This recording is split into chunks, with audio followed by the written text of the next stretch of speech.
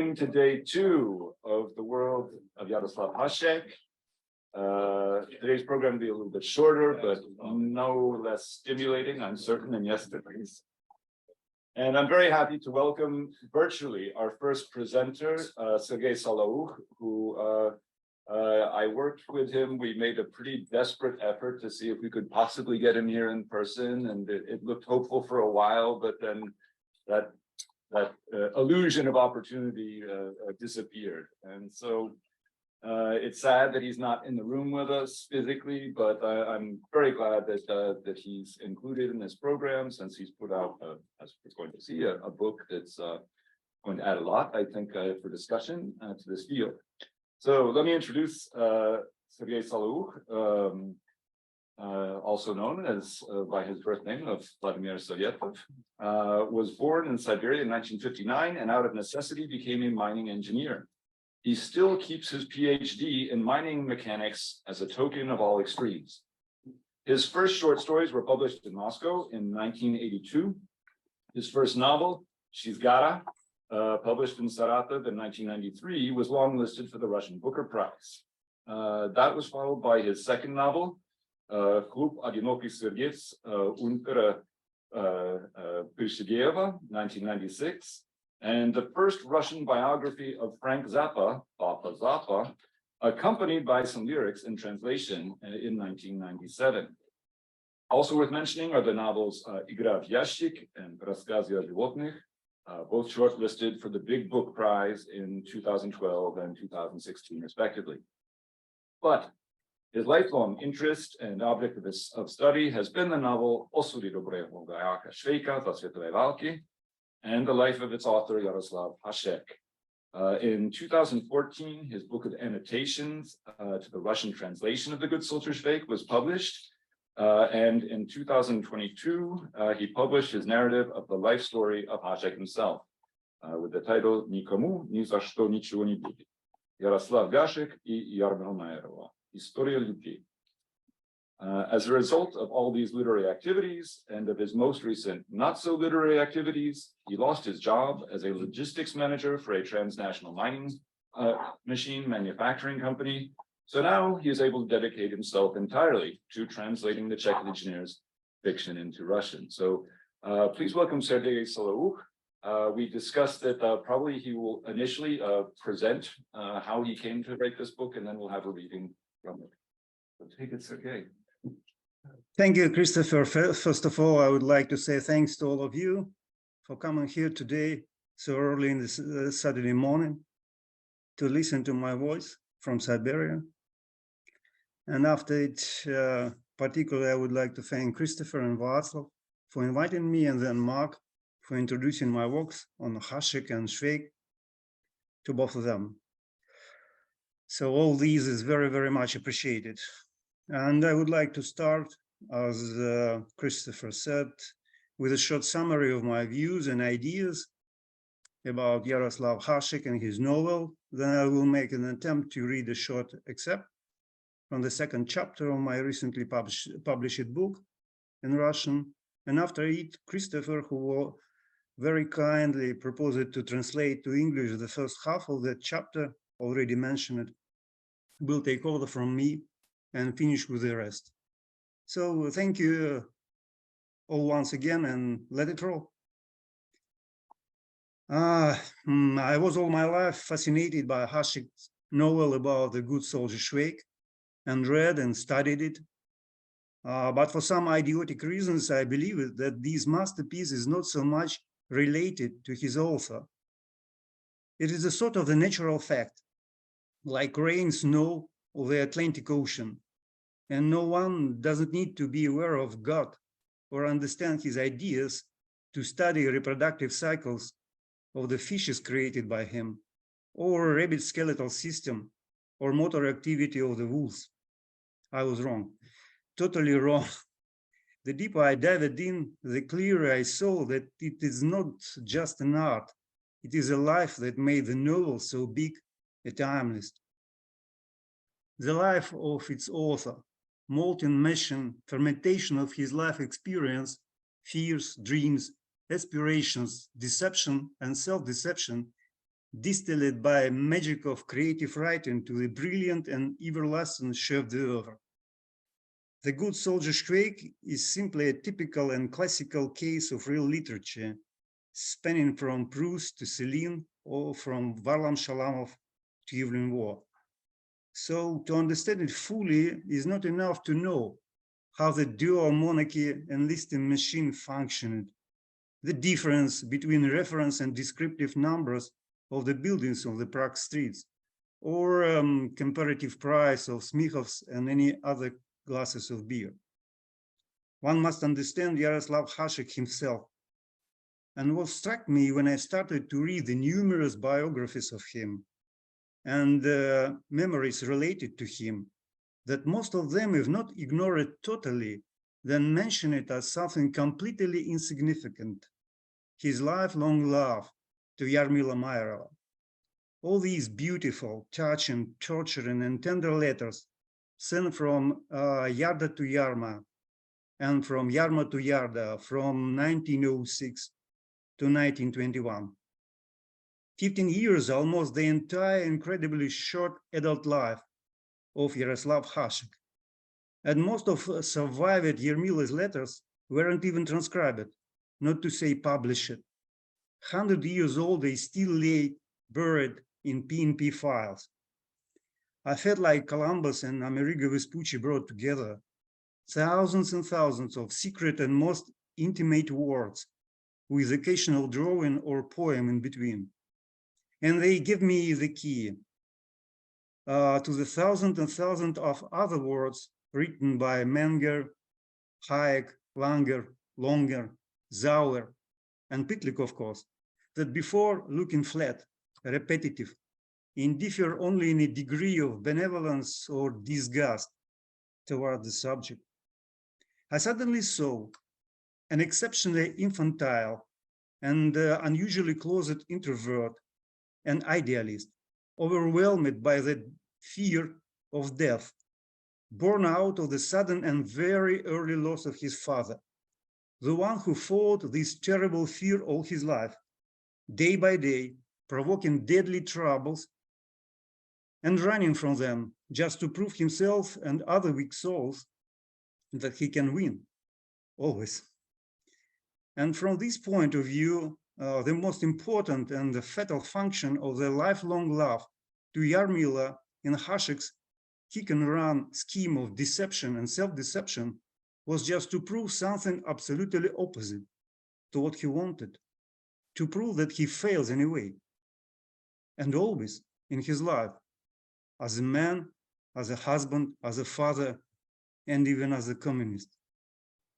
Yes, something that could be expected from the eternal kid, forever stuck in his internal spiritual development, somewhere in the early teens, where father's death froze his soul in the most beautiful and idealistic shape possible, left it once and forever alien to the whole hostile and malevolent world around him, and waiting ad infinitum for the other one to come, shiny, warm, and gracious, where no one ever falls sick, not to say dies.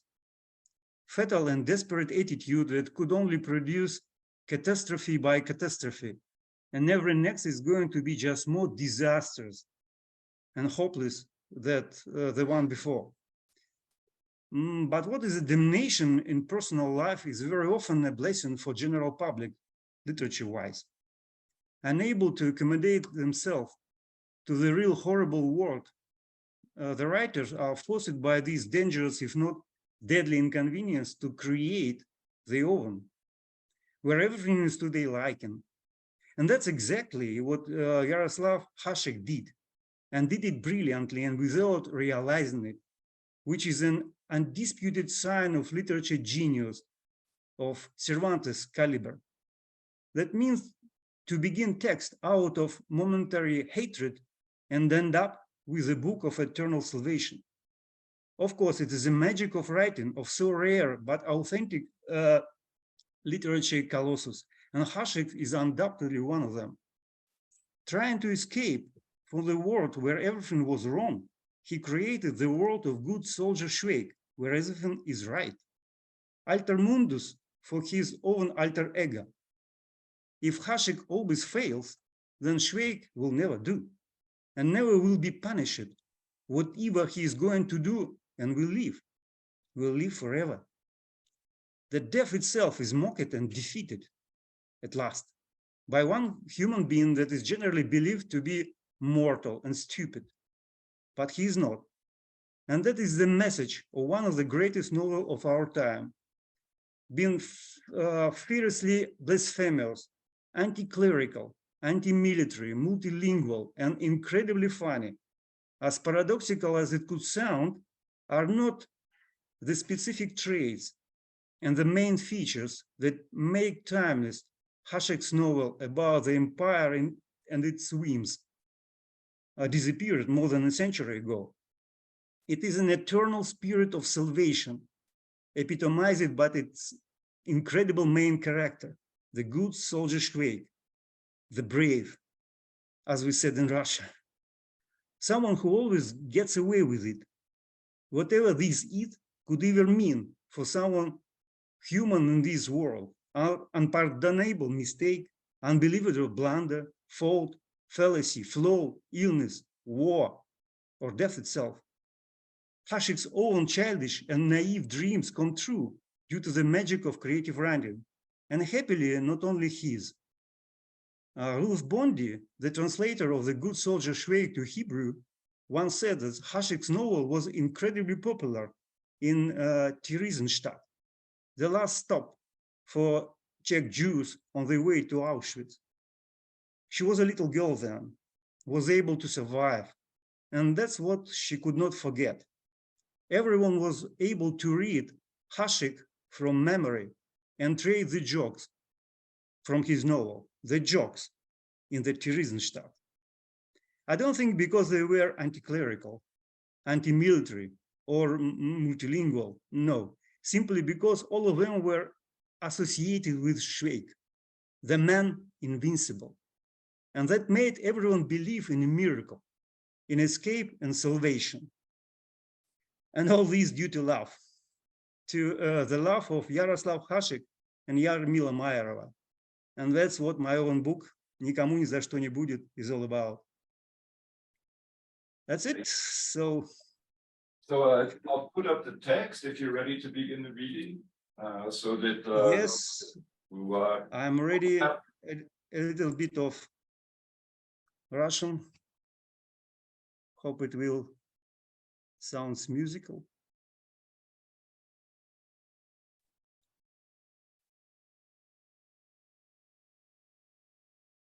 So it's the second chapter. Ярослав. Мальчика отличала необыкновенная женственность. Кругленькое лицо, нежная розовая кожа, каштановые вьющиеся волосы и милые темно-карие живой скорые глаза. Будущая жена, единственная любовь и привязанность всей его жизни, в письмах иногда увлекшись, меняла род сказуемых на женский. А я сижу заперти одна-одинешенька от того, что на улице ходят холостяки, и моя Митюшка бы ревновала. Но тому виной не внешность, а трогательная тяга к русскому языку при недостаточном владении как фонетикой, так и морфологией. Хотя все к одному, конечно. Отец был математиком. Начинал учителем в школе, закончил статистиком в банке. От него была унаследована необыкновенная память, исключительная скрытность и неодолимая тяга к спиртному. А внешность – циркульный овал лица, высокий лоб, близко посаженные, но ясные глаза и темная волна волос от матери. Домохозяйка. Отца звали Йозеф, а мать Катержина. Она хотела, чтобы сын всегда был с Богом.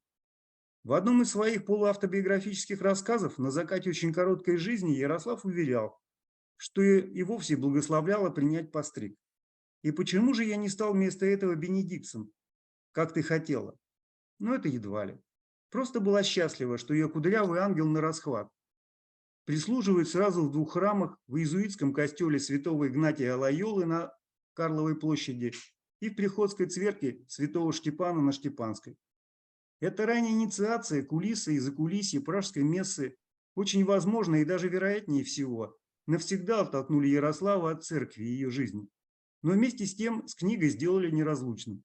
С Евангелием, Перечисляя несложное имущество большевика из чешских революционеров, сослуживец по бугульминской комендатуре времен Гражданской войны вспоминал: на столе с правой стороны лежали аккуратно сложенные книги: Маркс и Энгельс, манифест коммунистической партии, изданный в Петрограде, устав РКПБ, Ленин, очередные задачи советской власти, брошюра Дикштейна «Кто чем живет», 3 книги избранных произведений Гоголя, Салтыкова-Щедрина, однотомник стихов Генриха Гейне на немецком языке и, наконец, Евангелие.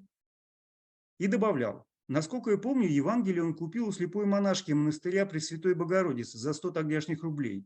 Причем очень гордился этой покупкой, как редким изданием. Получается, что не все мечты и желания Катержины сбылись и реализовались, но некоторые все же, слава богу.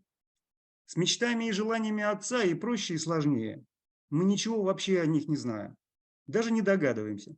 Статистик банка Славия Йозеф Гашек, малоразговорчивый, строгий, незаметно для окружающих, в сугубом одиночестве пьющий человек, тяжело заболел и скоропостижно скончался в гриппозном феврале 1896 года. Старшему сыну, мальчику Ярославу, еще не было и 13. Но эта внезапная и невосполнимая потеря подростком отца, скорее всего, как раз и сформировала очень характерное, но для окружающих, как далеких, так и близких, загадочное, порой просто необъяснимое душевное устройство, метущуюся натуру будущего автора романа о бравом солдате Швейке. Что на поверхности? Страх смерти, конечно, самое простое. Внезапное и раннее его осознание. Страх, рука об руку с которым, как водится, идет самоубийственное желание неподчинения, игры, бросить неотступной, неотвязчивой, неминуемой смерти вызов и обмануть, надуть здесь и сейчас. Christopher, I think it's time for you to take over. Right. So, Václav Menger, a childhood friend and later a comrade in the trenches in Russia, wrote unequivocally about this most primary and definitive concern. Quote, Jaroslav lived in panic-stricken fear of death and of any kind of illness. Only under the most extreme circumstances would he enter a hospital. He did not attend funerals and he avoided cemeteries, unquote. This same implacable terror is reflected in a letter written by his wife Harriman, a note from the year 1912, in which she admonishes and persuades her husband not to be late for the funeral of his own mother. Quote, it made me very upset that you did not come. They looked for you at the editorial office and did not find you there. I know how painful it will be for you, but at least try to come to the funeral. Everyone will be on the lookout for you because they know that you were not there at her bedside, even though your brother Boja told you that Mama was very sick. I beg you, at least don't be late for the funeral. Unquote. Already as a child, Jaroslav Hašek did not want to die. He did not want, just as no one else wants, to close his eyes one day and never open them again. And so, willy-nilly, his life turned into a search for the magical formula of immortality, a search not in heaven, but on earth, a search that was asocial in form and infantile in content. It was as if then, at the age of 13, on the day of his father's death, when the terrible inevitability of the end of everything was suddenly revealed to him, his spiritual and intellectual development, the spiritual and intellectual development of the future writer, columnist, father and husband, vagabond, beggar, malicious joker and drunkard, rogue, brave soldier, and diehard communist, that development suddenly came to a halt, as if it were being put into a state of suspended animation until the moment of victory would come, the hour of triumph over the principal fear and terror that one confronts in this life, the fear of non-being. This was also the source of that natural attribute of any metaphysical or physical confrontation, aggression, a feature so characteristic for him, and one noted by all of the favorably disposed and also the not so favorably disposed biographers of the author of Švejk. Let us adduce here the most obvious of all possible explanations for it, that it was neurotic. Aggression as a kind of trial, a test of his own fortitude in the face of the gales and storms that rained horror and ruin down on him. A test of his distinctness from all the others, various and sundry, the mortal and terminal, the weaklings. Both the moment and the epoch were propitious for this. The next year, 1897, was a year of Czech rebellion in an empire governed by a German prince and Hungarian ministers. The year of the failure of a certain bill on the equal status of the Czech language, on its adoption as an additional official state language of equal status to German and Hungarian in the lands of Bohemia and Moravia. This was not a pedantically trivial matter. Beyond the question of the convenience or inconvenience of this or that alphabet, it was a purely practical matter of bureaucratic administration and military command. In a state where national identity was determined on the basis of what language an individual spoke and thought in, the rejection of the Vedeni language ordinance amounted in essence to a refusal to acknowledge the Czechs as a full-fledged nation, as a third nation, which, to the same extent as the Germans and the Hungarians, would determine the fate and the spirit of a country. How could one consent to this? Or for that matter, forgive it? In Prague, that cradle of medieval European uprisings, there were anti-German pogroms. The Czechs chanted slogans and called their countrymen out to the barricades. They smashed windows, tore down signs, set fire to warehouses, and ransacked stores. Phalanxes of Czech and German students clashed in the streets. What did this time mean for the young orphan Jaroslav Hašek, who, in less than a year without the supervision of his father, had turned from an A student in high school to a D student? You can just imagine. As long as his father was alive, all those adolescent fights and brawls of Smíchov boys versus Vyšehrad boys on the ice of the frozen Vltava, or of Vyšehrad boys versus Podolí boys in the Jackdaw Hills, skirmishes that were later described with delight in numerous stories and anecdotes, all that passed right by the neat and obedient boy from Stephen Street in the new town. Back then, he was no threat even to the black tomcat called Bobesh, his mother's beloved pet. He was, in a word, a model child, both at the school on Rye Street and at the church on Charles Square. Of course he was. According to the reminiscences of his contemporaries, young Jaroslav was, quote, much more shy and timid than pugnacious. He was usually one of the last ones to join in the games and amusements of other children, unquote. Indeed, when people saw his locks, his pink cheeks and nose, they frequently took him for a girl, in spite of his stature and his build. And this persisted until he was a full-grown adult, until the age of 20. The rather terrible but intoxicating freedom and absence of supervision that he experienced as an orphan changed all of this. In the spring and summer of 1897, Jaroslav Hašek caught up all at once on everything that until then he had not known and had been deprived of. He stood in the front lines. He shouted along with the other adults. He sang songs. He threw rocks. He showed up with bottles of gasoline just about anywhere a proper fire didn't seem to want to catch. And remarkably, at a time when so many others were arrested, punished, fined, and sentenced to prison terms, after all, martial law had been declared in the Czech capital, Jaroslav himself, by some miracle, went untouched. He escaped from every frying pan to a comfortable spot beside the fire. The naughty child, who had become a danger to himself and those around him, had become addicted to a certain kind of pernicious childish behavior. And he was saved by another childish attribute, a healthy and fortuitous one, by cunning. An attitude towards the world that you constantly provoke and test, like you might test your mother. A mother who in this very same world represented a natural opposition, and really the only opposition, to the grave. The same kind of constant, a given quantity as unchanging and inescapable as the grim reaper, but comprehensible, kind, and most importantly, not inflexible. And thus, one side of the two between which he was pressed and caught by life, the one that it was possible and absolutely necessary to cozy up to, that is, to con and deceive, and then later on, to consider a victory over point A to be also a victory over point B, with an equivalent vector and significance on that line segment that fate had given him to traverse. A general, all-encompassing, universal victory. Complete victory. Aha! Dr. Freud is sitting there in that Vienna of his, and apparently he doesn't know that he really ought to go to Prague to study sublimation with its attendant pathology and trauma, and not at all in connection with Oedipal or electoral complexes or with the activity of the sex glands. It was quite a simple formula.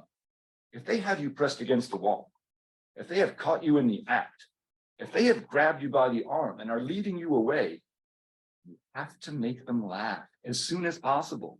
All of them. Mother, the janitor, the teacher, the gendarme. Amuse them. Turn any incident, any act of impudence, aggression, or inexplicable madness into a joke, a comedy, a bit of clowning, and then nothing will ever happen to you. You won't face consequences for anything. Nothing will happen to you as a son or as a part of the universe.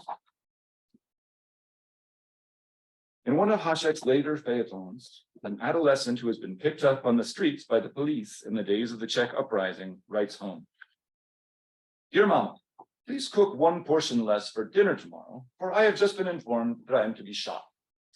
Although they have not yet announced the day or the time. So please do not be angry that I cannot tell you exactly when the funeral will be scheduled." Everyone laughs loudly and wipes away their tears. Oh, what a bloody fool. The boy is a clown, but what can you do with him? The chief of the gendarmes asks to have the juvenile delinquents case forwarded to him, and he benevolently decides that the stones found in the perpetrator's pocket are not of a criminal nature. They were not intended for smashing windows or other citizens' skulls. Oh no, they were gathered as potential specimens for the school's nature science exhibit. Well, of course, the chief himself, as it turns out, is something of an amateur expert on geological rarities and such like. This one here is an agate, he says, and this is a chalcedony, and this rather unattractive one is called flint. And this substitution, and of the deception of life for the deception of death becomes the essence, the essential feature of everything in the short and very unhappy earthly existence of Jaroslav Hašek, the writer, columnist, father and husband, beggar, the cruel mocker and drunkard, the true friend and gentle comrade, the utterly selfless miser, the Knight of the Order of St. George, the sincere Bolshevik, and vagabond. Well, of course, a vagabond, because the very possibility of that fateful substitution, and with it a victory, a triumph over death and non-being, would become inseparably connected in his consciousness with freedom, with the sweet and natural irresponsibility of movement, absence, and disappearance. All of this, it was all from the same watershed, the father's grave, the memorial wreath on the coffin of Josef Hašek. His mother, Katarzyna, when she received a small compensation after the death of her breadwinning spouse, small, but sufficient, it seems, to cause her to slide slightly off her rocker, did not spend any money on furniture or shoes, nor did she put it towards college tuition for her children. She took everything that she received from her late husband's employer, the Slavia Bank, and used it to move the whole family to her native haunts in southern Bohemia, where her own relatives still lived. It was her 13-year-old son, Jaroslav, her 10-year-old son, Bohumil, and one other complete orphan, her niece, Maria, who had fallen to their care. The girl was 14. They moved all together, all at once, along the route Sliv, Rokidin, Vodňany, Putim, Skočice, Hluboká, České Budějovice. They went on foot, migrating from one set of relatives to another, through valleys and villages, with the birds of the sky over their heads in the daytime, and hay and mice under their heads at night. And here, there was no fear, no death, no walls, roofs, or narrow hilly streets, just open vistas, a horizon, always hospitable and always beckoning, on and on to infinity. Living and direct resistance to non-being, the non-being that was lurking back in Prague, the cemetery in the Jewish quarter, among a pile of stones, a miniature model of his hometown, in darkness and shadows, murk, emptiness, eternal stasis. While here, between Radomyšl and Strakonica, there was constant movement, happiness. The shock to his psyche was so powerful that the move number 2 discovered once and for all in childhood, or to take it in order, the move number one, that in any unbearable, difficult situation, it's better to go away before they catch you. This became the regular counterpoint to all his clowning. The two impulses would become intertwined. They would fall together like two Buddhist drops, one black, one white.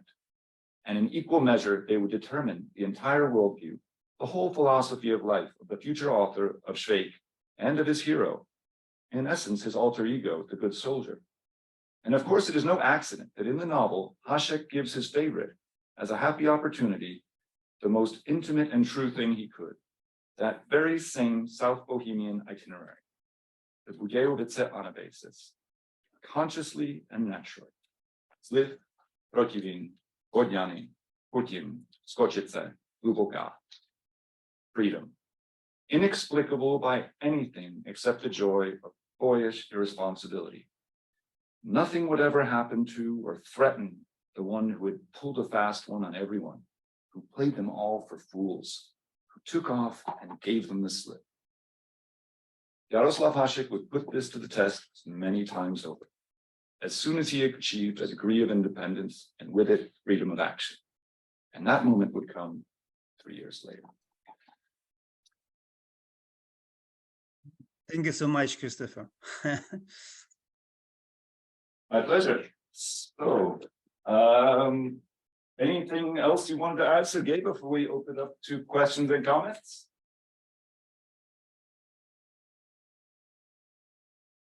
Your reaction? Yo, Maria. Yeah, I've read the book, the translation of it. Of course, I don't understand much. So, well, apparently, it's a very good translation. So he himself has said so. I can only say this book has probably given me more insight into the first Jaroslav Hašek than anything written by Republic, for instance, or Parrot. So, congratulations. Thanks. I wonder, yeah? Well, I could say that humor contributed a lot to these results, to be honest.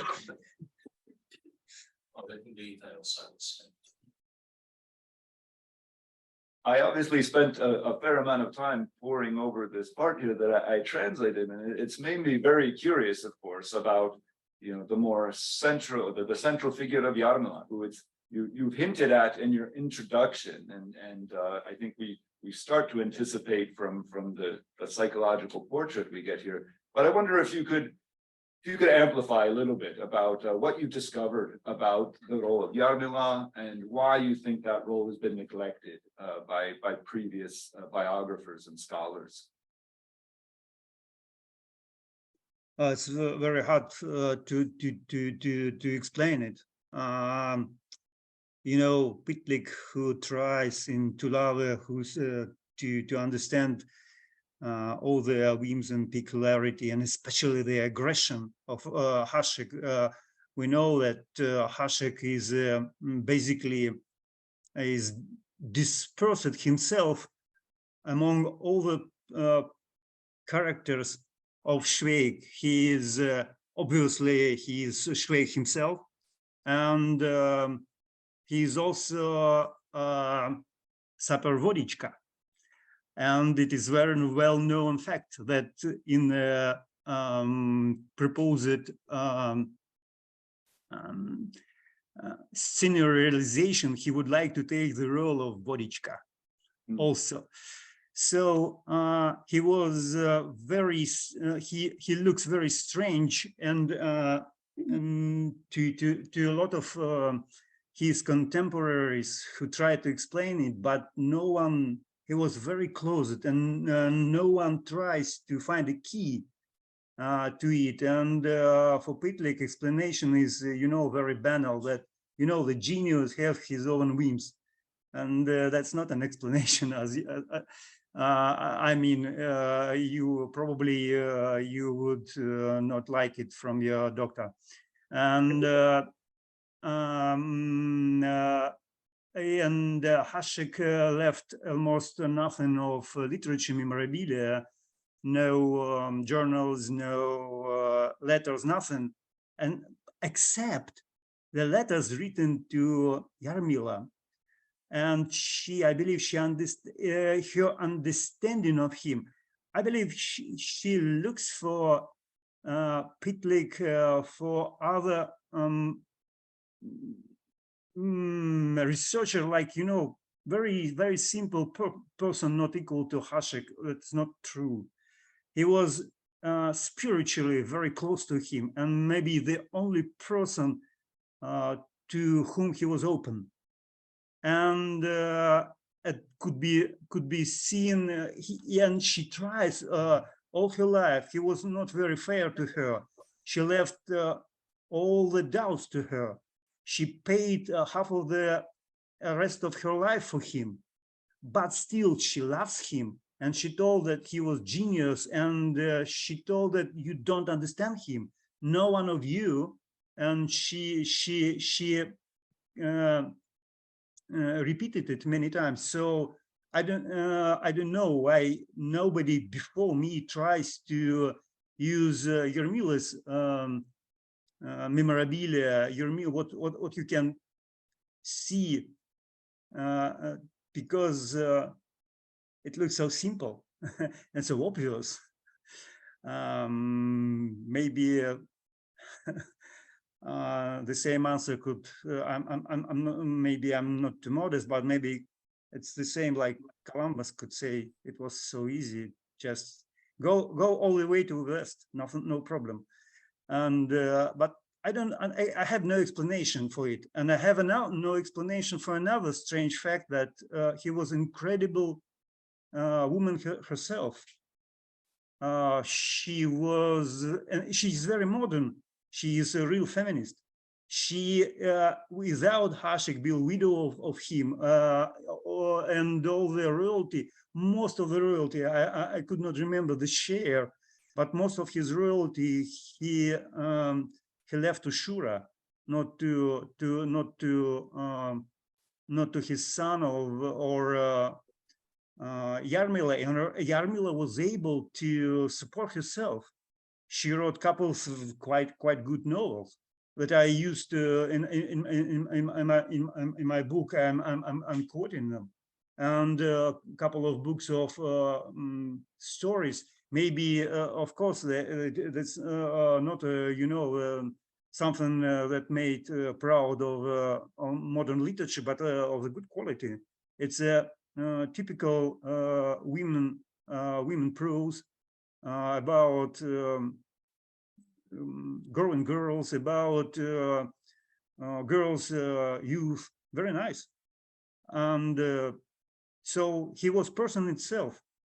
But most importantly, she was the only one with whom he was open. Yeah, and I don't know. Did I answer to your question, Christopher? But I can explain. I simply can explain. I saw that it looked like there was a hand up for Zeni Sadlon. Would you like to ask a question, Zeni, or make a comment? Yes, can you hear me? Yes. Yes, Zeni, hello. Oh, Sergey, I'm just stunned. I have to tell you that I didn't even know the conference was going to go on until the last moment. And I spent all day here yesterday, listening to everybody, listening to all the great stuff. This morning, I was not supposed to even be available, but I'm stunned.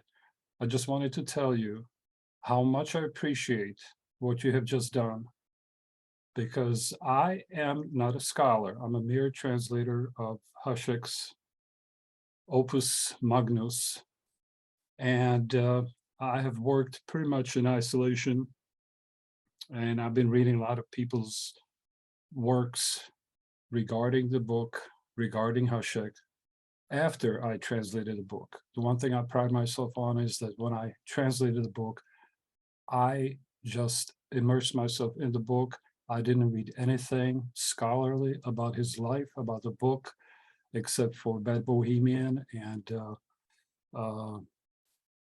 there was one more book, and since then I've been watching and following everything I could about Hašek, and that's why I created Švejk Central site, as I translated and as the internet became populated with things about Hašek and Švejk. When I started, there were 51, about 50 mentions of Švejk back in 1995 or so. And coming to this point is a culmination for me personally, because the way I view the book, the way I view Hašek is quite different from a lot of things that I've read and I've heard. And reading your book will be just an immense pleasure. I am so thankful for what you've done. And I hope that people will realize that what you have done is absolutely singular. And as you said, it's very simple, but somebody had to do it and you did it. So thank you very much. God bless you. And I just can't wait to read your book. Oh, thank you, Zeni. And I remember when I started to learn Czech, you explained it me some horror Czechina.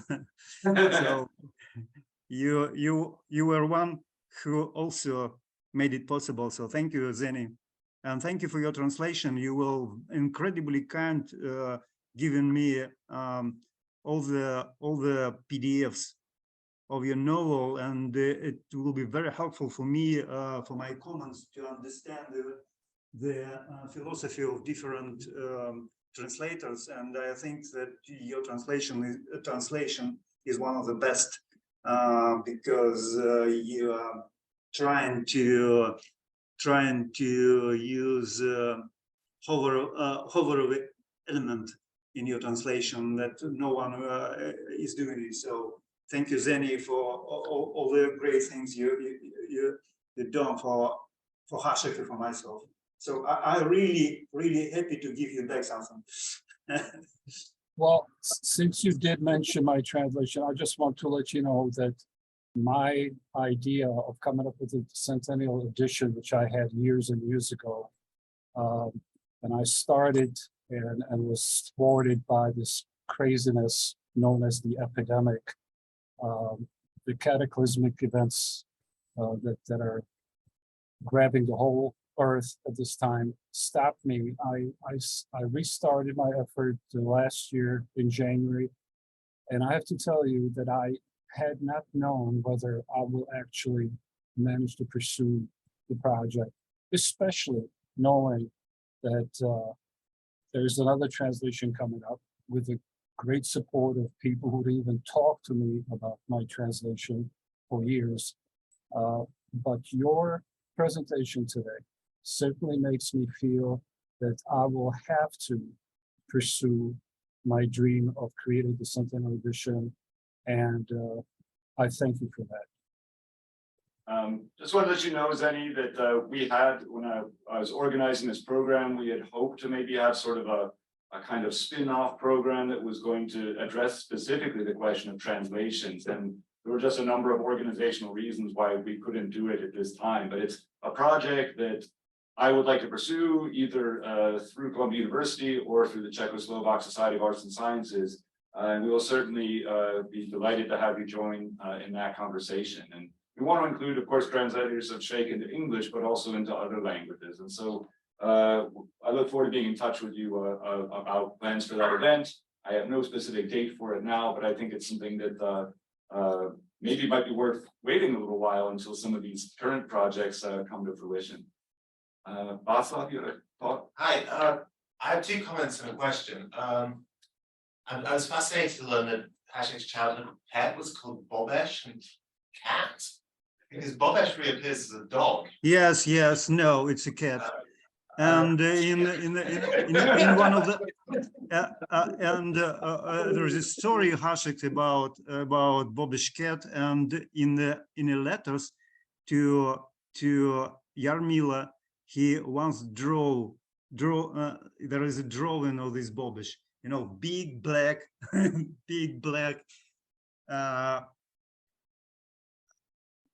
big black thing at the end of the letter. Okay. And it said there is no, there will never will be black cat in our domesticity. He wrote to Yermila. Okay, that was just my It's a cat. It's a cat. Okay, just wanted to make sure. In Mother, it's And the dog, if you mean Hašek, was Balaban. Yes, yeah. I'll talk about Balaban later. Balaban, yes, of course. There's a really nice 1976 Italian film which I saw the other day. It's called Febbre da Cavallo, Gigi Proiettili, Enrico Montesano. It's absolutely the perfect example of the Hashekian principle that you describe in your book. If you can make people laugh, if you can make them enter the game, there are no consequences. And I recommend that. That's just another comment. I have a question.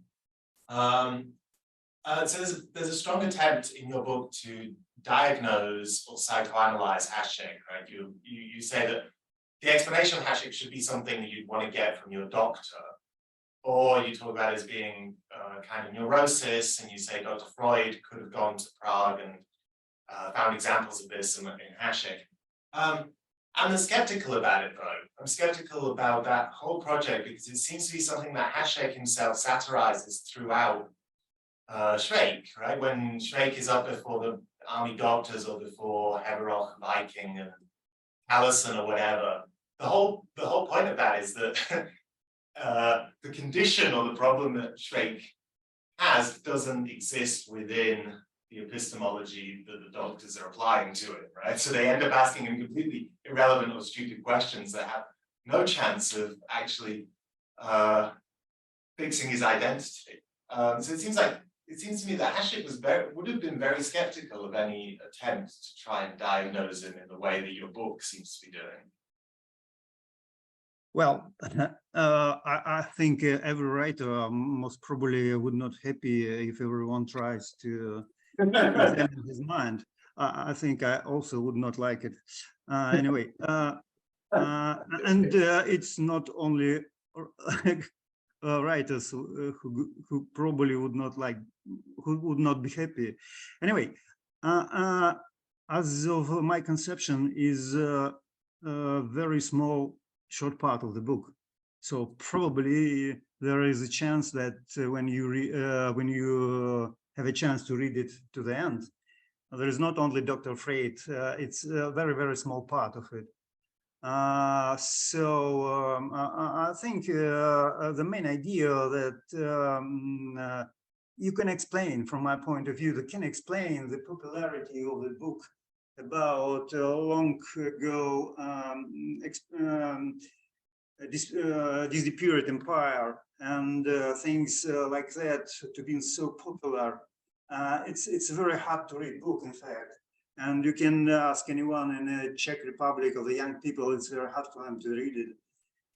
It's really, really great modernist book, but it's still popular. And the only explanation, not in the things like anti-military, anti-clerical, and it's funny, there's a lot of funny books long ago forgot. Like, say, I don't know, forget the name, yeah, sort of book long ago forgot. But the only explanation for me is popularity, everlasting popularity, that it's not, there is something special behind this book. And it's a book of salvation, that I try to explain it. It's an idea of man being invincible, who made it universal for everyone. Yeah, there is a translation in Vietnam, in most, I don't know, maybe in Antarctica, I don't know, but in the most inappropriate place to know about Franz Ferdinand's death or his nephew. So I think there should be another explanation for the popularity, for long-standing popularity, and this is idea of salvation, of the miracle, of the magic. Of course, there is a lot of layers on this book. but I think something that explain but we are still 100 years ago discuss it, laugh it, and read it. It's a magic of salvation, the feeling of salvation, the deception of salvation. Since you're mentioning salvation, I will bring in a question that came in from Zoom.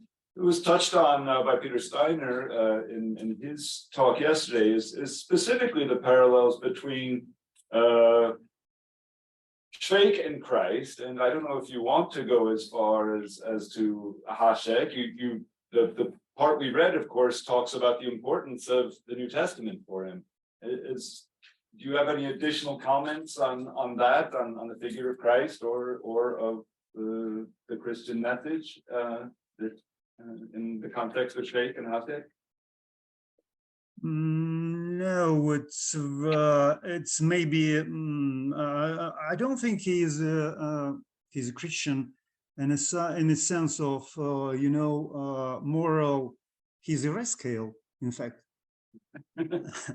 And Hašek was a rascal. I mean, it's enough to try to read Longen and a lot of the person who detest him, but I also try to explain because his soul was frozen in a very, very undeveloped teens state, and he wasn't he wasn't on much more closer as nature's son, not a Christian man, not a man of the struggling with himself to know a salvation. I mean, in a meaning of Salvation Army, to save your soul, not in the Christian understanding of it, but save your soul in the Celine understanding of it. To say to still be able to enjoy life, to enjoy love, to enjoy the sun and sky and your beer. So I don't think it's a Christian book. It's definitely not a Christian book. There is what is essential for any Christian book is suffering. And for Christian book, it's better to go to Evelyn Waugh and to read Bryce has released it. It's also very funny, but it's a Christian book. Thank you for that clarification, Peter. As a matter of fact, actually, I was a new Bible extremely well. I did some little piece on his propaganda. It's full of biblical quotations, allusions, and my favorite article, which I think was never published in the Harriman, is the Christ was a communist, and to which I spoke a little bit yesterday, to which the editorial board of Krasny's local journal published it, added a caveat that this does not express the editorial opinion. So he basically, if you look at his communist propaganda, it's very interesting. He is kind of like, it is like a Protestant criticism of Catholicism. And it basically returned to the real church. So he was not religious, but he uses a lot, and he even he has a poem, I think he stole a poem from Plitnov about Christ. He used for description the assassination of Rosa Luxemburg and what's the other guy? Yeah? So it's I mean his attitude about Christianity is very interesting, and it goes both ways. And it suits him. He is kind of an old Testament Christian. When it doesn't suit him, he is a blasphemous anarchist. But he is ambiguous figure. That's what we talked to him about so much. We had an answer to this enigma. There will be no doubt. But easy. I'm sorry. Unfortunately, it's a little bit far from microphone, so I'm sorry. Should I repeat everything again? I'm sorry. I have to say that as a I will do it very quickly. Basically, Hašek knew Bible extremely well and quotes it enormously very often, especially in his communist propaganda. Yeah, I don't give the talk again, but look at his article, Christ is a communist. Yeah, or, you know, he stole from Pletnyov a poem about crucifixion of Christ, which he kind of applied to Luxembourg and Liebknecht. Yeah, so his attitude of church is extremely dubious, or how to put it, ambiguous, and that's what, you know, should be taken into account. But all right. Hate to say, but it looks like they may have lost our speaker. yeah, is Sergey back on? So let's give a hand to Sergey. And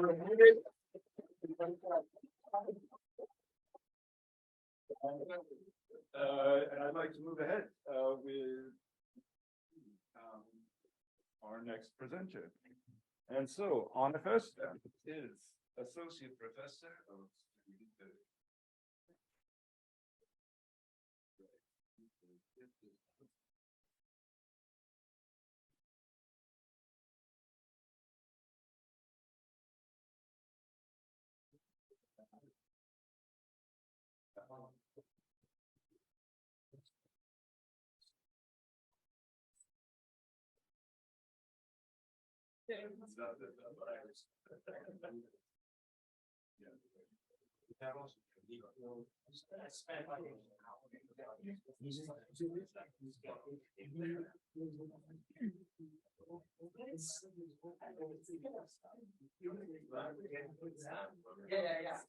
All right.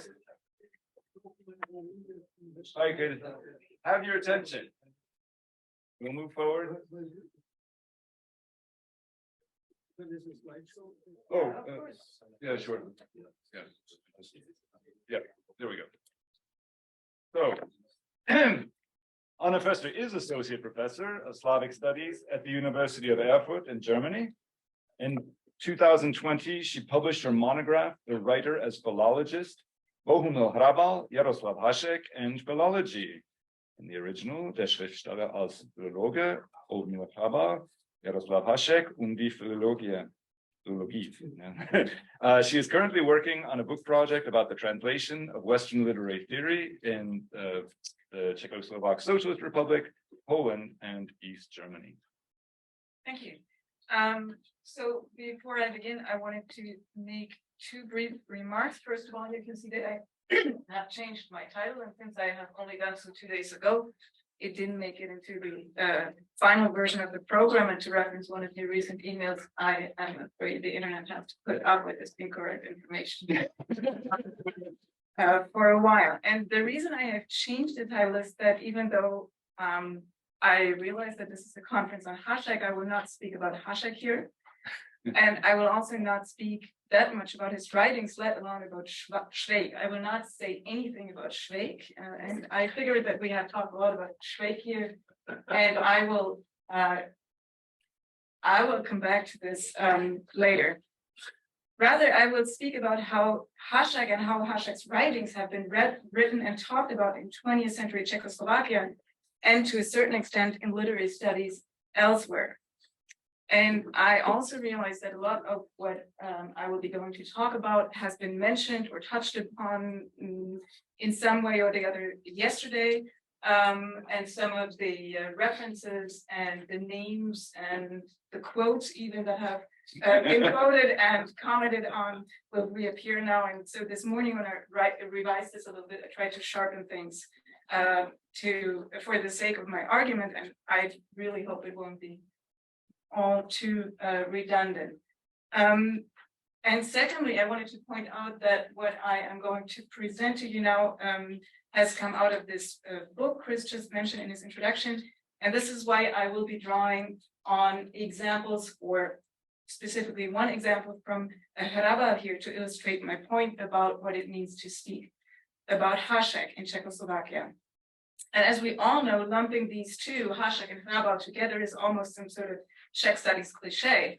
I don't know how much, to what extent people who are not coming from a Czech studies or Czech background here are familiar with this pairing. And for reasons of brevity, I will not comment on this or contextualize this pairing more in detail. And I would also like to say that I am not interested here in the many poetological aspects of this constellation that are usually evoked whenever Hašek and Hrabal are discussed together. So there's a certain tradition of discussing these two writers and their work in either genealogical terms or poetological terms. There's a certain overlap, one being more literary historical, the other one more with regard to their poetics and aesthetics. Instead, in this book, I have suggested that we can only fully grasp Hrabal's Hašek, in scare quotes, if we look at it not only as a literary, but also as a critical discourse, or even more precisely, as a discourse that is located at the intersection between the literary and the critical. So in the German version, I have used the word philology, which caters to a certain theoretical and historical framework that I used, but I just stick with criticism here. So something that is located at the intersection between the literary and the critical. But before I get to that, and now we are going to revisit Mr. Albrecht and his bookseller here. So before I get to Hrabal, I really wanted to ask the question, what does it mean to speak about Hašek? And I have also realized that the first presentation we heard yesterday started with the exact same question and then listed a whole series of potential things that are referred to when people speak or spoke about Hašek in the past. And I will now try to briefly revisit some of these points, but with a very specific focus on the political dimension of this. So, as I have argued in my book, more than in any other case, speaking about Hašek meant to not, or at least not primarily, speak about literature or literary history, but about political and ideological questions. On a historical level, this has led to a situation in which it was close to impossible to disentangle Hašek criticism from the political and institutional affiliations of the critics and scholars involved. And on the level of discourse, it resulted in a strange coincidence of critical statements and political speech acts. So to get to the first example and back to Albrecht, in 1921, the communist daily Rude Bravo Red Justice published an article in which the critic and translator Ivan Albrecht reviewed the first two parts of the recently published Švejk novel. Despite being very enthusiastic about the book himself, he called Švejk the best of what had come out in Czech in decades. He lamented the otherwise reserved reception of the novel. But rather than this being an issue of literary quality for him, it was due to a deliberate and politically motivated attempt to mute Hašek and his writings. To prove his point, he quoted the already mentioned bookseller Eduard Weinfurter, who has allegedly called the novel literature for communists only and not for the Czech man. I think your translation of that was a little bit different, but I don't know. So on the one hand, by quoting this literature for communists only, not for the Czech man, he explicitly suggests Czech national identity and communism as two opposing and, above all, mutually exclusive entities. And on the other hand, he expresses the idea that the way one reads and refers to Hašek's writings equals a taking of sides between the two of them. So to either taking the side of Czech national identity or communism, according to Albrecht. The following years saw highly polemical debates about whether it was okay to read Hašek's novel as another left-wing critic has it, Kniha specificky Českou, that's a specifically Czech book, and thereby turned the trickster Švejk into some sort of national allegory, or whether it was rather to be understood as a dangerous piece of literature that corrupted Czech national consciousness and undermined the morale of the newly created Czechoslovak National Army, and was thus to be banned from school and military libraries alike. This is also a very often recurring trope. So we have also already discussed this briefly yesterday. The international reception of Hašek's novel too feeds into this increasingly polarized interwar reading, with Bertolt Brecht, Georg Grosz, and Erwin Piscator adopting the book for the Berlin Volksbühne, and subsequently with Piscator turning this very adaptation into an exemplary case for his revolutionary theory of political theater. So this is sort of disappeared. The cover of Piscator's political theater book disappeared here. It's the above, or it was the above picture, and down there is a photograph of Georg Gross screen design for the Volksbühne adaptation. And the fact that Grete Reiner's first German translation of Hašek's Švejk was enthusiastically reviewed by the anti-militarist intellectual Kurt Tucholsky, who was later labeled an enemy of the Reich and had to flee to Scandinavia, did not exactly help to alleviate the situation either, and was controversially discussed in both Germany and Czechoslovakia. This name has also already been mentioned briefly yesterday. But I think it's interesting to look at this a little closer, because I know that some of his writings in Švejk are not very well known. After World War II and the communist putsch in 1948, these debates realign only insofar as of now Hašek's writings are turned into some sort of socialist national literature avant la lettre.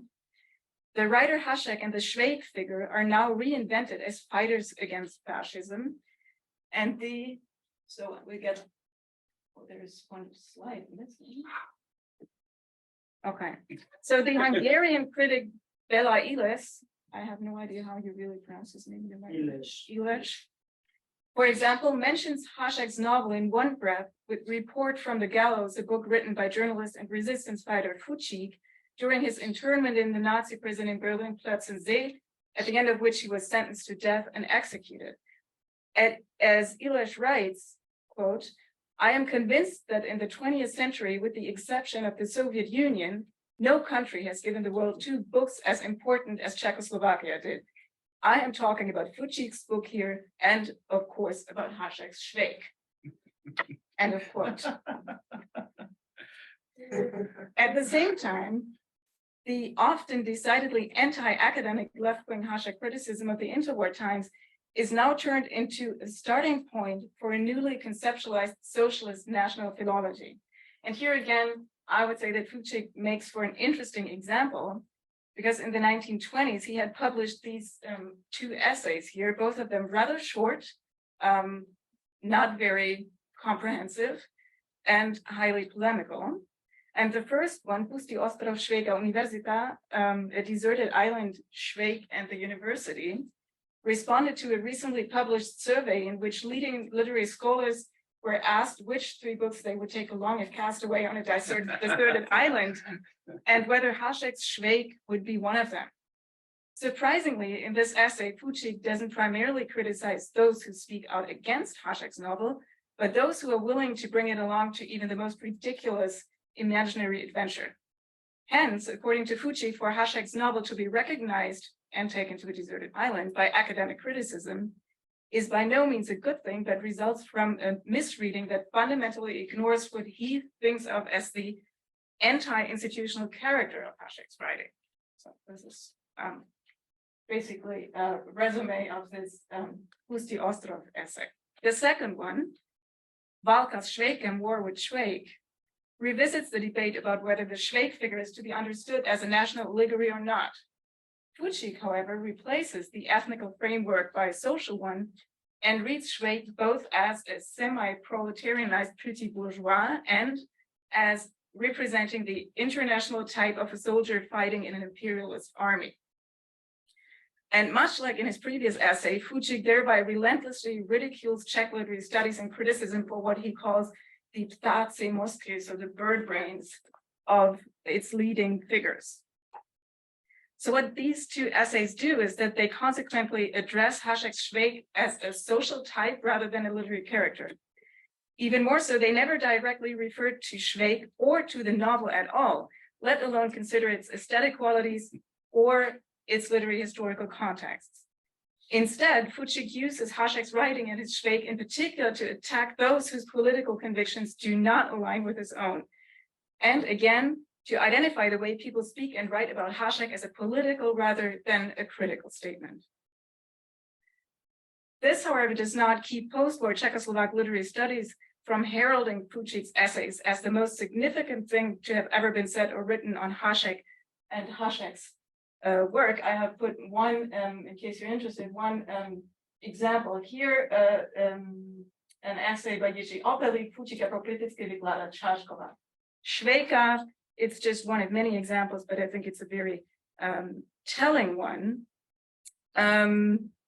Because Opelík goes as far as to equate Fučík's contribution to Hašek studies with what the father of Czechoslovak Marxist criticism, Zdeněk Nejedlý, then director of the Czechoslovak Academy of Science and later Secretary of Culture, had written in the 1920s about the historical novel and especially about Alois Jirásek. Don't get me wrong, I'm not granting Nejedlý with any scholarly authority here, but at least he had written 3 or 4 voluminous monographs on Jirásek, whereas Fučík's contribution was basically these 2 essays and a couple of paragraphs in Report from the Gallows, which did not keep people like Opelík from treating him or bestowing him with absolute authority in all things Hašek. So we have also already seen some of these books or heard them mentioned. In the post-Stalinist period, Hašek studies increasingly focus on the writer's biography. We have already talked about this to some extent. Unsurprisingly, they center around his desertion from both the Austro-Hungarian army and the Czechoslovak legions, and subsequently on the time spent working for the Red Army in revolutionary Russia. But I would like to point out that predictably this again comes at the expense, or maybe even greater expense, or total eclipse of his literary work, or at least of those of his writings that do not again align with this carefully reconstructed biographical narrative, such as most importantly his sharply satiric and many say autobiographical Veritele města Bugulmy, so the Bugulma stories, which depict revolutionary Russia as a panopticon of both ridiculous and ridiculously dangerous characters. Instead, scholarship now draws on historical documents, or at most on the propagandistic pieces Hašek wrote for the Czech language newspaper in the Red Army. This is what Peter Steiner has talked about before.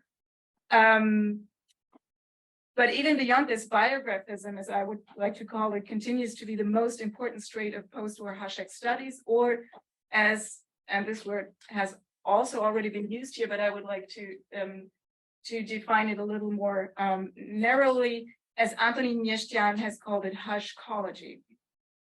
Thus, this is Měšťan's definition, a sub or maybe even pseudo-discipline that, besides the conflation of criticism and fictionalizing biographical writing, can best be characterized by a stubborn resistance to new perspectives, readings, and methodological approaches. This is, again, not my definition, but Měšťan's. But I would say he comes pretty close, at least when you look at these books. So we have already touched on this yesterday, but the most striking example of this is the work of the recently deceased Radka Pytlík, who over the course of 5 decades published no less than 13 books about Hrabal, not to speak of hundreds of essays and papers and a vast editorial work. And this is only a small collection. I will get back to one of these books, Haškův boj za socialistickou republiku, in detail in a minute. So this, however, is not at all to say that these issues have not been addressed by Czech literary studies or Czech studies abroad. Quite the contrary, I would say. In the more liberal 60s and especially in the 90s and early 2000s, some of the leading figures of Czechoslovak Hašek studies themselves came out and self-critically reassessed their previous work, pointing not only to political and institutional constraints, but also to the performative aspect of reiterating certain takes on Hašek's writing. And one of them was Milan Jankovic, who in the 50s and 60s had been on par with Pitlik and Anchi when it came to editing, interpreting, and popularizing Hašek. Around the mid-60s, he increasingly turned to theory and at the same time began to critically review his own previous work on Hašek, stating that even though some of it had found its readers from a scholarly point of view, again, I'm quoting Jankovic here, it was utterly useless. This is one of his commentary on his own work. And as he states with regard to Švejk, and I'm paraphrasing this quote here from one of his articles from the mid-60s, without being reconnected to the literary text, it originates from the Švejk figure stops being Hašek's Švejk and instead becomes a sort of transfer picture that echoes meanings that are fundamentally different and often entirely detached from the context of art and literature.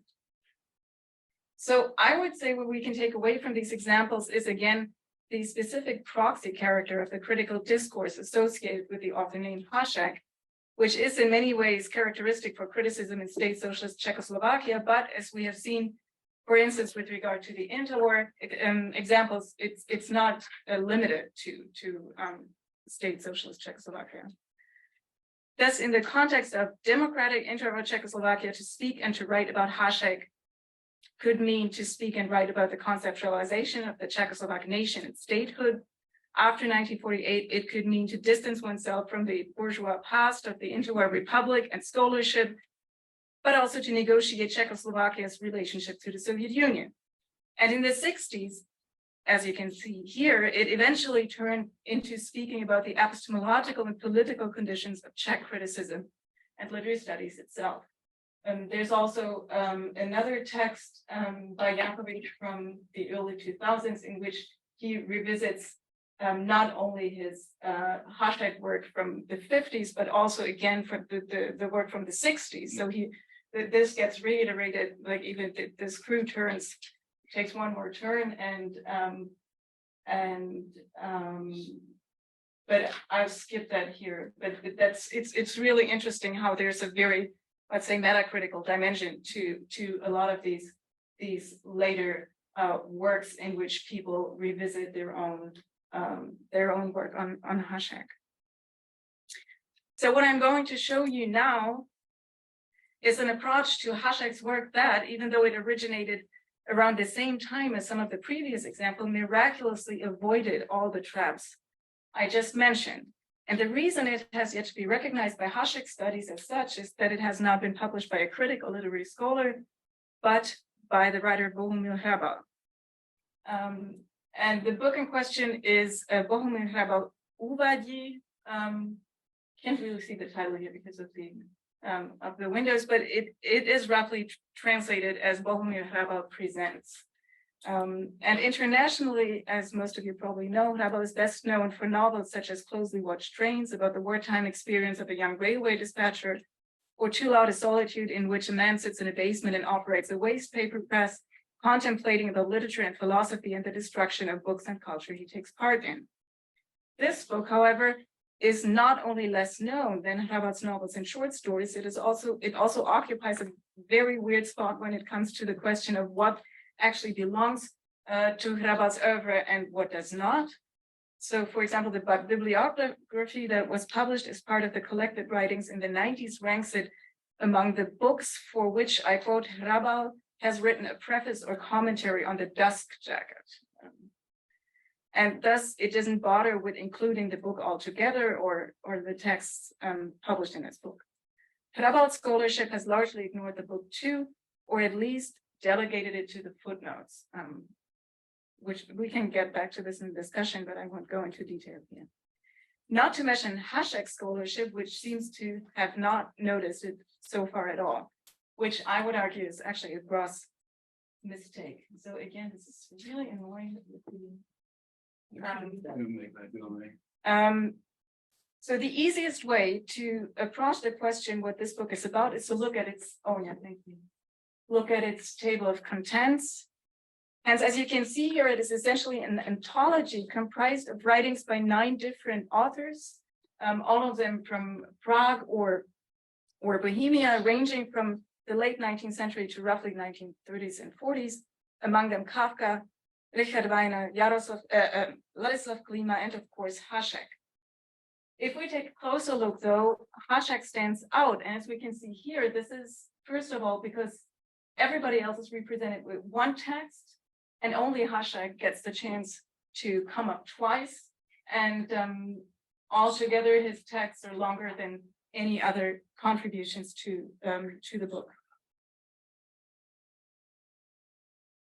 Oh, no, it doesn't. Well, no, after removing the.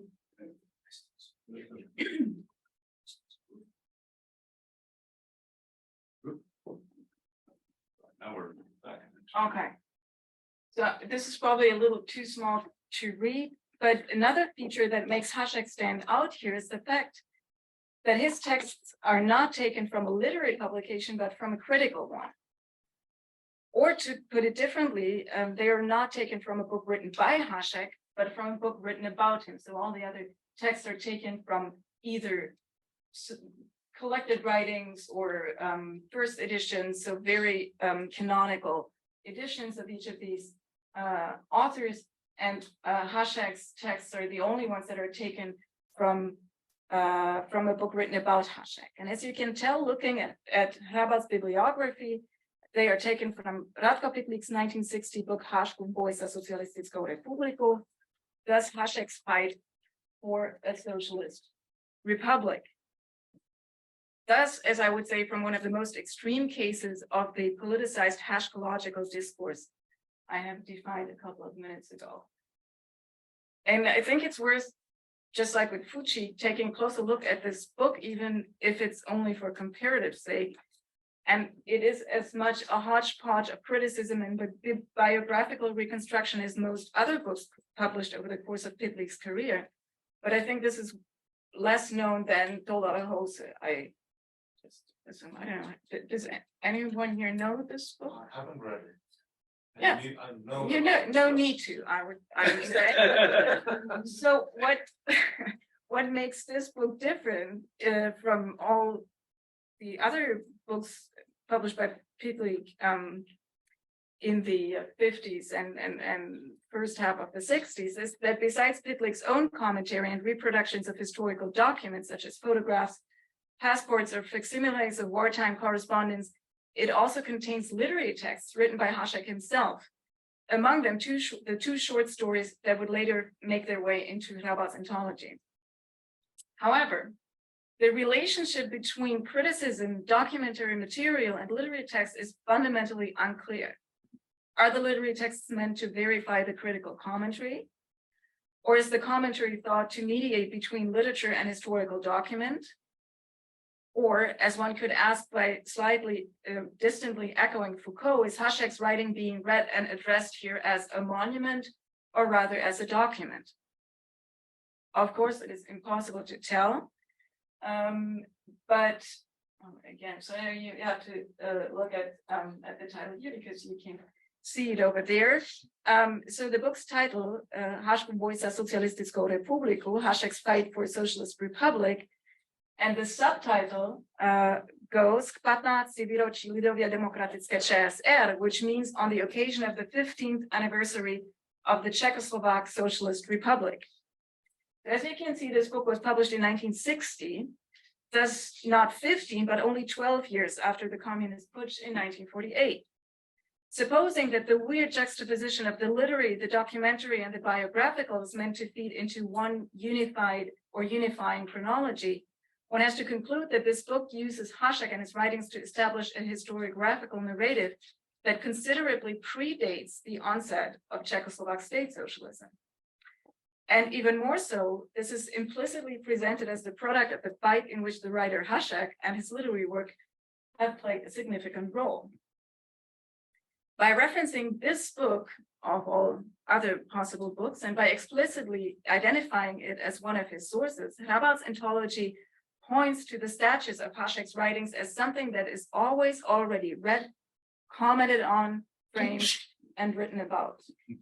And it exemplifies the difficulty of approaching Hašek's writing outside the dominant framework of Czechoslovak Haškology. So as soon as you remove the It's so conscious in terms of coming. Okay. So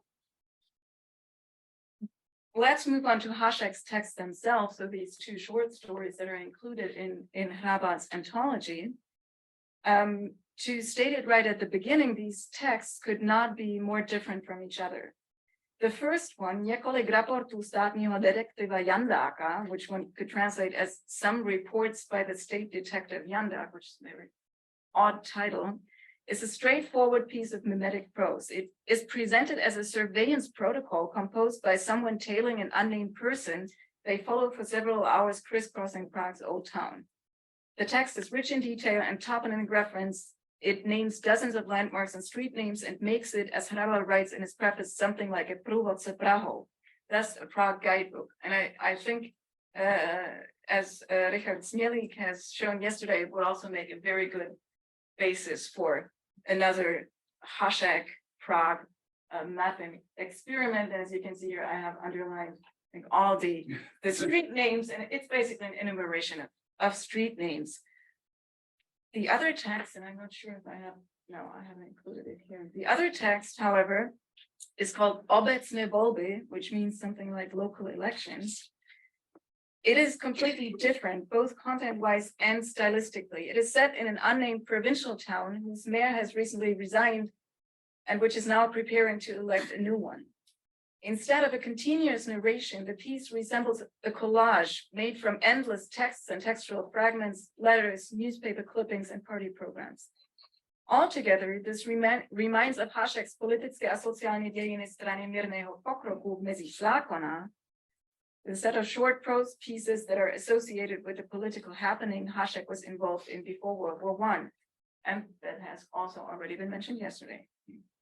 On the linguistic level, the second text, this compositional heterogeneity is reinforced by the juxtaposition of all existing strata of early 20th century Czech, ranging from the archaic language of numerous Bible verses, the administrative jargon of Austro-Hungarian bureaucracy, all the way to colloquial and even extremely vulgar discourse. In the ontology's preface, Hrabal outlines a concept one could call relational reading, thus a mode of reception that reads different literary texts simultaneously, or even in terms of each other, and thereby reveals hidden similarities and differences. He also writes that with these two texts, he wants to offer ukázkou génie Jaroslava Haška, thus a representative example of Hašek's genius. So not only is the Hašek that we're being here presented with here, not the one that is almost exclusively reduced to the Švejk novel, which is, I have already mentioned it, not mentioned a single time in this ontology, but it is also a Hašek whose genius consists in, above all else, the mastery of a vast multitude of écriture.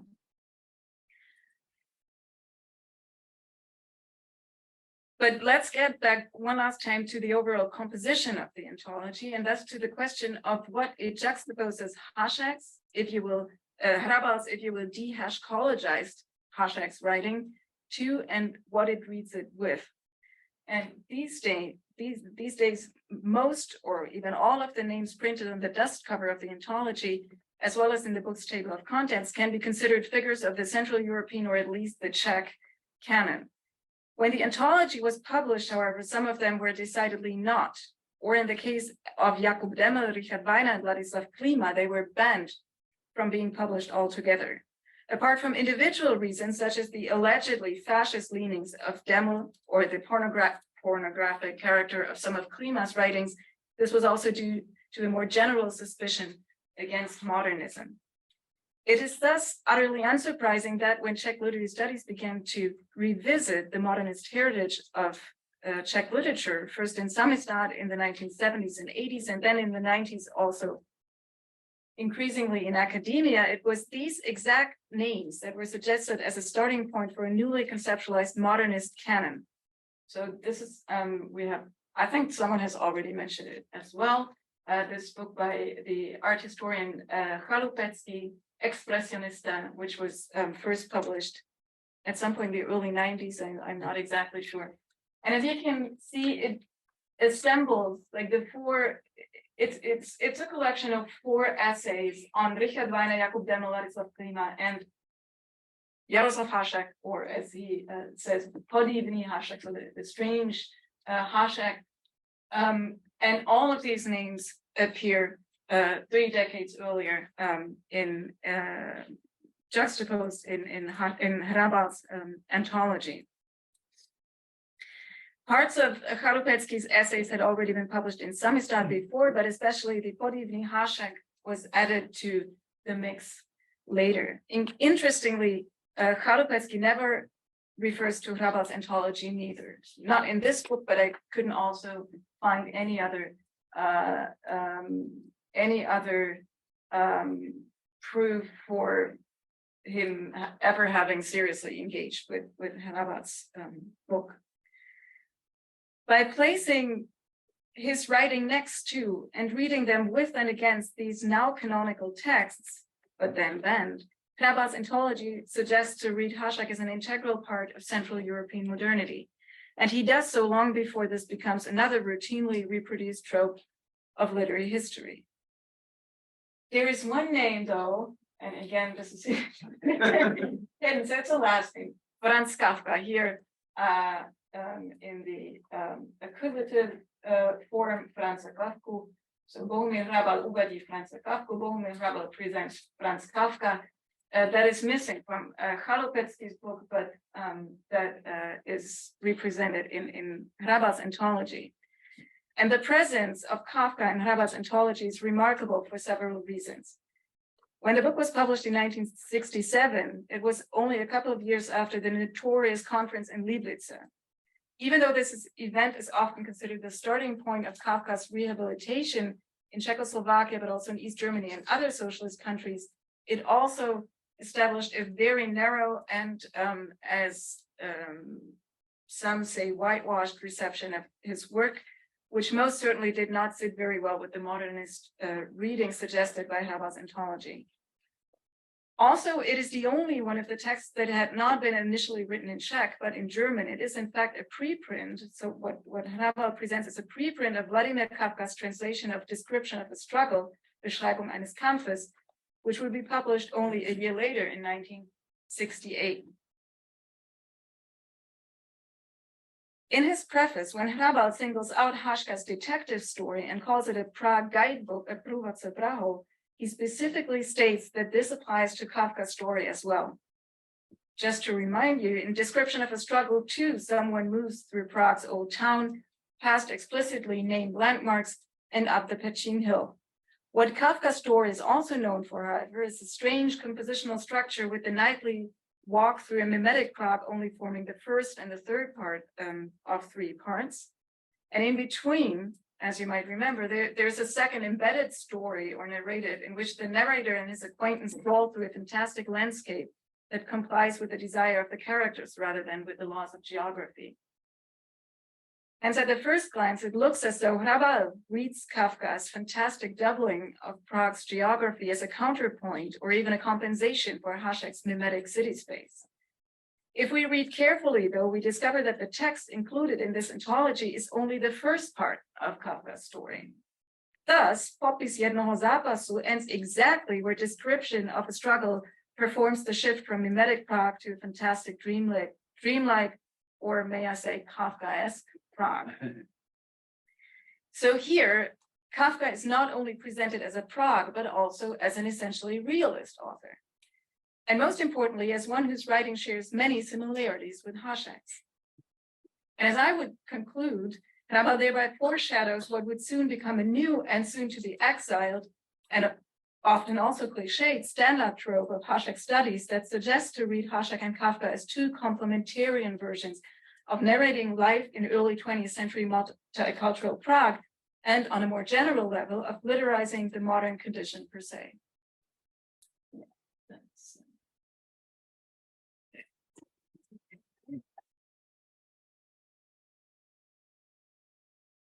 Ranta has something right away. Thank you very much. I have few comments and twenties.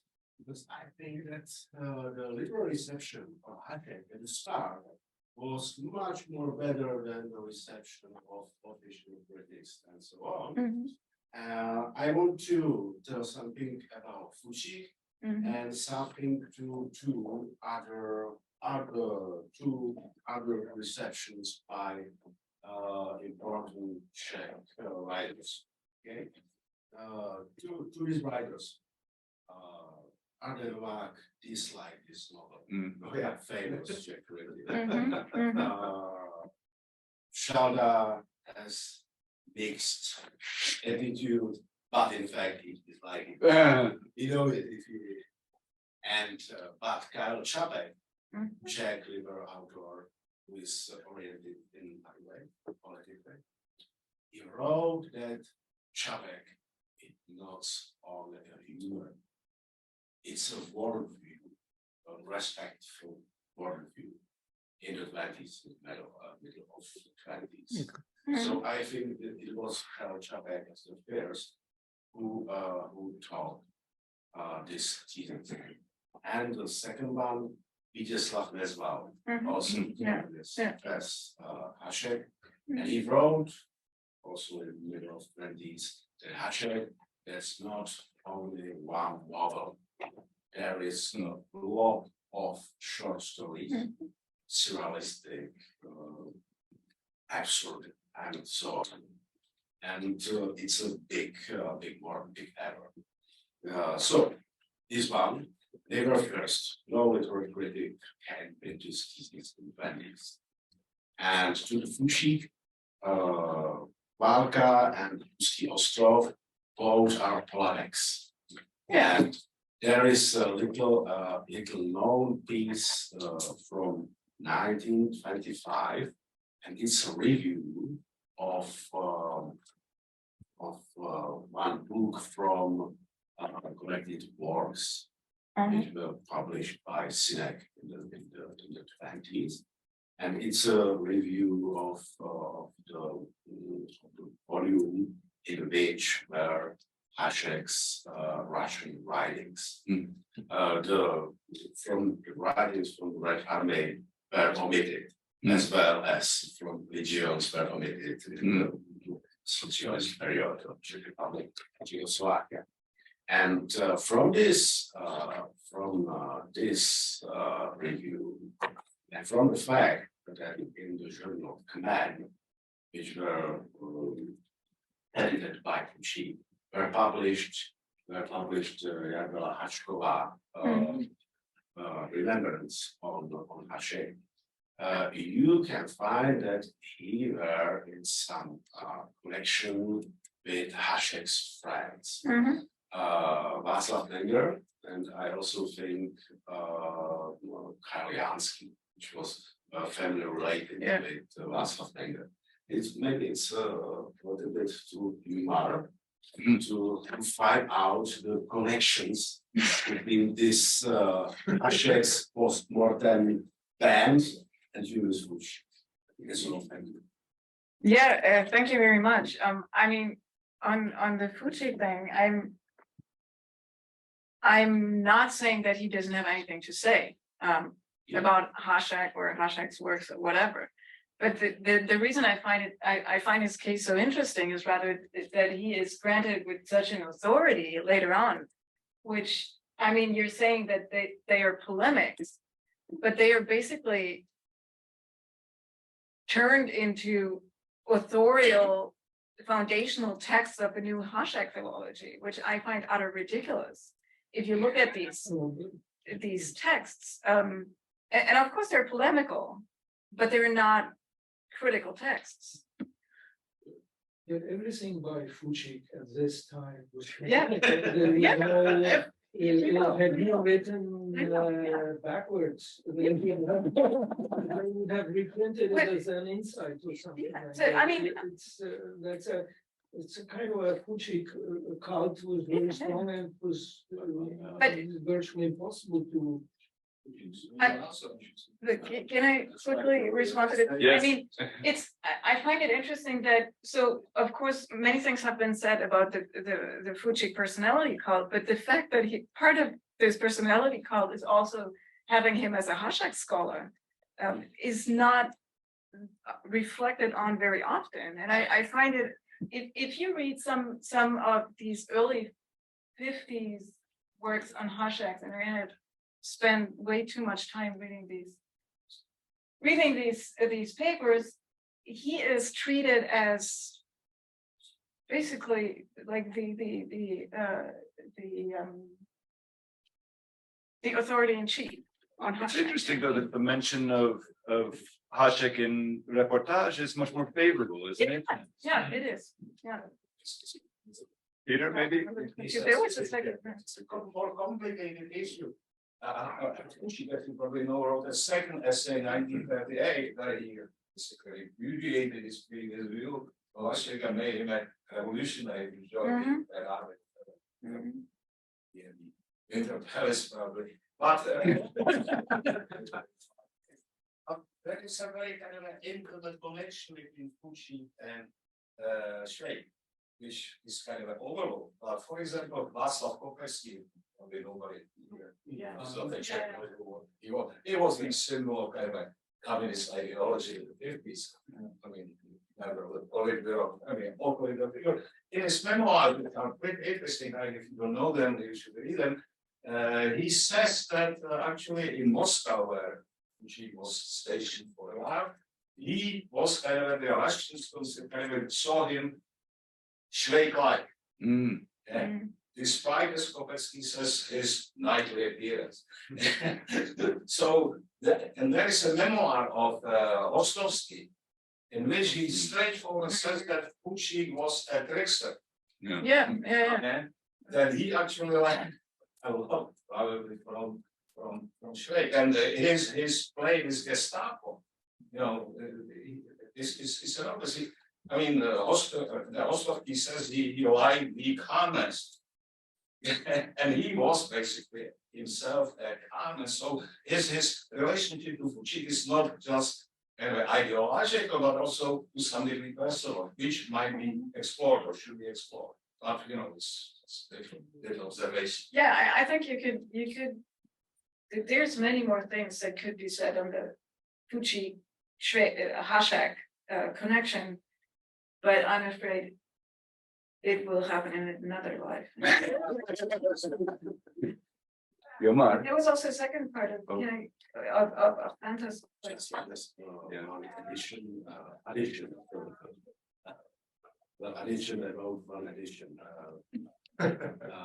Fuchik in the 20s was ambivalent because he was pursuing also a university career. Yeah. He was a pupil of ethnic study. Yeah. Till the end of the 20s, days of Bolshevization of Czech Communist Party, he didn't know if he will be a journalist, definitely, or take some lectures at the university and so on. He works on his thesis. He writes some piece for a Soviet encyclopedia of Czech literature and so on. The Great Crisis, at the end of the 20s, decided this, and he chose red past to the future, and in the 50s, a lot of his texts from the 20s were omitted from his works. And this its edition is prepared, but not yet out. Will take some time, I think a few months. And if you look at it at the end of the year, there's a lot of pieces which are really critical. So I am not polemic. I don't lead a polemic with accession of this two texts, but I'm just telling you that there is more, and it's covered behind behind the publishing politics in the 50s. Yeah, but I think the mention of his academic aspirations in the 20s are really important, because these two essays, they are not only polemicizing with Hašek, they're also polemicizing, or maybe primarily, which is, I mean, again, it's part of my argument that speaking about Hašek most of the time meant speaking about very different things. And in this case, it also means speaking about his growing frustrations when it came to his academic aspirations, because they are so extremely anti-academic and anti like establishment and anti literary studies, that it's really not about Hašek.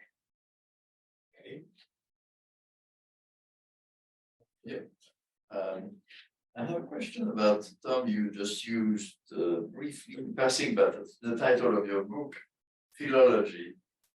Can you explain a little more how you use it? I had the impression with you that at one level it would just mean reading the text closely and not trying to contextualize it ideologically, but I guess it must be more than that. Yeah, you're right.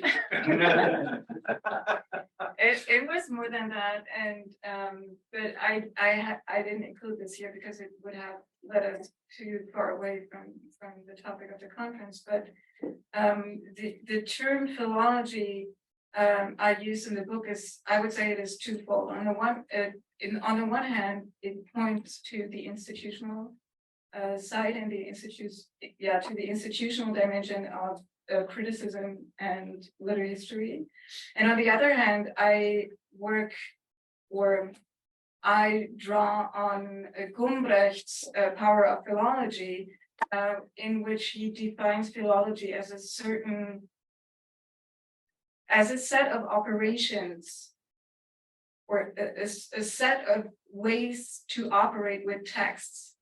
And he collects, for example, what he points out is collecting, commenting, editing, translating. He doesn't use translating, but that's one I added in my book as well, because Havel also translates things, and it's and the important point about this is if you read Gumbrecht's Power of Philology carefully, you realize that it is all about a mode of reading that reads texts as already read by others. And this is precisely the point I wanted to make about this anthology, that all the other texts are like the Kafka text, the Klima text, whatever, they are referenced as literary texts. And these Hašek texts, they are referenced and read as objects of a philological discourse, a critical discourse, rather than, or you could also say that they are reframed in literary terms in this anthology. But the frame that has to be broken to reframe it that way is the frame of a very specific critical discourse that otherwise is not that easy to disentangle from these texts, and the I mean, as I have argued in this book, it's about it's also, I mean, this is of course, this is not the only book in which Havel refers to Hašek, and I've mentioned this in the beginning. There's sort of an omnipresence of Hašek in his writings, but this is the earliest case, and I would say this is the earliest mention of Hašek in any of Havel's texts. So there is no earlier mention of Hašek in Havel's writings. And I would say this is like the first step in his engagement with Hašek, that he has to disentangle it from this already read and already politicized critical distance. Sergey, would you like to chime in? Sergey? Oh, yeah. Thank you. First of all, I would like to apologize because, you know, when you start to talk about communions, there is always some sort of the outage. So there was a power outage. Anyway, I would like to thank you. That it was a great presentation. I just would like to say, as a writer, I would like to say on the behalf of the Bohemian Rabble that it's always a very special way for one author to say something about other author, to make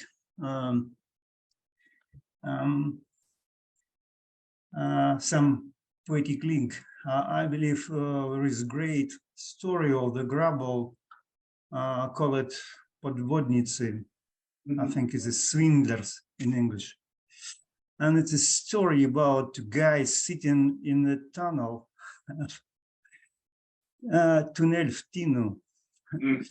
And they are discussing the incredible stories of their life. And one journalist tell this story. That's my trying to read it in English. And he said that I have these journalists have a problem. There is he needs some sort of article to the newspaper report of some criminal case. So he's seeing some guys, the last maybe guy sitting in the tunnel, bearded guy, and he decided to tell him that this guy is looking like the Jesus Christ baby, Jezulatka.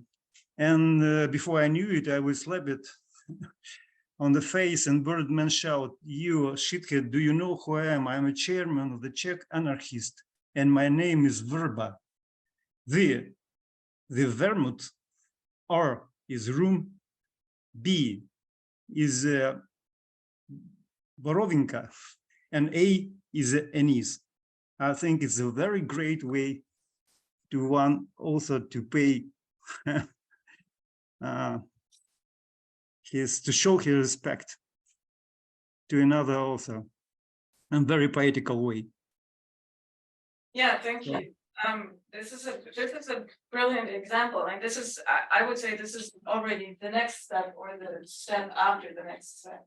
But I would say that before getting to a poetic engagement with Hašek, it has to be like this issue has to be addressed first for Havel. But this is a very good example for what comes next. Yes, they call it homage in France.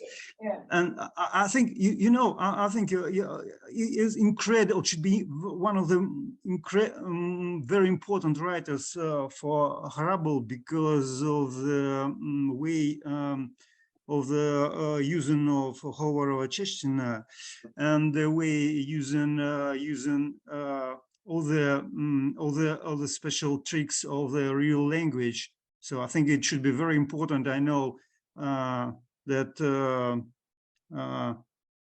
Hrabal, I believe, studied Hašek writings, and I think it was very close to him, and he's very, very,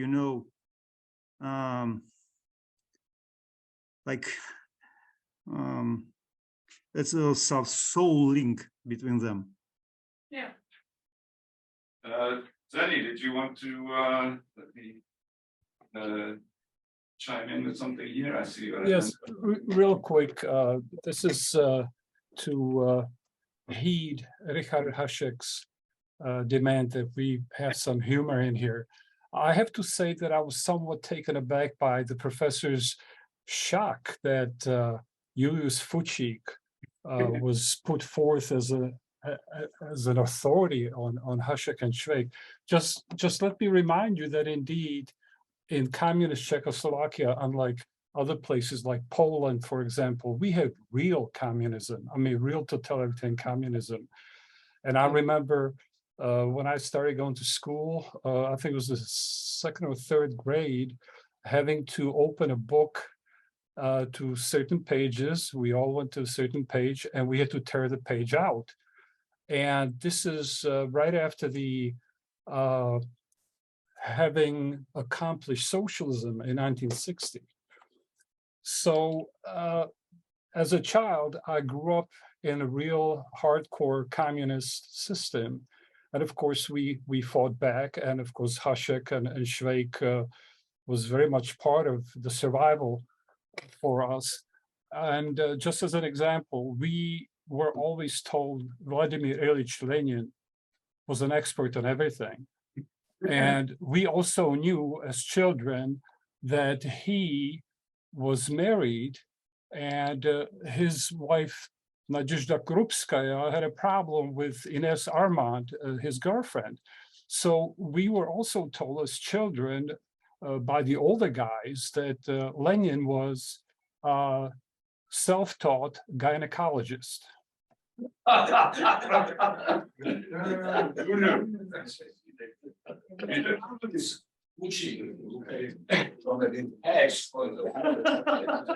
is the problem is that we are Fuchik, self, which is before the war, or during the war, Fuchik.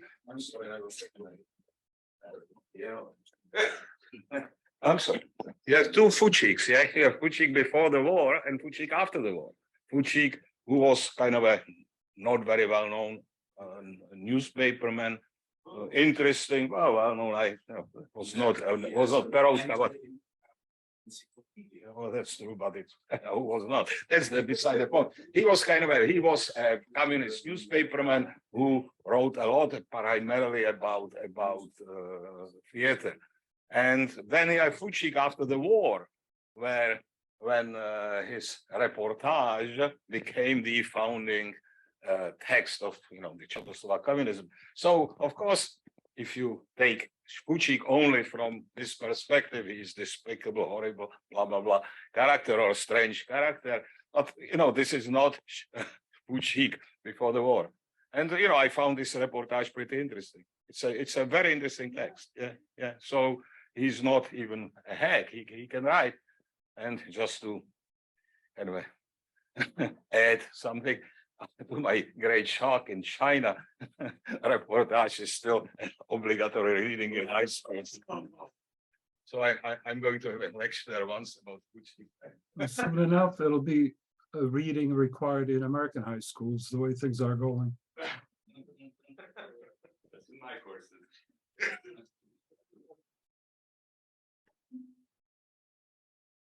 I'd like to say a few words here now, having heard about Fuchik. I know about him. I also read somewhere that he was some sort of important Hašek expert. But this turns into the totally ridiculous situation where Fuchik is touted as a Hašek expert, and not a bloody soul knows about Jaroslav Hula. And Hula's research, you can find it everywhere. Pitlik, Parrot, but no, there's nowhere is it written where it comes from. Right. Well, ladies and gentlemen, we've managed to sort of extend our 2 morning discussions so that we're a half hour into our lunch break. So I suggest we adjourn here, continue your conversations, and we'll be back here at 1:30 for the next round. Thank you.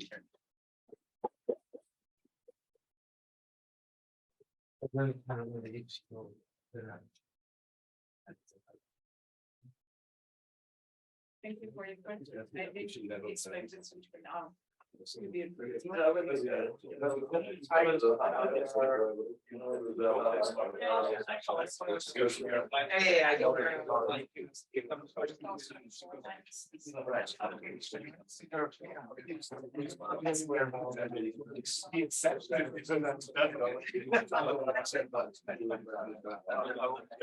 You know, it's like to think about, acting. Dissociating myself from myself.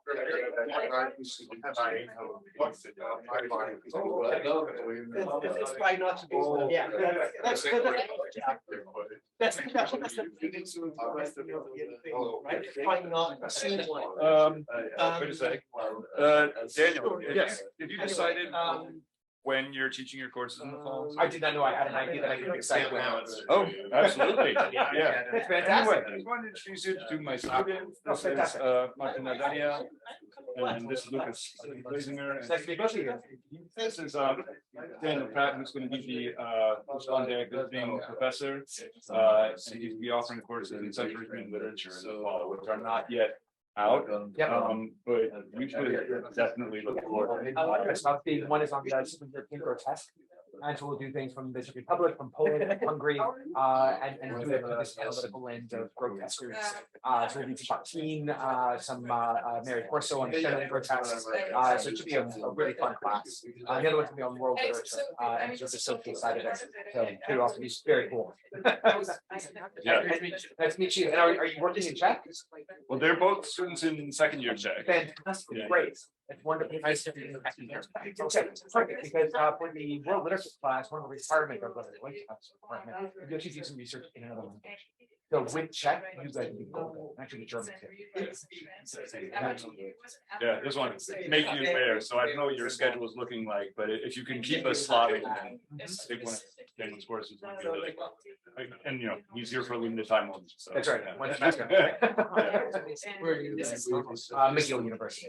So this is also like one of the. And so what got you into Czech studies? Okay, that helps. Yeah. Yeah. For the conflict between these two languages. Right. Are you German and Okay. Oh, naturally in Czech, right? Yeah. Not French, no, Not French, not Russian. not Russian. I did conflict with Russian in undergrad, and then somehow Czech. And you know, Russian states. That's right.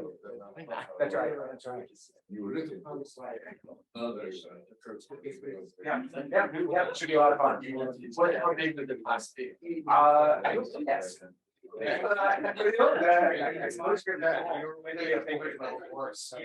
I assume.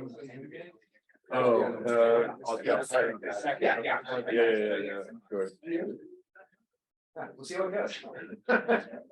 Nice to meet you. Choose. Yeah. Yeah, so between my checks this and this is conflict major German. For the second time. Well, he's going to probably miss him the second time. He did first year last summer, take tests for that. He'll take the third year check off. But even that in the fall, everything's pour down. Good.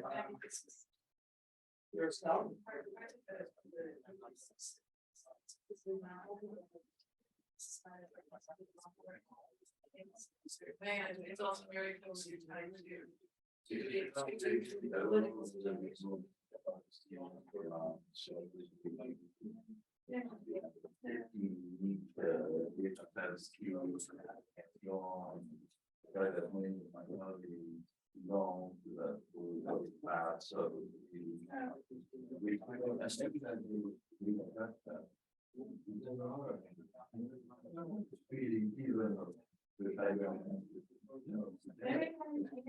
I know. I can criticize all the archive. I think it'd be. Yeah, archival is another issue.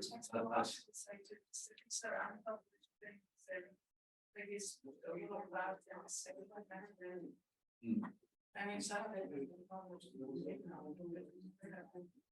Editor. It's basically it's mushy fun. It's kind of manuscript. So you really can treat this as.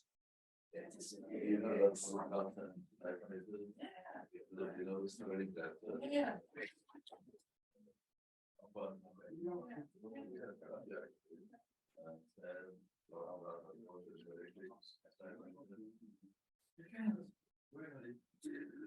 There's an interesting typewriter story about the time on the school. I don't know.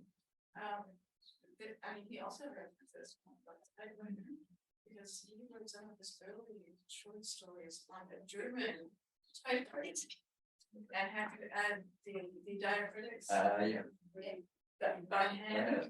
And he reflected on that as in sort of chatifying his own texts and leaving traces in his own manuscript and so on. And this is why he also made a typewriter. He also translates part of it at his own way. Thank you.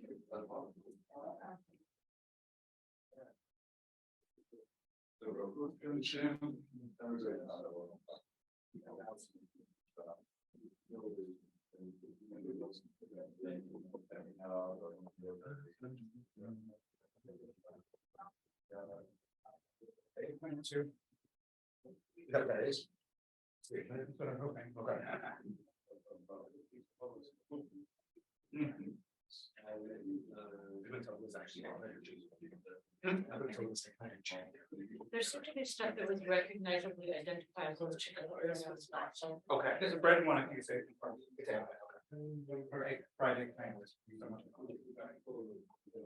At a certain point, there's so many other topics and trying to hard to tell the difference.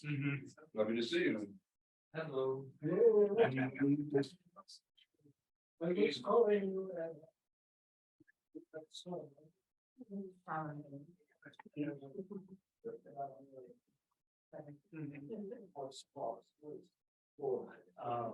I do not even believe it.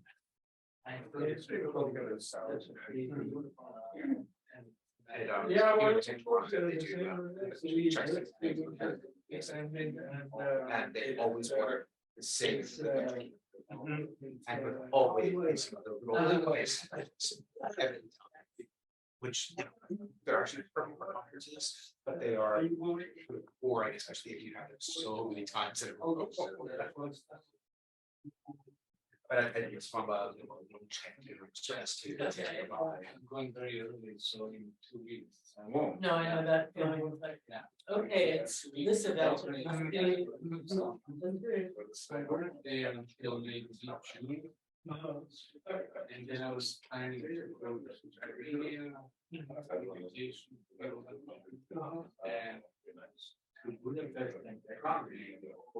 I'll be in Prague in May, June. When will you be there? Well, I don't know, I don't have a plan yet, but I was able to go to different time. I've never been there. Yeah, but yeah, you should. Yeah, definitely.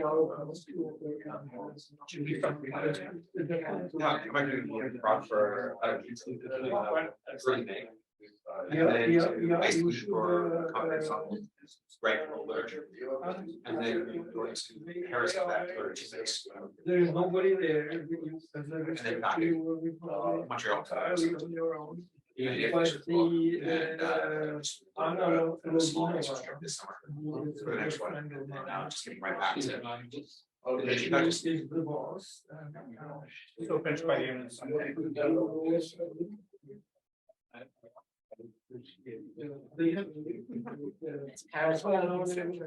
a little bit of fun as well, but it's often that I'm working on. When are you going to be there?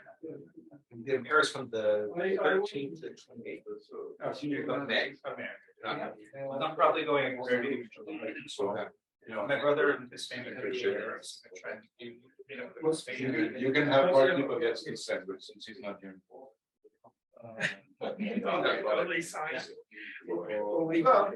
We ordered that for all the finished.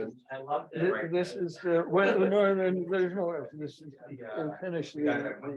It's called Harriman presentation. French Congress newspaper.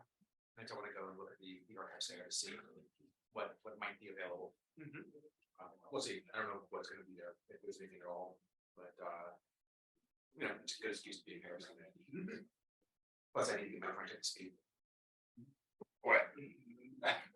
Well, Oh, you can't do that in Montreal? well, it's one of the things that's really difficult about Montreal is that everybody is so disgustingly bilingual. And if you make one mistake in your French, they just switch over to English as if you're some kind of moron. And so it takes a lot of effort. Even if they're not bilingual. But in Montreal, I had the experience like whatever language you spoke, they would start speaking the other language. Wow, like a game. I was like, okay, I don't mind speaking either one. I don't even mind the game, but like, let's figure out what. I had the experience of being so excited to practice my French and like trying to order food in French. And the waiter was like, I don't speak English. In Montreal, it's normal for people to go in and out of languages just successively. So I have these two students that come into my office all the time together, and they're taking Russian together for their 4 years at grad school. They both speak French and English, but they also speak Arabic. Wow. So when they're in my office, they're looping in and out of the French, English, Russian, and Arabic. And so I'm like, I get you, 3/4 of this, but the Arabic part, I just can't follow. You like tell them like, please. I'm gonna please, leave that one out for this a little bit of time here. But it's bewildering. It makes your head spin. If you have I think so. Yeah, actually. Double check with, I think if we have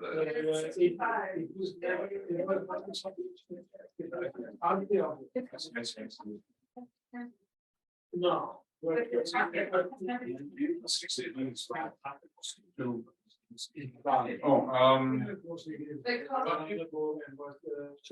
Sewing, it's like leisure lines, and we're gonna be there for like, just like 4 or 5 days, and then we're going to Georgia.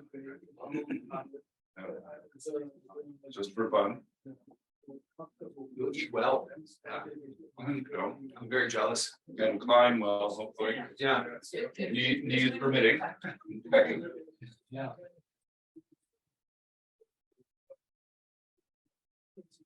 And then I think we'll be, I think we're in Georgia for like a little over 2 weeks.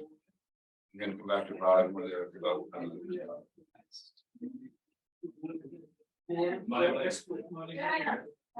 You go back every summer? Pretty much.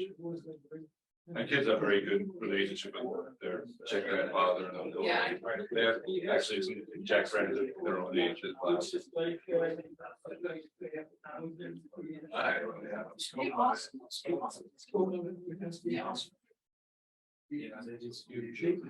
that's.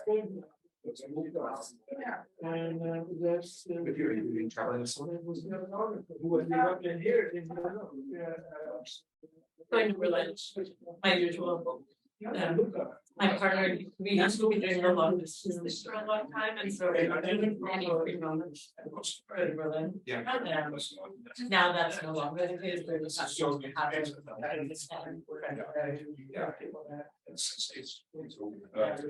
maybe. In Slovenia.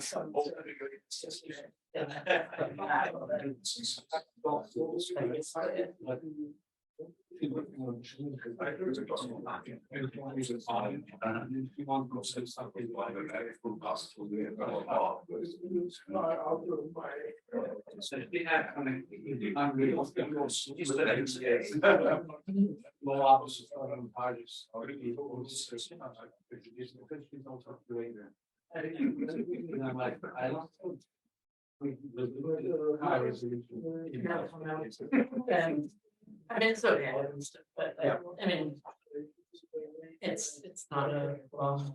Yeah, of course.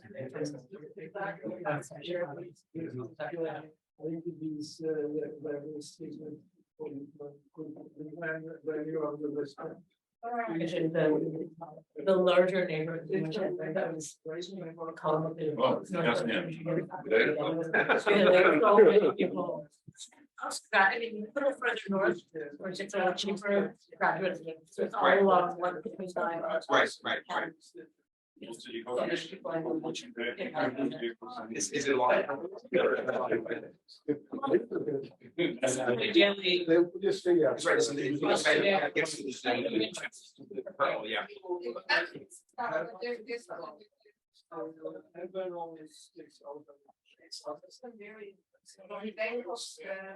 That's also my point.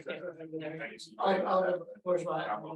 Yeah, I'm always trying to make my get anywhere you want to be if you want that. No, Mark, he told me he forgot when he agreed to do this conference, that he double booked himself. He also started giving like a keynote address at some other conferences. I think it's the Northeast. And that's not exactly what I think is going on today. He's giving the keynote address there today. That's why he's not here now. And you know, and I think he was preparing that talk last night. He started having dinner with us. So I gotta say, Mark is the hardest working man in show business.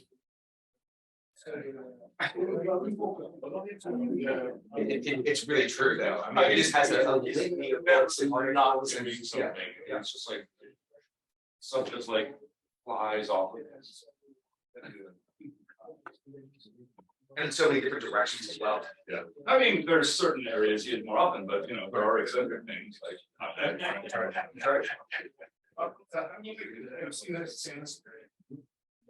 Oh, you know what? I just had this sent to me by my parents. I just picked that up. Oh, I mentioned that. We talk about how it's having this renaissance. Yeah. Honduras kidnapped West. It's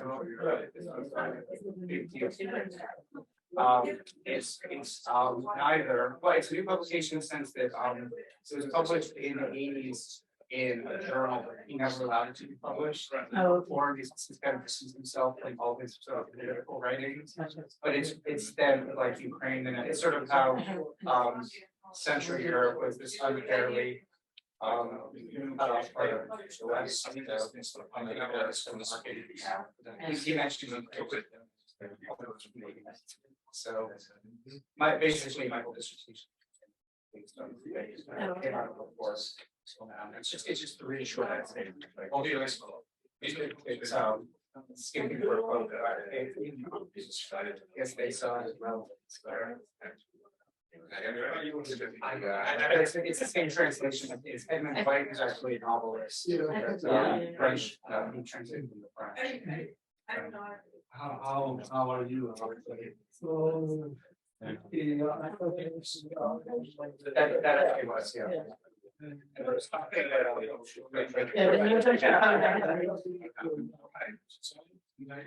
It's one that I will use is the beginning science novel course.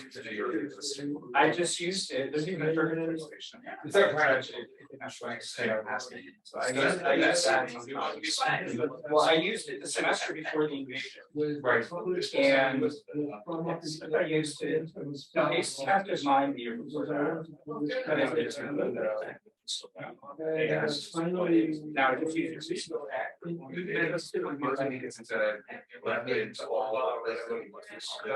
Now you ask a question about what you actually draw the borders on this. And try to bring up Rose. Yeah. Sort of like the nice challenge. Well, it's like by the 90s, this was so outmoded. I was come back like premonition. Right. Because when I was looking at like where the boundaries in Ukraine always people like Ukraine a little too close. Now it's like I was actually teaching forest in the winter, and so I ended up replacing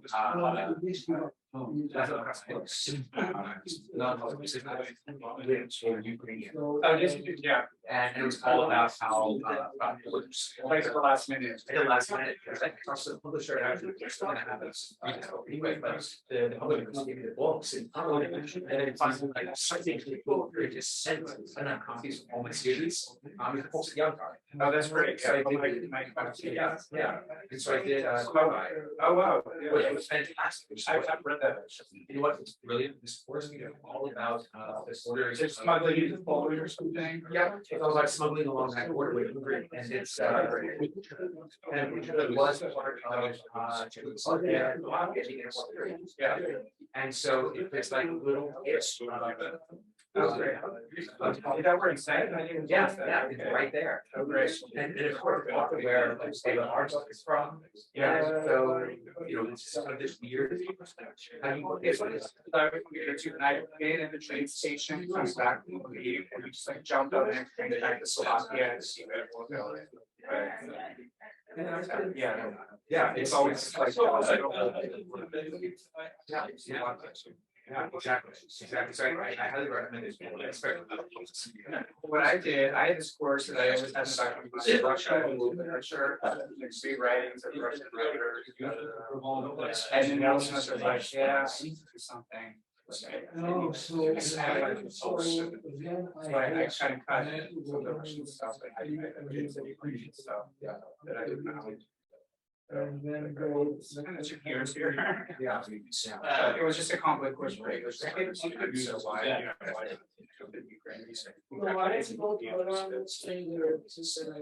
And this has been a big question for us. Things around. Really interesting.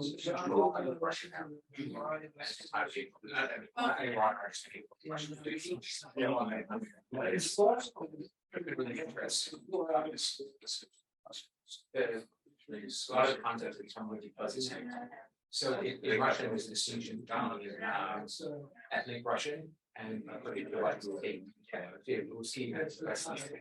and you can do various words. But they started to apply especially around the nationalistic collapsing around the war. It's just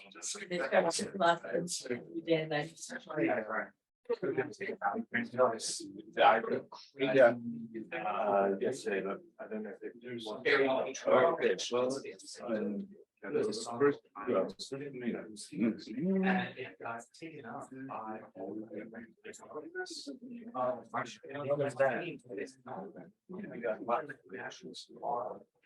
and this should be you shouldn't be able to say like I'm in product and like this is what's happening. And so there seems to be this really strange way in which it used to be a way to talk about Russian as they used to brawl and was like way. And now there's this strange slow shocking.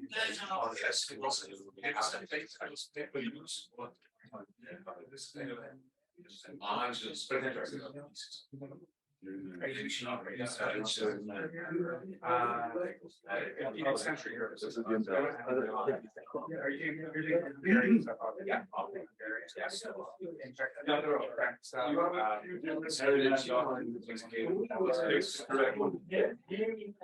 Yeah, but there's like 4 of them. I mean, it must be one of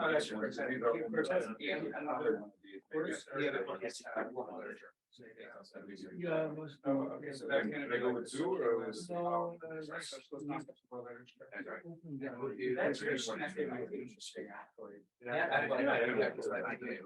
I often think that actually Theodore's essays is even more like it actually makes it sort of more beautiful in a sense. Church is really kind of very structural. it's just a few lines. I was thinking about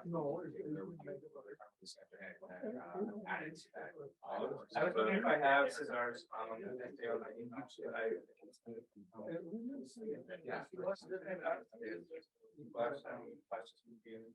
yeah, it's I mean that's like this Institute of World Literature, like they you know, he wrote this book for his world literature, I think the 80s, maybe it came out in the early 90s. And there was a scrubs like David Downer, you know, years later. He never got translated. And this is art is in Stella. But he actually you know, I just one of the things that people don't know is when Cesar was planning to do a Spanish and English translation. I don't think we found a politician, but somehow I haven't heard about it coming out because the journal constantly asks for they won't do it. Is that like sort of the downrush kind of? Yeah, because I was thinking of translating something that hadn't been in that poetry for him, but Yeah, what I did, actually, what I can also say is that article I just wrote for the Mediterranean volume, it has regularly in, it first has a Jewish theme, and the second half, my colleague wrote on this Arabic novel. It's kind of like Mediterranean literature is theoretical and fabulous. I'd love to see it. So it's finally coming out, maybe sort of like in paused projects for 2 years, and suddenly they're like, oh wait, you know, we need the corrections in 2 weeks. Yeah, this is a special collection for us, the German literature. This was one that I started on in 2019, and we were supposed to do a thing sort of wrapped up. Has that come out yet? No, it's all under review. So that's that it's pretty everything's from so it's only up now. We had two that were supposed to come out at the same time, which is air theory out last year, and then that was a little delay.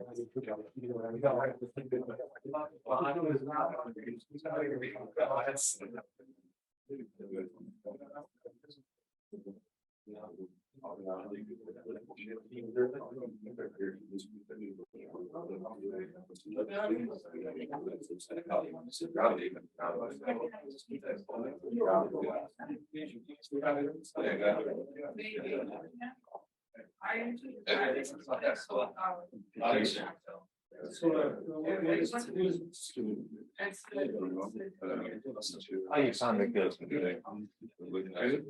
Yeah. Very grotesque, isn't it? Yeah.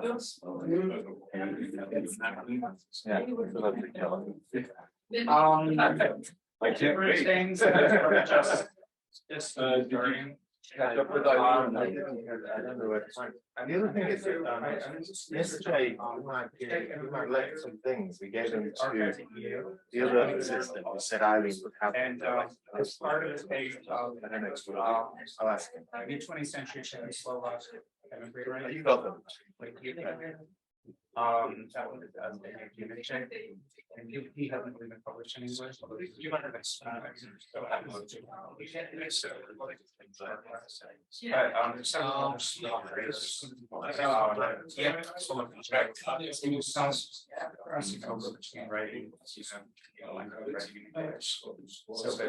pretty much between 1918 and 1968, crossed over regimes and that kind of made one centuries. And that's like I have one writer that I written that is a novel with about Slovak and German. And that's that article I published and they wanted to reach out his archives. Soon the publishers have brought it out and gradually I'm kind of collecting those letters to add to it. So but it's like one has an archive in Ottawa. So I can go there for a couple weeks and then year goes so it's going to be sort of long process, just getting all the stuff together. But it's, fun. Yeah, traveling around. What about you? They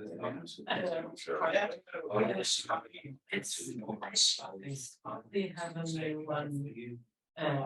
All right.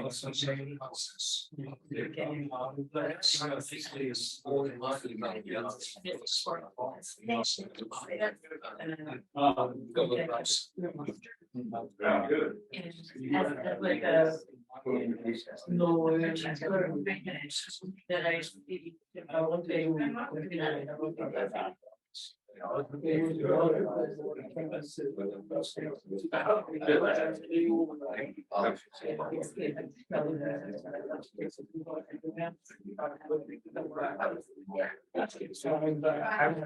I have this book with me. I have in my bag, but I didn't bring it. There's a new book out on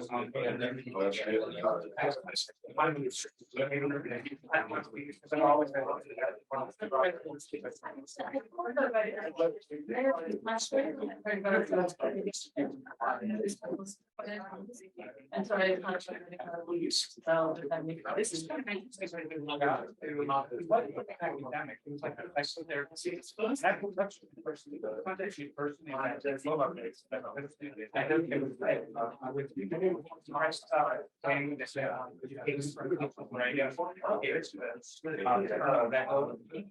I mean, it's costumes by with blackmails.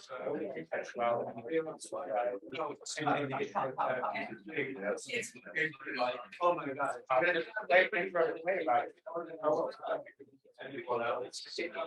Yeah, no. Well, I will be putting it in now. Yeah, it's right. It's your notes, honestly, my notes.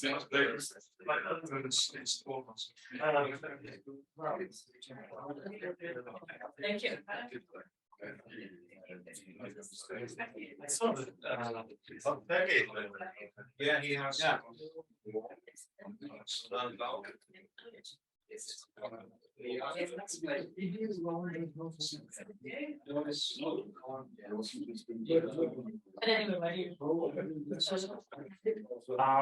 So he translates ways. So both I think said he was like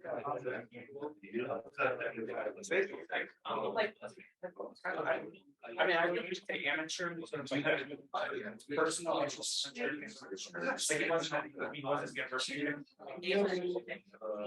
I can show you. And he actually was writing off and on for like 70 years about it. So keep for this thing about this writer I translated from the postmodern sort of story. It's a real life case, but in to be able to write like that. So it's kind of this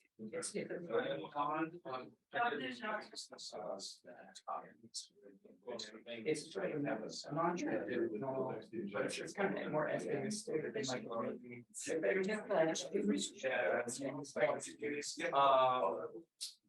and he actually written to me that was coming out every time and I've heard it from like anybody and then actually it was much later this book I went to go that's the way and that's what that resonated. That's how I thought I was but it was published in Germany. From that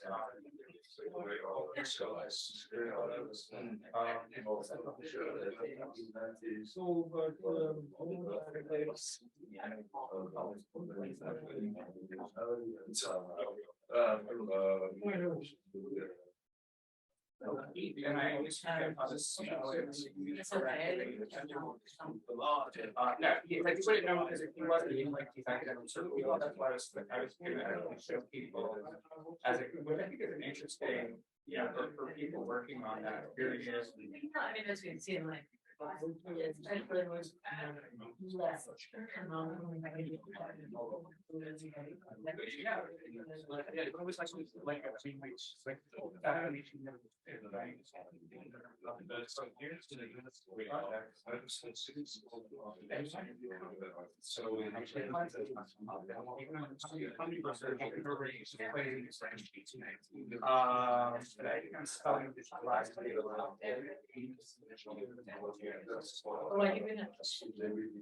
even here it is. Yes, sir. You know what I should do? I somehow when this kid's looking at other courses that are being offered in men, or see like what would be time slots that would be sort of going head to head. That's great. I mean, honestly, I'm here, so it doesn't really matter. I'm heard of TV every day. Depending on, you should be able to use Monday, or is it probably if you decide like for this about to go on to that, one is to be scheduling this stuff.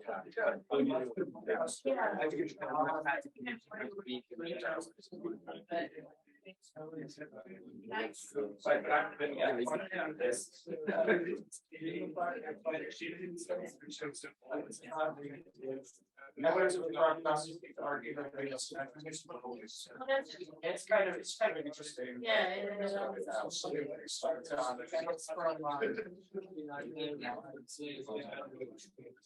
It's actually distributed by Columbia.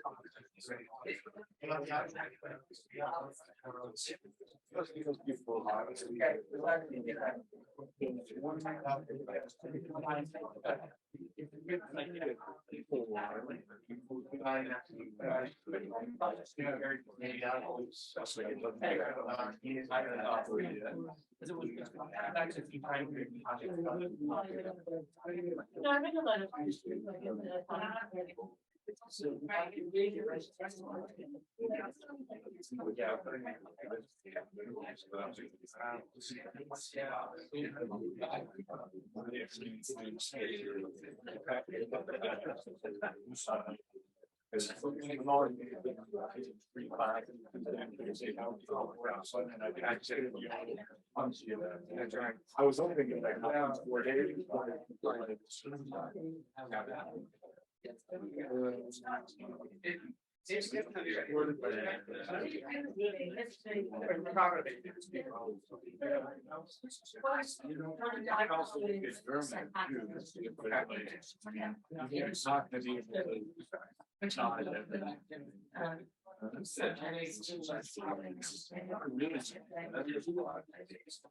It looks like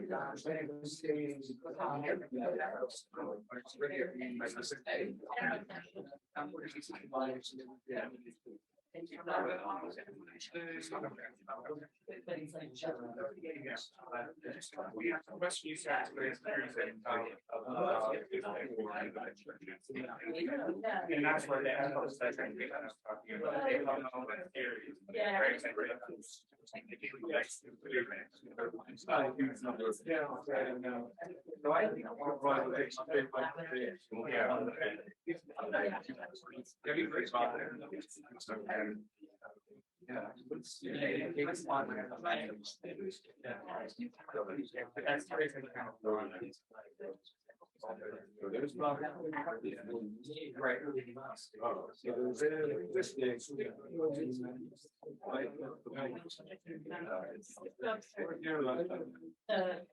you're not very much not from the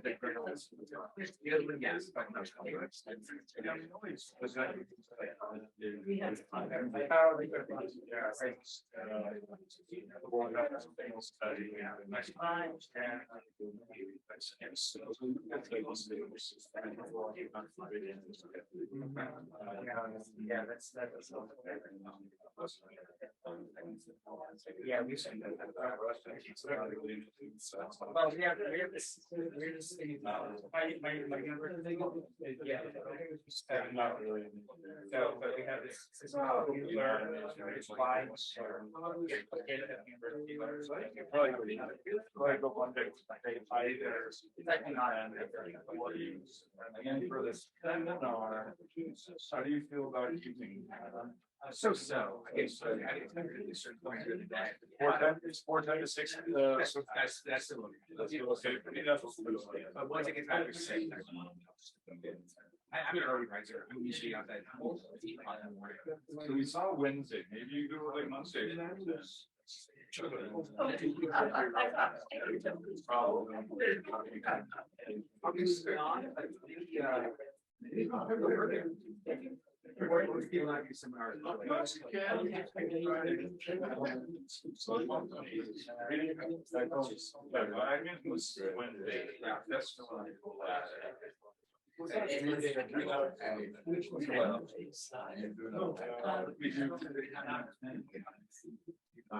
It's an execution of the. Actually, I went to Michigan.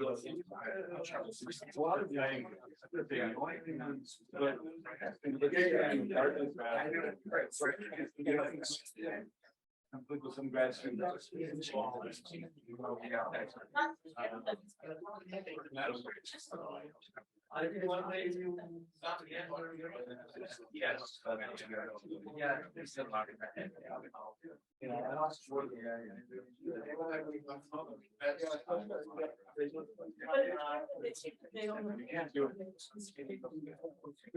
Depends on if you.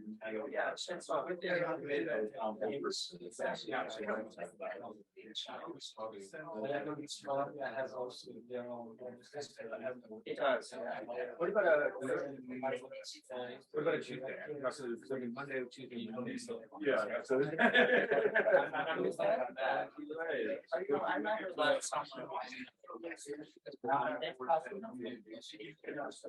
am thinking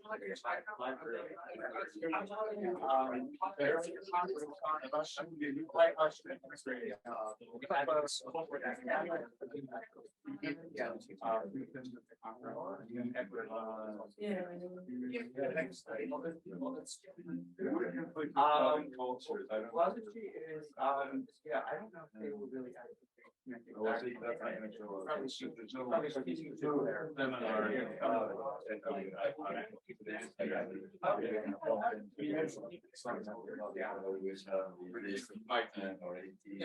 Probably not an issue for graduate governor, right? It's mostly, lower level undergrads. That's your core class, right? Yeah, there's plenty of non-Slavics and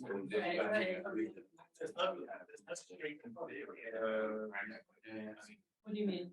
You didn't.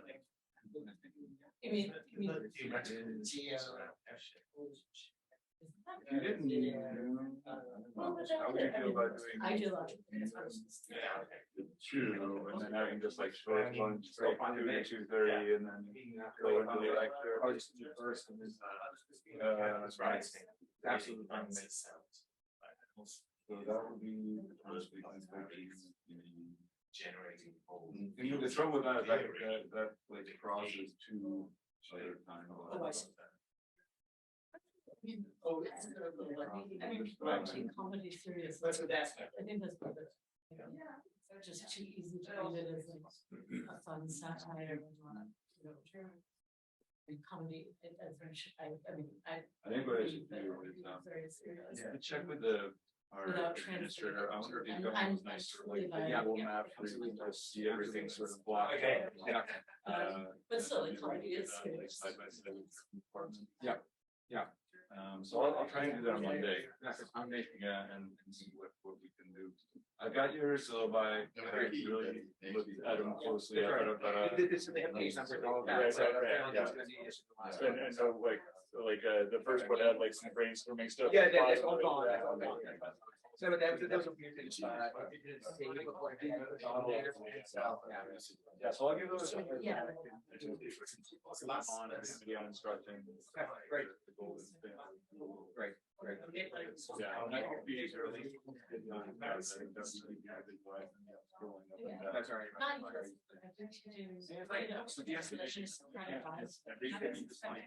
Try not to do really obvious one, like at the same time someone's doing a seminar on Polish literature or. Let's discuss this Wednesday slow with you met her and when did you stay for her? When about such a really good book on youth dynamics of intro to German, which is minor and dialogue, that you have two sort of so crazy that they are very funny. So I sort of device. Talk about that. Yeah, so that's been a busy Tuesday. Oh,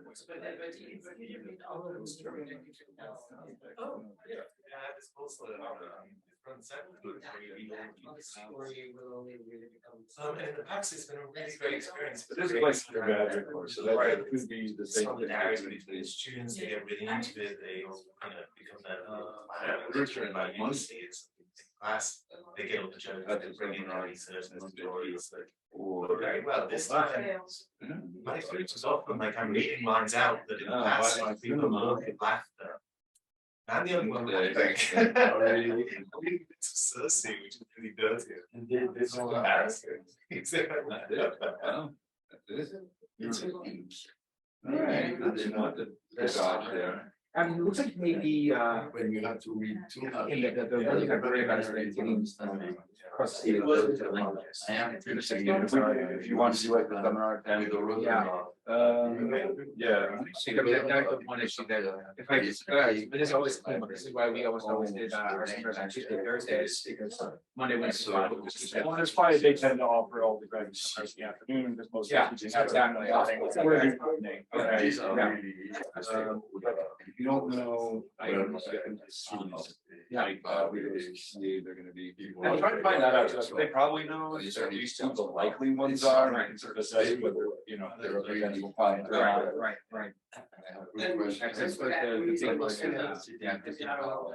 And so I would say. Yeah. They go early, and then you see.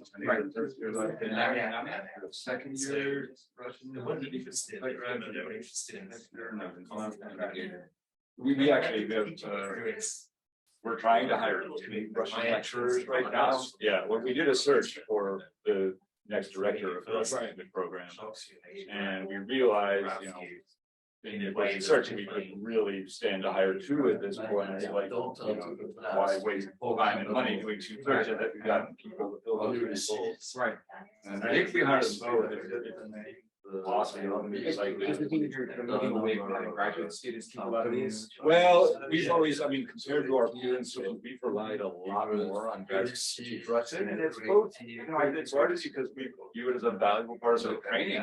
You know, it's like, we want our candidates to be, you know, our students to be strong candidates, and that means having the teaching experience in both language and literature. And I think, you know, that a lot of recent cohorts have sort of complained that it's season, right? And so I think they're trying to like take it down, it's just like debate by how much. For sure, we're gonna have at least 2 years. What they're talking about now is 2 to 3 years, you know, so like depending on the preference, if they get outside, you know, dissertation funding and things like that. Whereas up until now, it's either been 3 to 4. I mean, that was the way it was for us. From In Chicago, yeah. Because we did the language for that part. Yeah. I mean, my second year there. Yeah, see, it's exceptional that we like have graduates for people in a non-profit. We're still a very person-centric program, but it has happened. I've had grad students who taught Czech for a semester. Sasha is our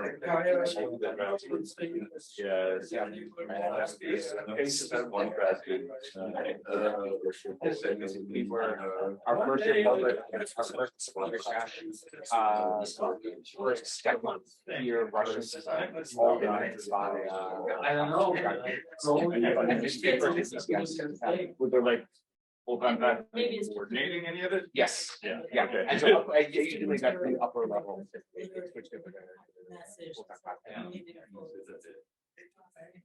But it was we got a lot, probably too much. I heard some funny anecdotes about like travel experience when they forgot. Oh yeah. It was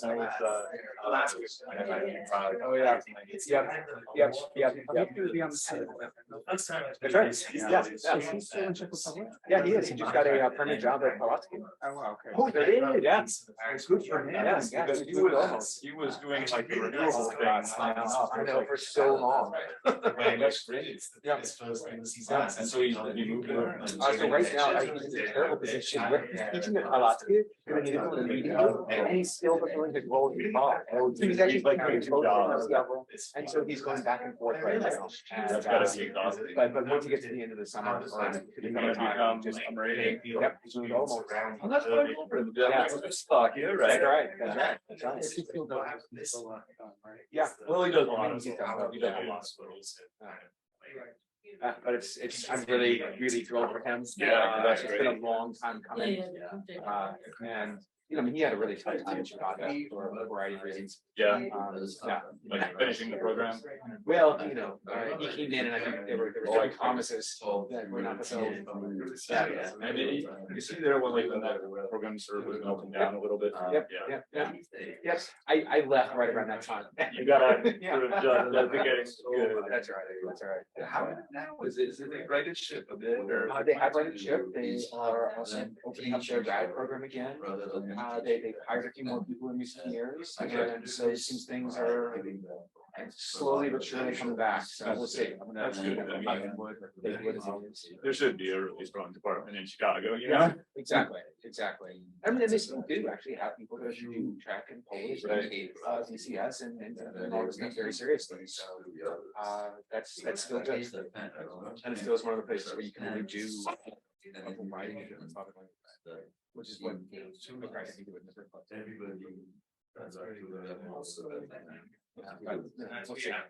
We'll see. It did actually. It says it was no requirement to be Russian. Not sure why. I did it because I thought that would get a job. But I'm not sure if it did. So, as an undergrad, you'd only done the German or German French or? I did German and Russian for undergrad. Oh, you did Russian? Oh, you did. But then I listened to Polish before I went to undergrad. I'd been a fencer, and so I honestly they were like, have you done any? I mean, that was very bad. I was like a walk on. Okay.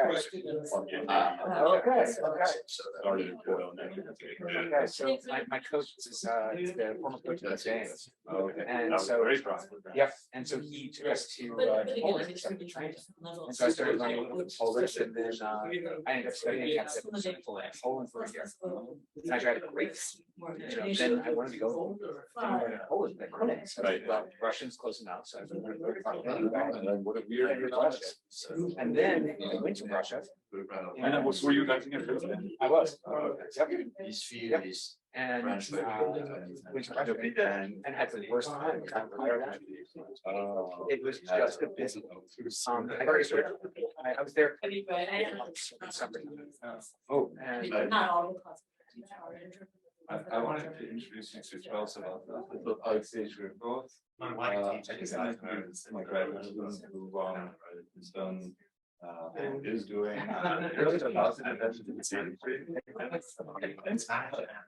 is it including the Czech or not? I think that's very small. But a lot of work on just the delivery of Soviet Union and looking at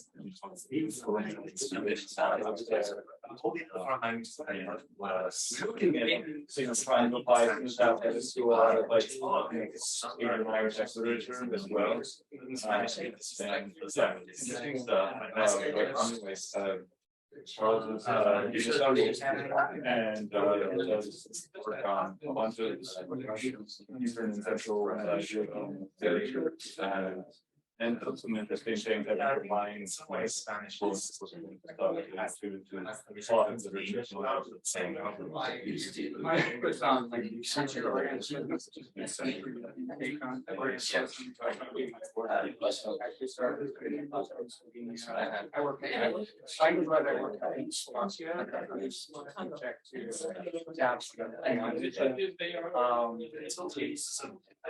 Post-colonial sense, then I had like. Yeah, she has 4 or 5 units. I'm taking this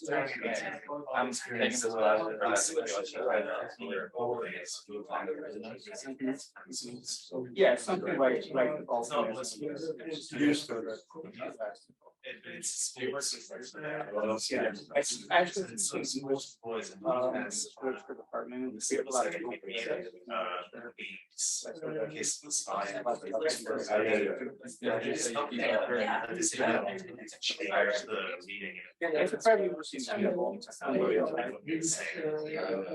So you're finishing the semester? No. You're defending the brief. Yes. Okay, so like a just so that's like progress check.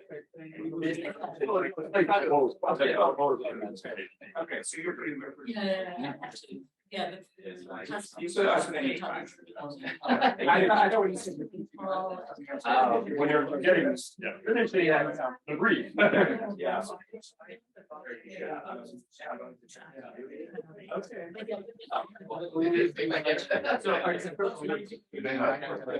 Yes, yes.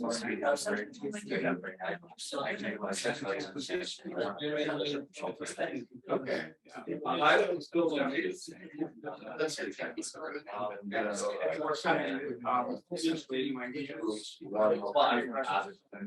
okay. Yeah. How about Anderson? So yeah. The other things. Okay. Maybe Jordan is next, right? That's right. Okay. Yeah. About that. So, do you understand? Well, they're similar. I can understand. Yeah. But I'm not gonna go to super. There's respect people. It's complicated. I mean, there's so many people working in this. Yes. Healthcare, yeah. But yeah, they don't take quite as close as like Slavic language. So you can sort of just go to the next slide and you can sort of understand. It's like, well, you know, they're respect, but actually they're Turkmen and Uzbekistan. The language don't actually, you don't understand very well. So you can study Turkish at all. You did, right? Yeah. Oh, well, okay. High school? Yeah. Okay. They have a lot of being expounded like by Turkey. Yes. Okay. Yeah. It's Turkey that tells them that. Not to mention that,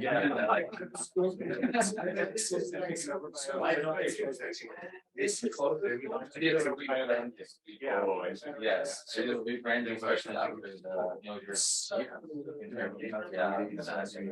they're like. I'm not gonna follow this model anymore.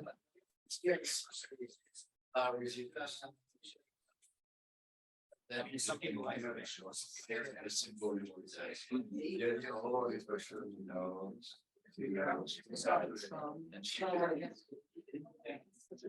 So do you still speak Turkish? Right, kind of like.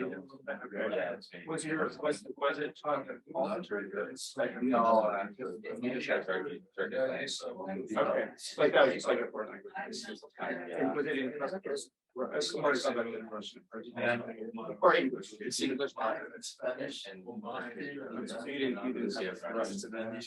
Because I would assume they would sort of use contact more than Russian to the extent. Yeah.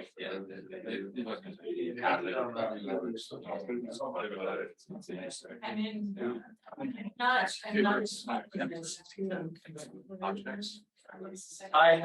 I presented yesterday on the church. It's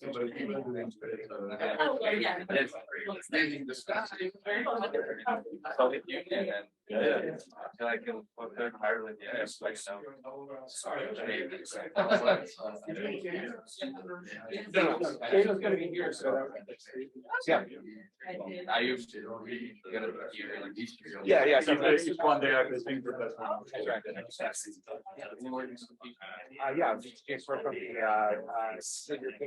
yes. So actually that are very drawing.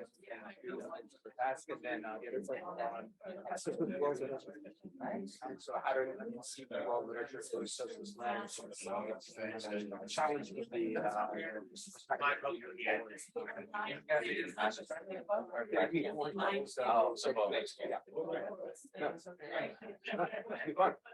It'd be a lot of fun. Very good.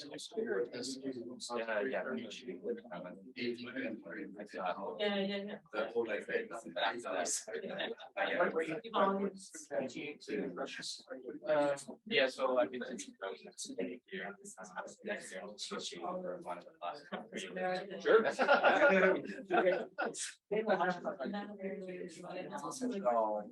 There were a couple times I expanded to the spec, but in a while.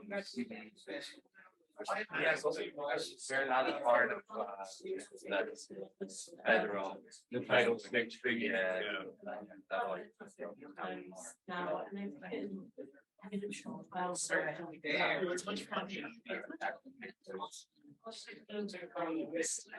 I don't agree.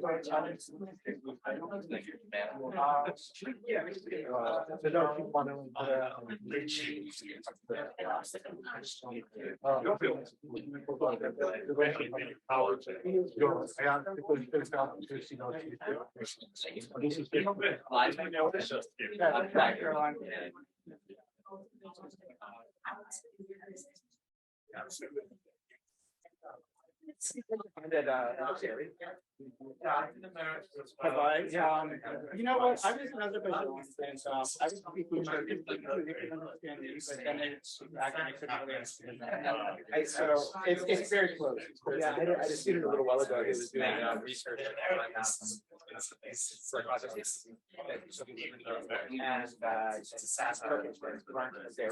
like basically in 30 seconds. Was able to like do some. Okay, everyone, it's basically when I talk 1:30. to research about. You know what that means? It's like okay, basically. Right.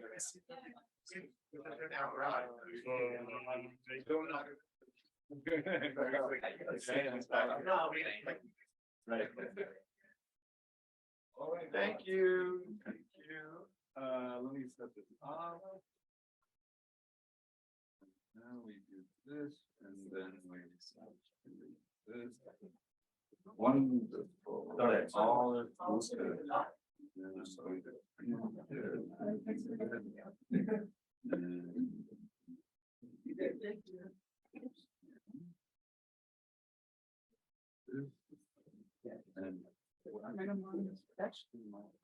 Yeah, I guess that's a small. And then.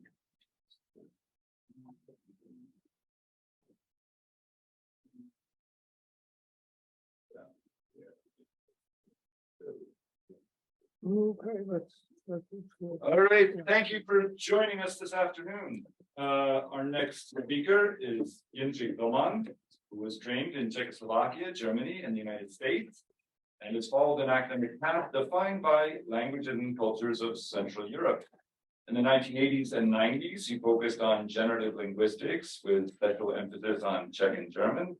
Worzentags, eine Diskussion aus der Probleme durch Wortbildung from 83, as well as on the history of linguistics, the magic of a common language, Mateusz Jakubson, Tubetskoy, and the Prague Linguistics Circle. And so actually between Jindřich and Peter Steiner, we have like some of the authors, the most important publications on the Prague Circle in English here.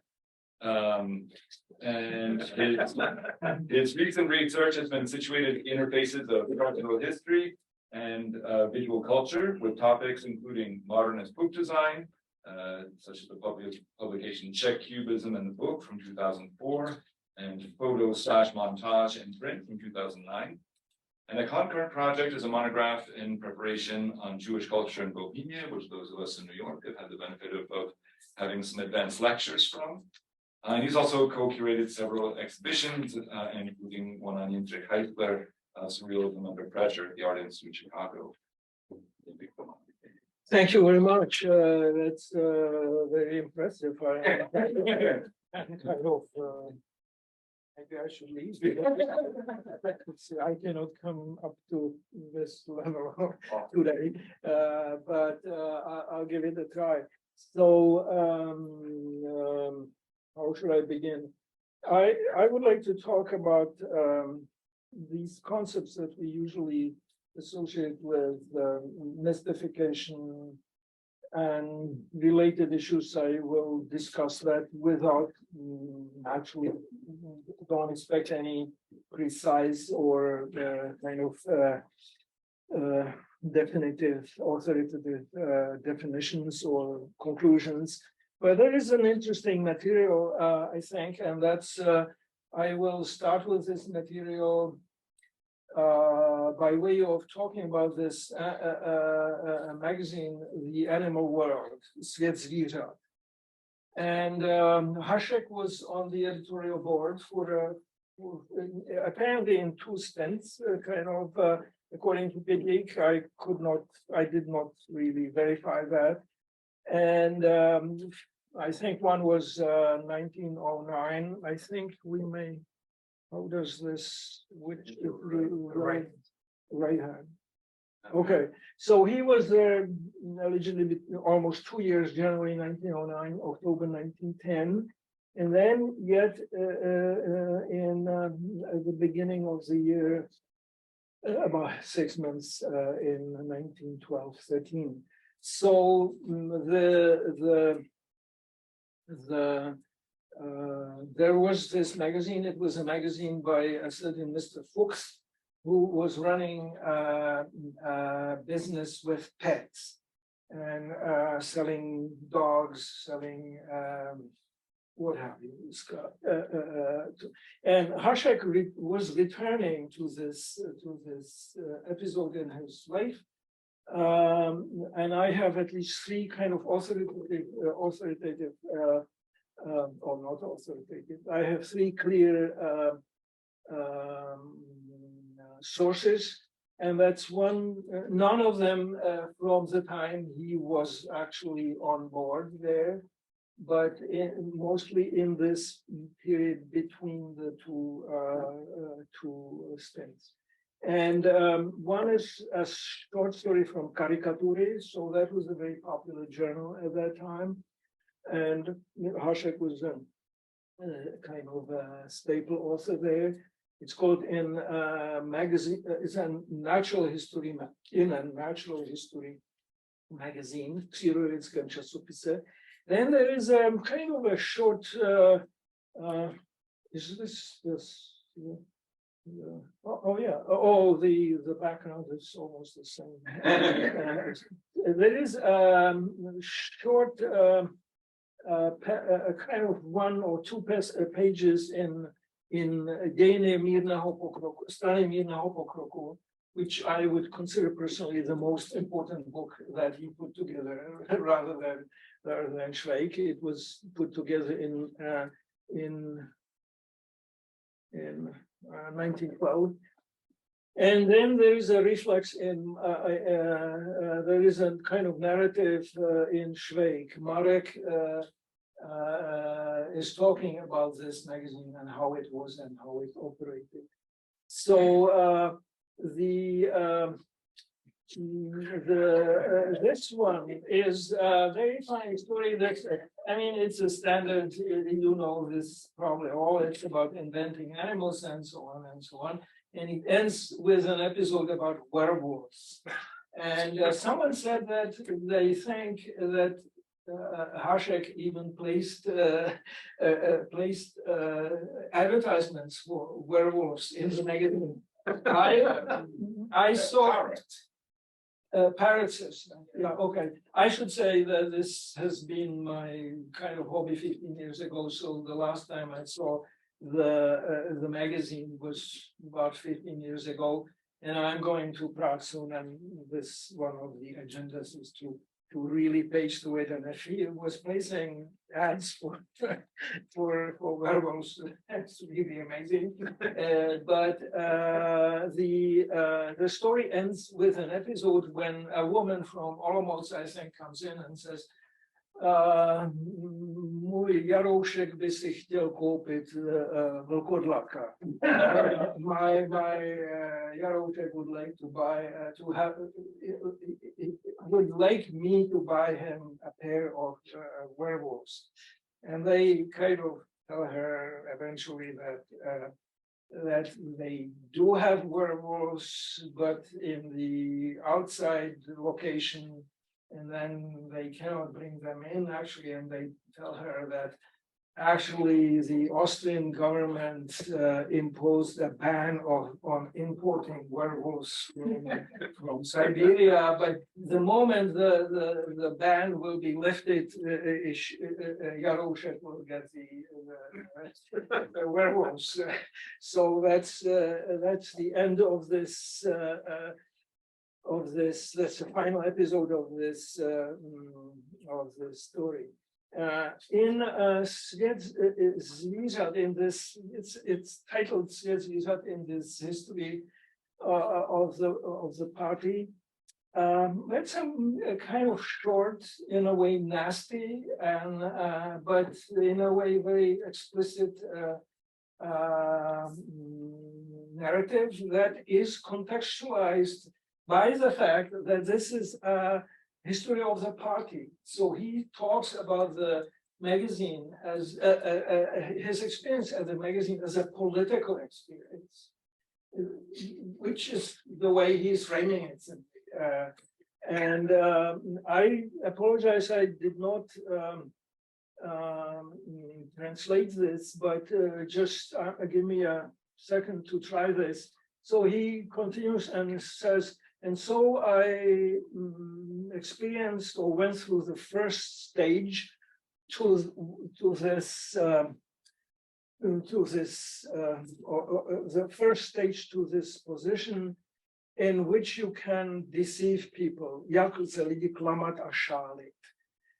Because I became the editor of Svět zvířat, there is a typo there, and with the hope that from Svět zvířat there is only a small step into the parliament.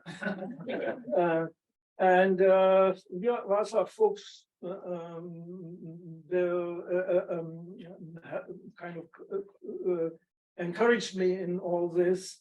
And interestingly, he says about Fuchs, in order to make business, he had himself baptized. So that's a very, he was not so smart, but he was Mazany, what would be the Sly or something like that. And then he continues, Pan Fuchs says, what's new, redaktore? And Hašek says, well, I'll invent some new animals, that's nějaké zvíře. And the reaction is, jen bože hošt. How do we translate that? More of the good or something like that. And then he is, and that's what I'm interested in, he is explicit on one line. He said, we were cutting out images from the Woche, Sport and Bild, das Illustrierte Blatt, Weite Welt, German magazines, and occasionally from Country Life and La Vie à la Campagne. Texts were taken from German magazines, and I was giving just the captions, and there is a full stop missing there. The only magazine of this kind in the world. And finally, this magazine, Svět zvířat, caused a total political turnover or turn in my soul. What was happening there at a small scale is happening in politics at a large scale. And it's only by deceiving entire societies that individuals can live comfortably or whatever.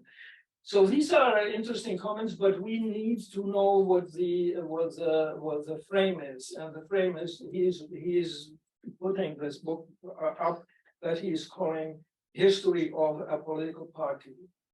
So he is kind of following this. this frame. So it's not so funny actually. His commentary is not so funny, and it's a little bit nasty. Also, we were cutting out only pictures from German magazines and this kind of. At any rate, then there is Marek in Švejk. And actually, sorry, we could, I'm sure everyone knows this, but let's put it out in Parrot's translation, and it's page 324.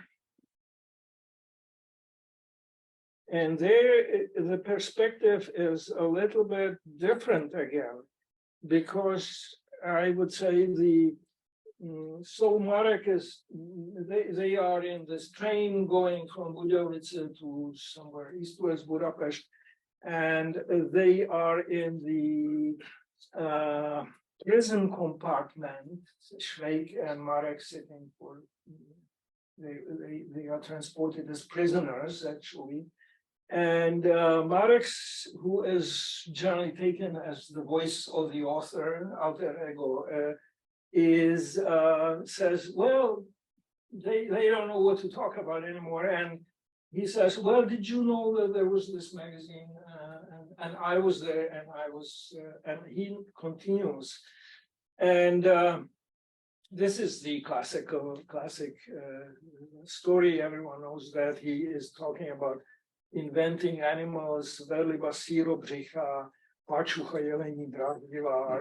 And then there is this famous story about žaludník, about this bird that is Švejka actually. And so fine. I would stress one thing, one line actually, instead of reading along. Instead of reading a long section, I think everyone knows this episode. I would stress one thing. He is giving you not only this story, which is either funny or whatever, and he is also telling you the circumstances, why he was doing it. And I think this is very important. He says, I was inventing these animals because all animals were already, we used them already, we copied them from Brehm. And this was a kind of a period Bible about the life of animals. We copied them all, we know them. And so, chtěje obecenstvu poskytnout něco úplně nového, wishing to offer the public something completely new, I invented animals. So he's now talking about the medium. He is talking about the publishing practice, about readership, about the medium. And this, I think, is a kind of a meta remark in this standard sense. Where did I manage? Oh, thank you very much. So we could probably, I'll return to all these sources at the end, I hope. And so, word one, mystification. So the world of animals, the animal world was not a mystification. It did exist. It's not his invention. All these sources before are kind of narrative sources, half reminiscences, inventions. They might be even considered mystifications in and of themselves. But no, this is not a world of mystification. The world existed. And I would like to stress one following thing. What did it look like in that magazine? So what was happening there? Well, so these are the pictures from a few pictures from the animal world, and if you look at them, so this is photomontage. Clearly, it's a kind of hard to say whether it's a paste and cut and paste, but whatever. It is a photomontage that was there. And that's one example. Another example is this. However, this picture has a history. What is it is not. Well, that's interesting. Here we have that. Okay, so notice that it's 1904. It's before he was there. So it's and the date is April 15. And it's taken from Berlin Illustrated Zeitung, Berlin Illustrated magazine, and where it was published actually on April 1st of that, on Fool's Day. So they liked it obviously, and they used it. And in this particular case, they liked it so much that they reused it in 1911, several years later. So I would like to say that these photomontages are basically represent a certain culture. It was very widespread all around. And that was a culture of mystification, I would say. If we want to define this genre, I would say it's a culture of mystification. And it was, now I would very much like to discuss with you what it borders on. Is it humor? Is it irony? Is it kind of, at any rate, a large part of these programs appear there on April 1st. And I think that's crucial. But the problem is that not all of them appear there on April 1st. And that's in a way does not weaken my thesis that this mystification has, at least on one level, something to do with Fool's Day. And that allows us to step into some kind of Bakhtinian interpretation, because Carnival, Bakhtin is very complicated, many levels there, and kind of philosophical discussion. But Bakhtin is, but let's take the basis, namely that there is a carnival. It's a temporary event.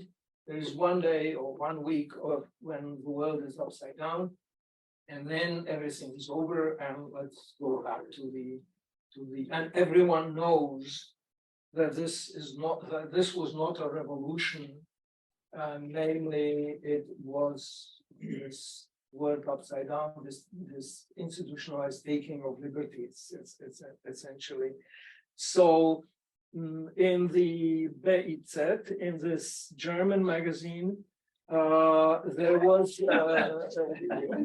all right, so I have no commentary on this except stressing that April 1st is there, and it says a terrible visit of, and there is a short text, comprehensive, anonymous text, and the text says, passengers on the riverbank were surprised in the morning of one day yesterday, namely, were surprised to see this flood of these, what was it called in Czech, vidry or something like that.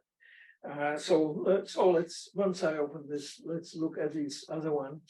A gigantic animal resembling an Angora rabbit discovered near the North Pole by the explorer Amundsen. Perhaps a photomontage, although the rabbit is kind of largely hand-drawn, I would say, at least enhanced, but at any rate, this is the picture and the text. Okay, what was the main reason that Amundsen could reach the South Pole?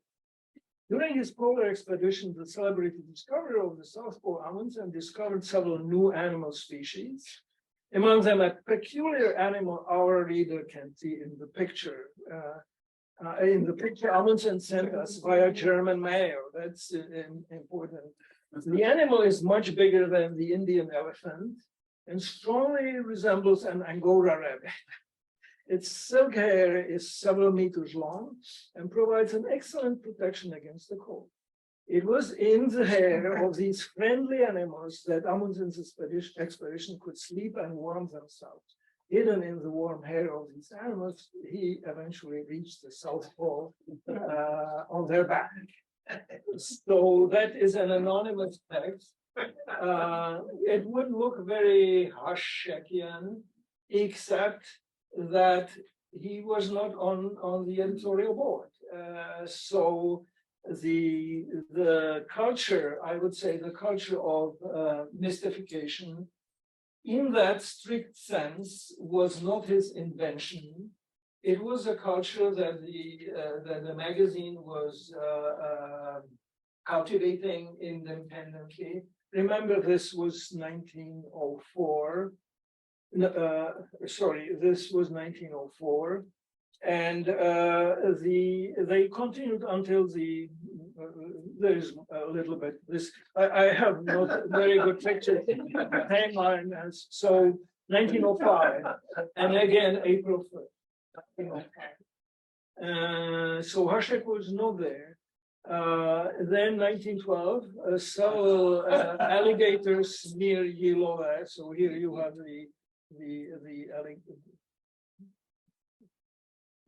here you have the alligators near Yilove. This is Yilove. I've never been there, but it's really good. So and then various just this random selection. This is one of our collaborators fighting with a tiger in the morning or something like that for fun. This, unfortunately, I don't have the caption because these are old pictures. I have to kind of improve on this, but it's. I think it's supposed to be a fish from South Africa or something like that. At any rate, so we have this. I would say there is this interpretation that this. And the link is that April 1st, Fool's Days, plays a role.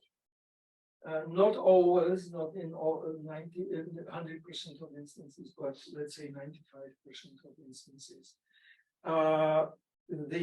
So what do we know? They cultivated this this culture, this type of entertainment. They took it over from Germany, as they admit. And this this Berliner Zeitung is very interesting because they were actually putting up such images on April 1st. And then in the next issue, they were publishing the letters by the viewers, by the readers. And the readers were often fanatically or aggressively or distinctly aggressive and saying this, we don't believe you a word, how can you do this, and things like that. And the editors of the magazines liked it, published the letters in order to keep the momentum going. And then they added, in some instances, we also publish regular pictures that look strange, and we get letters saying this is impossible. We have never seen that. So there is this culture of I would say this is mystification. This is everyone knows that these things don't exist. Everyone is kind of. I would like to develop a kind of a contrast and saying these are not fakes. Fake is a different ballgame. These are this is this April Fool's Day, but it's not only this. There is a World Tour along the side, and Hašek did not participate in it, and that's basically manipulated photography of the late 19th century. and that a great source of entertainment of amateur photographers, what have you. And these are kind of classical images, 1903, anonymous photomontage from a Parisian magazine for photo amateurs. And the caption I forgot, but I think is a way of preserving one's youth. in French, what is it? And the way is to put yourself into a bottle of alcohol. And these are also from the same source, 1903 Parisian pictures. And I would say these are mystifications because in that sense, if we want to use some labels, they of course called it manipulated photography, or they didn't call it, they didn't use any label at all. But it was part of in manuals for photographers, amateurs, at the end, typically you would find a section, a whole chapter called like photo tricks or something like that.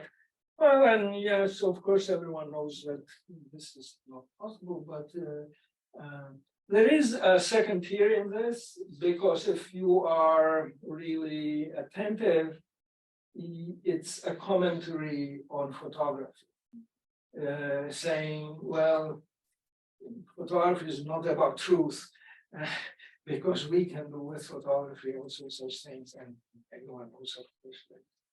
So violates everything.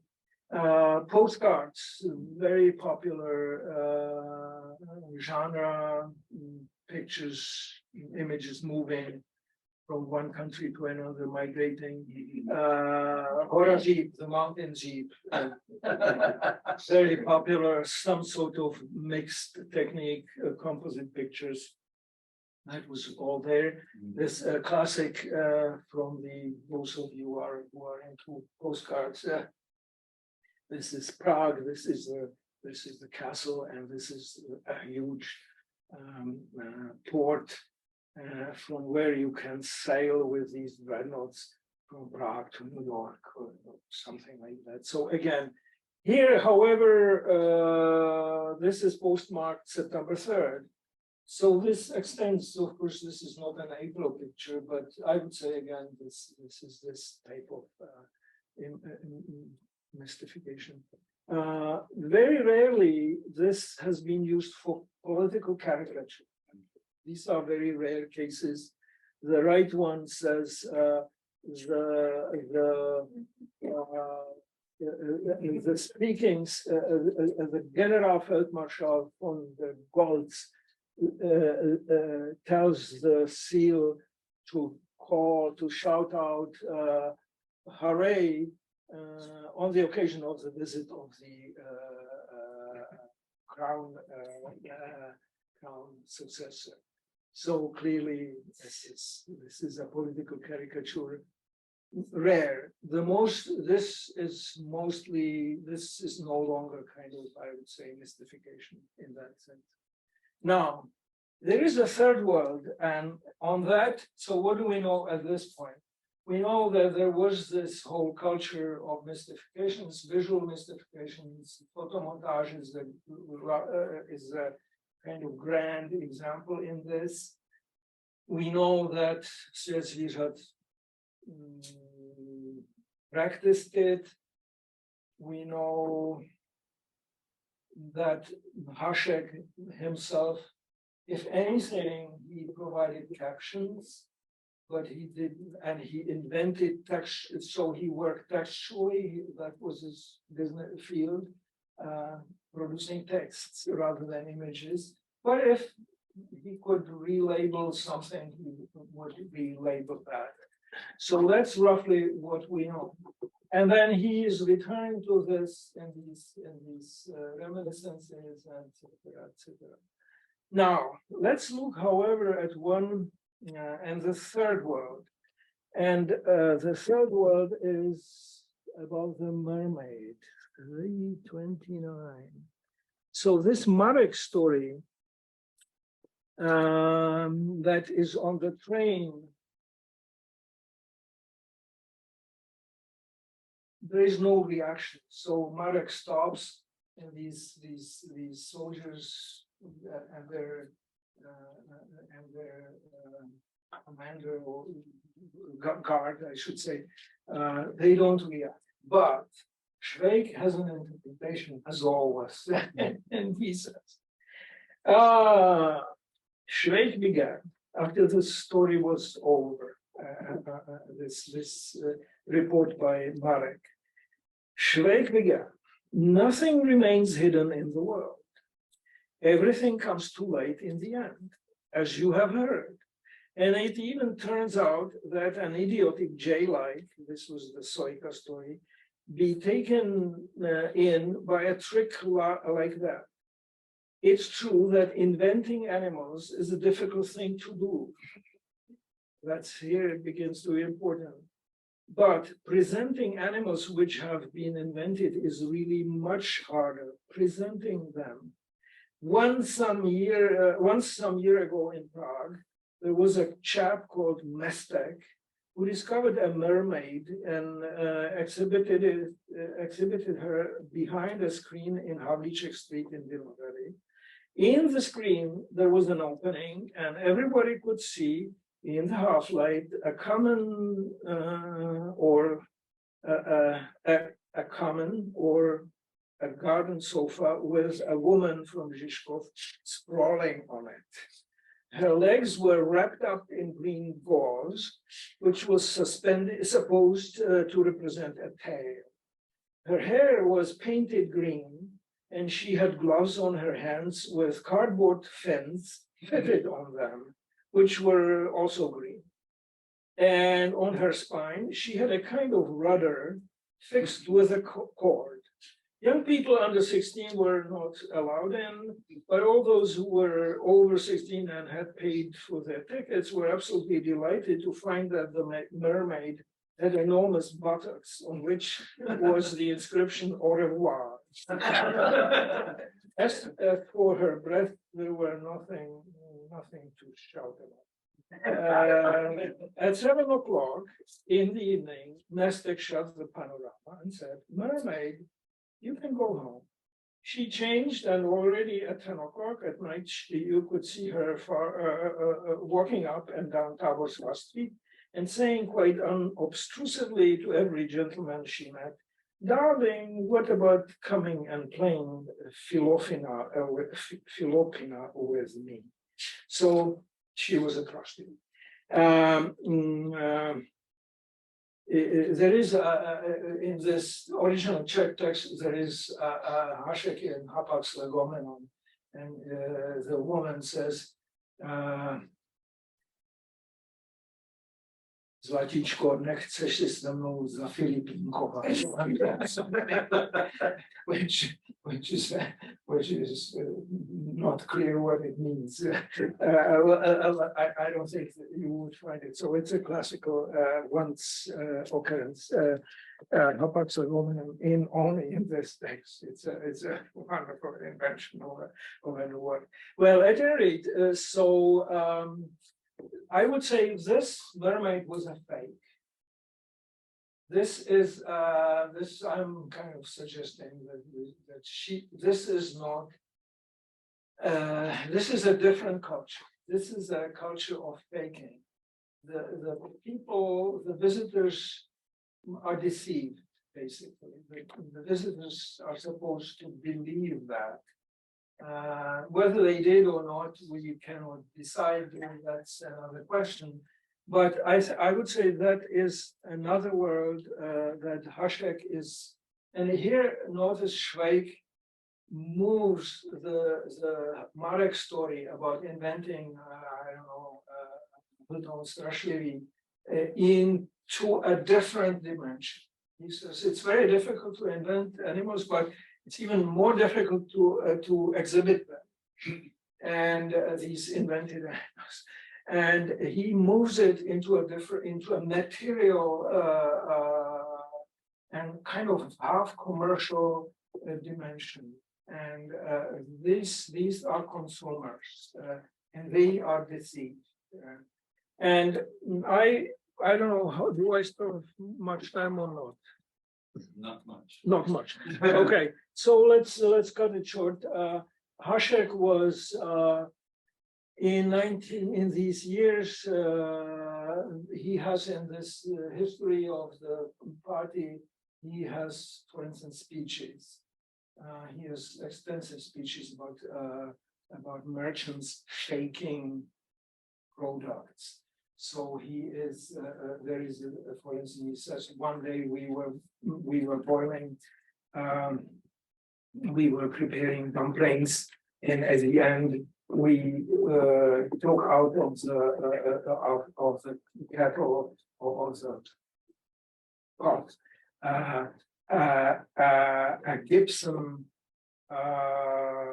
bust of Beethoven, because the flour for the dumplings was faked or stretched by I think Gibson is the right word, like Sadra or something. Plaster was plaster. So he has this story. He has a story about faking saffron, for instance. And a few of them, it's interesting, appear during the time when he was a local reporter for Czechoslovak. And they are not signed, but they are part of the, they appear in that newspaper in the local news, and all of a sudden in some shop window, sausages began to burn.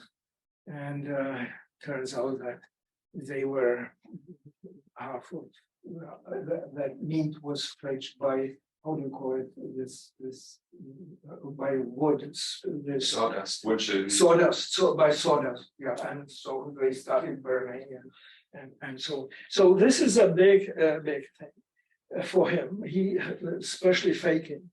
Now, mystification. All right, so we have this culture of mystification. He is also participating in another word, the word of forgery or faking. And I would say then there is a third world, and there is a third world, and that's a world of fogging. All these, by which I translate mlžení or something. All these initial sources that I named and that we looked at, if you look through them, and this is what I looked at like 15 years ago, you will not find them in Světzvířad. He is talking about his activity in Světzvířad, but if you page through the magazine, you don't find these animals there. He is inventing. So that's what I would say is a strategy of fogging. He is actually telling you, it's a reflexive strategy, I would say. He is basically telling you there is this element of, he's telling you how to make a story, how to invent, how to, so in that sense, he is a trickster. The author is a trickster himself, because he is pretending that all this was happening in that magazine, but maybe only half of it was happening there. And these are his kind of ideas how it could have been proceeding or something like that if it were fully implemented. So that would be the level of fogging, which I would call something that he is actually, we don't know, was it mystification, was it this or that? Very hard to, occasionally very hard to decide. Is the werewolves episode mystification? I would say yes, because nobody would believe that. Is the speech on faking? Hard to say. But what the overarching conclusion would be, whatever mystification or faking, there is a level of there is a narrative level, and it's a reflexive level, and he is telling you what an author does. He's talking about the behavior of an author, or about the ways he's putting together his story. He is actually revealing his handcraft in many ways. And notice that he is doing this himself. Švejk doesn't do it. Švejk doesn't tell you how to put together an anecdote. He just churns them out. And but here we have some kind of conclusion. Hašek reflects his profession. He reflects the needs of the readers. He reflects his kind of the line of his imagination, and in that sense, I would say that's something that you usually don't discuss when you reach Hašek, and that I would say is his new face in some sense. Thank you.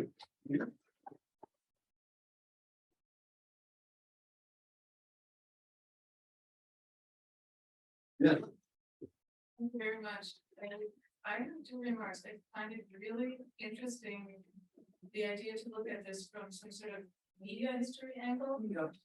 Because I always have the feeling that if you call it mystification, I mean, I'm talking with Švejk here, that you risk ending up in some cultural essential area, thinking of Matsura's mystification and the Czechs as the nation of mystification, blah, blah, blah.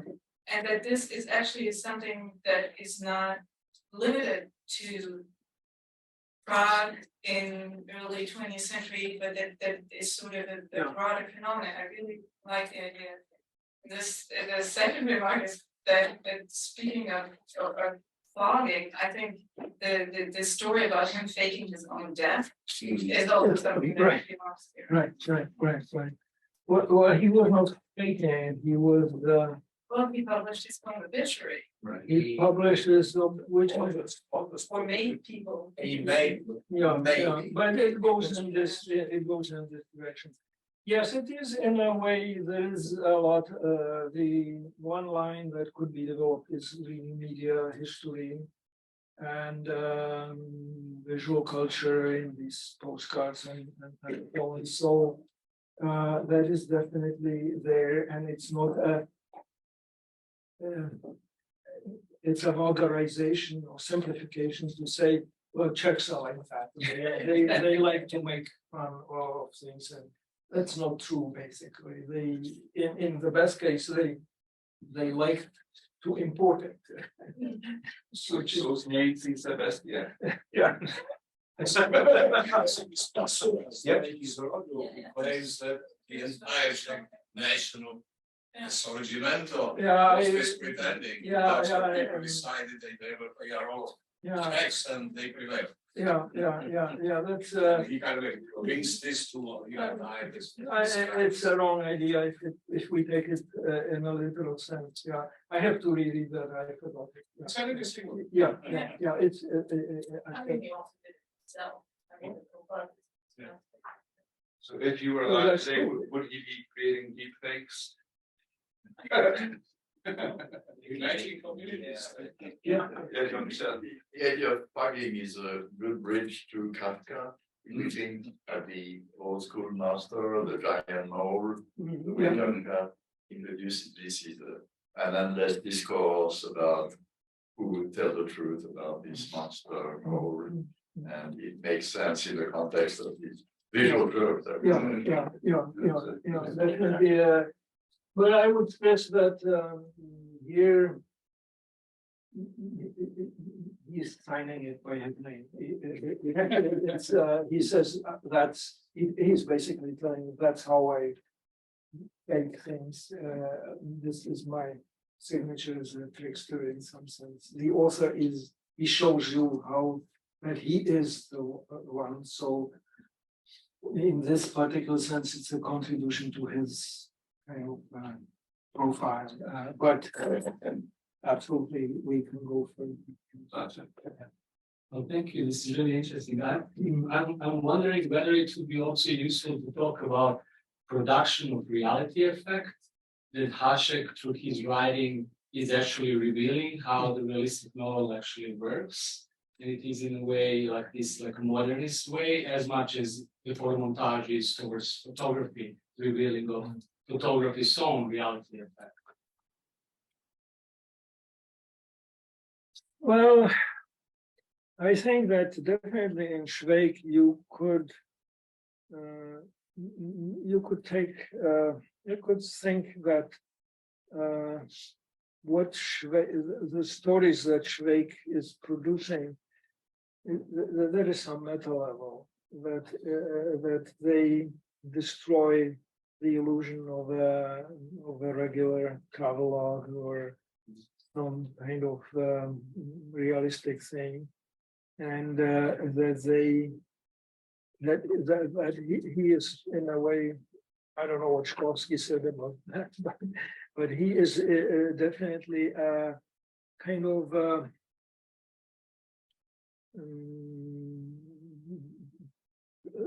these short stories have the function of retardation in the flow of the development of the plot. There is no plot. But in that sense, there is a certain higher level way of looking at it that way, because the short stories that Hašek is producing are mostly really realistic or real, except for the one when the waitress woman has twins. And one twin has a blue and brown eye, and the other twin has green eye, and whatever other guy. And then the conclusion is that she had many clients or something. So that creates these strange hybrids. So that's definitely more on a mystification side, I would say, but you know that's would be a quick answer. Well, Jindřich said hybrid, so I think that's a segue.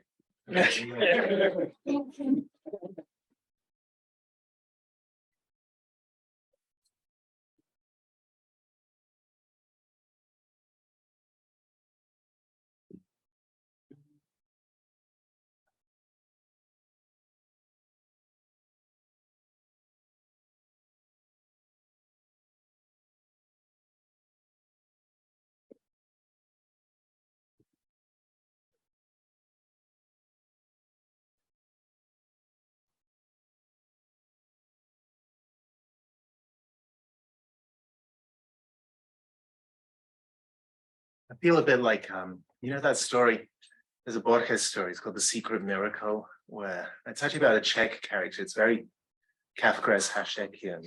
There's a character in it called Jaromír Hladík, and he's writing a play, but he gets sentenced to execution, and he really just wants to finish his play, and he prays, and God gives him the secret miracle that he can have a year. Once the orders of fire has been called, he can have a year to finish the play in his head. I would like a year now, after having listened to all these talks, to rewrite my paper before the execution finally arrives. Well, not been introduced yet. So, Okay. And the good news is, I talked to the other. We're going to take this time to rewrite it. I talked to the businessman, and we're not actually going to shoot you. Okay.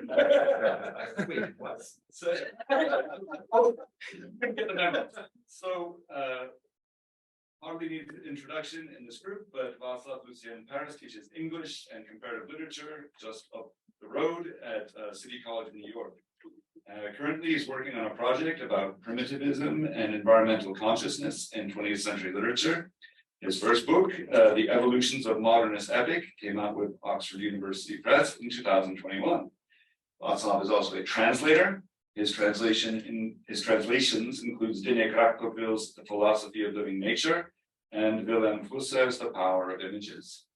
And today, Hashtag hybrids. Okay, thanks so much. Thanks, Chris.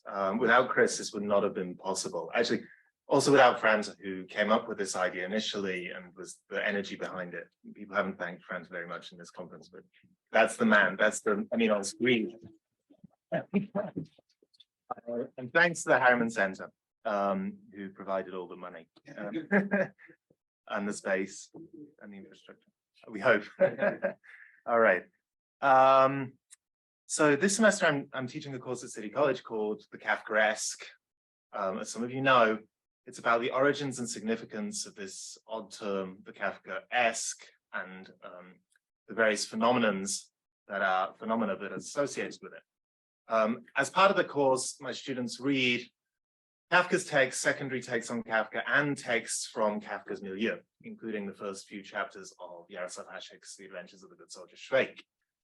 Teaching that course and then thinking about Švejk has given me ample opportunity to reflect on the often rather amazing coincidences or connections between these two authors who apparently never met and had no contact. In particular, I've been thinking a lot about their animals. Both authors created new hybrid animals in their fiction. So you'll remember among Kafka's non-human or rather semi-human protagonists, there are dogs, the investigations of a dog, jackals, a cat, a mouse, a mole-like creature that was just mentioned, a marten-like creature that lives in the synagogue, Odradek, is something like a sort of pencil sharpener, I think. A kitten-like crossbreed. He has a story called The Crossbreed. A long-tailed kangaroo-like being. There are these mythological creatures, so there are the sirens, for instance. There's a man who used to be a horse. There's a man who becomes a horse and during the process of the story. There's an ape who becomes something like a human being.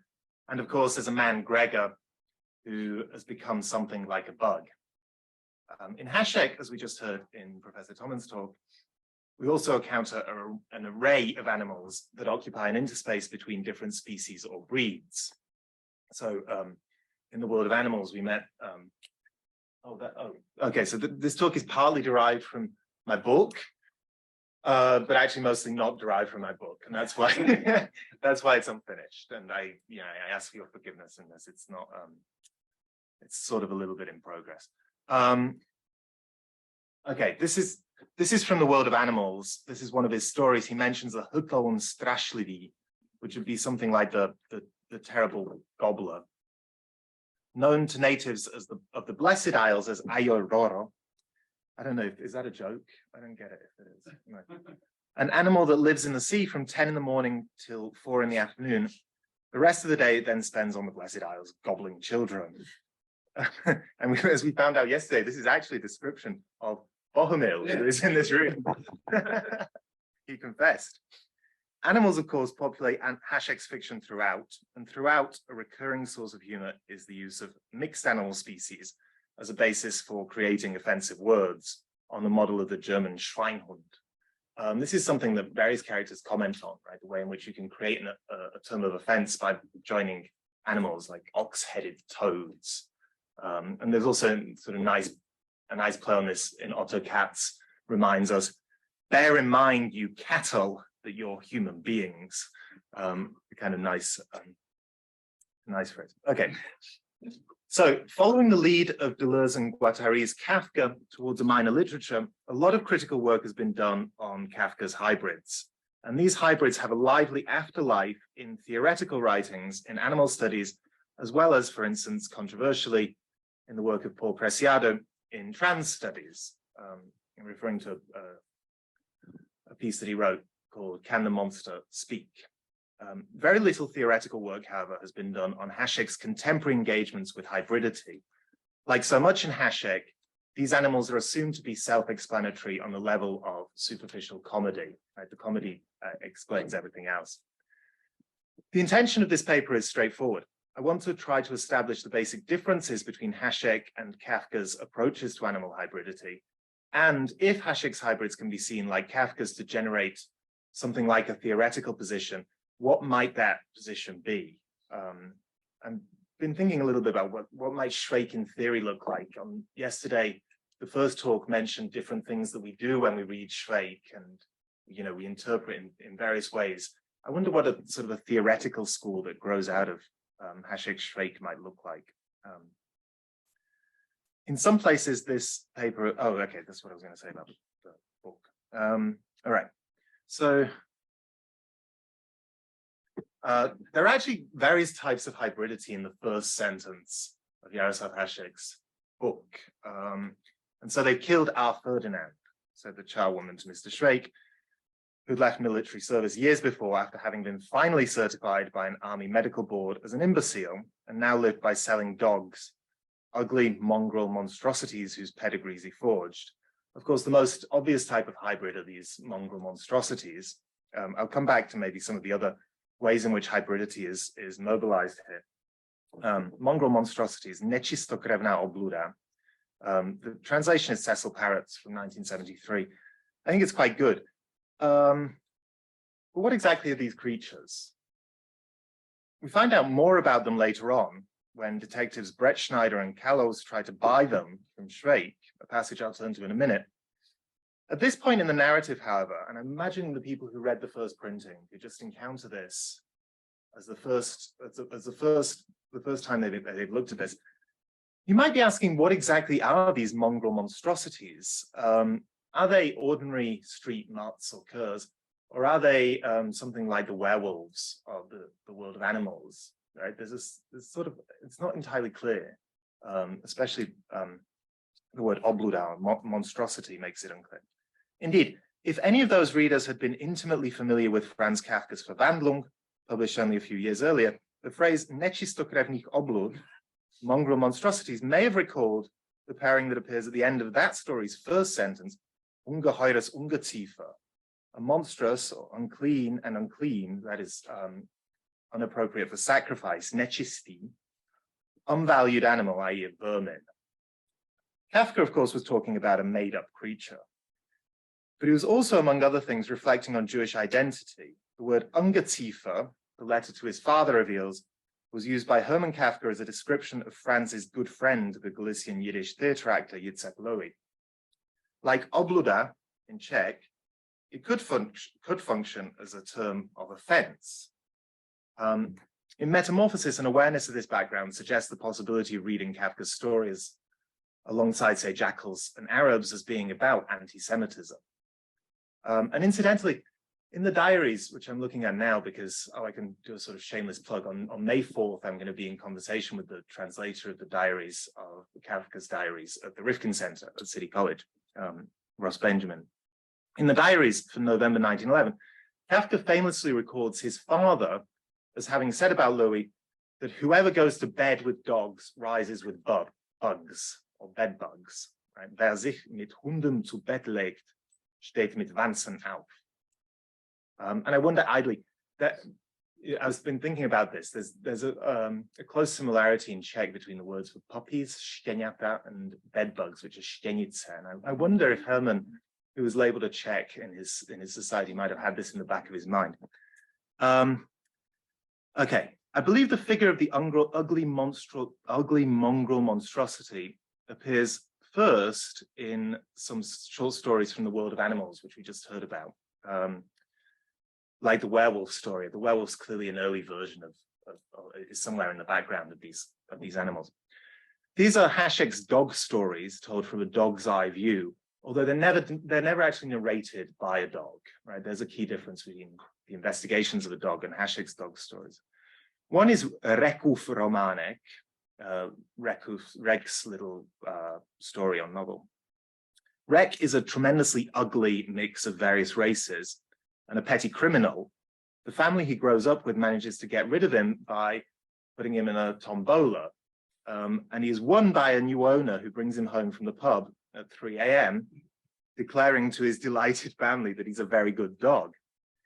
Despite objections, Rek gets into bed with his new owner, who of course wakes up with fleas, not bedbugs.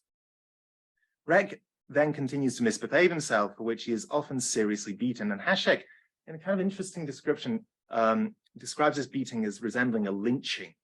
but says that Rek bore it bravely. The story ends with Rek, in rather Kafkaesque fashion, reflecting on what he'd done wrong. He's like, why did all this happen to me? What have I done wrong? Another of these early dog stories is Neošklivější pes Balaban, the ugliest dog Balaban. And Balaban is described when he looks at himself in the mirror, and a little visual aid here. He looked at himself in the mirror, and what did he see? A shaggy beast with spiky fur. This is probably not a very good translation. I just came up with this.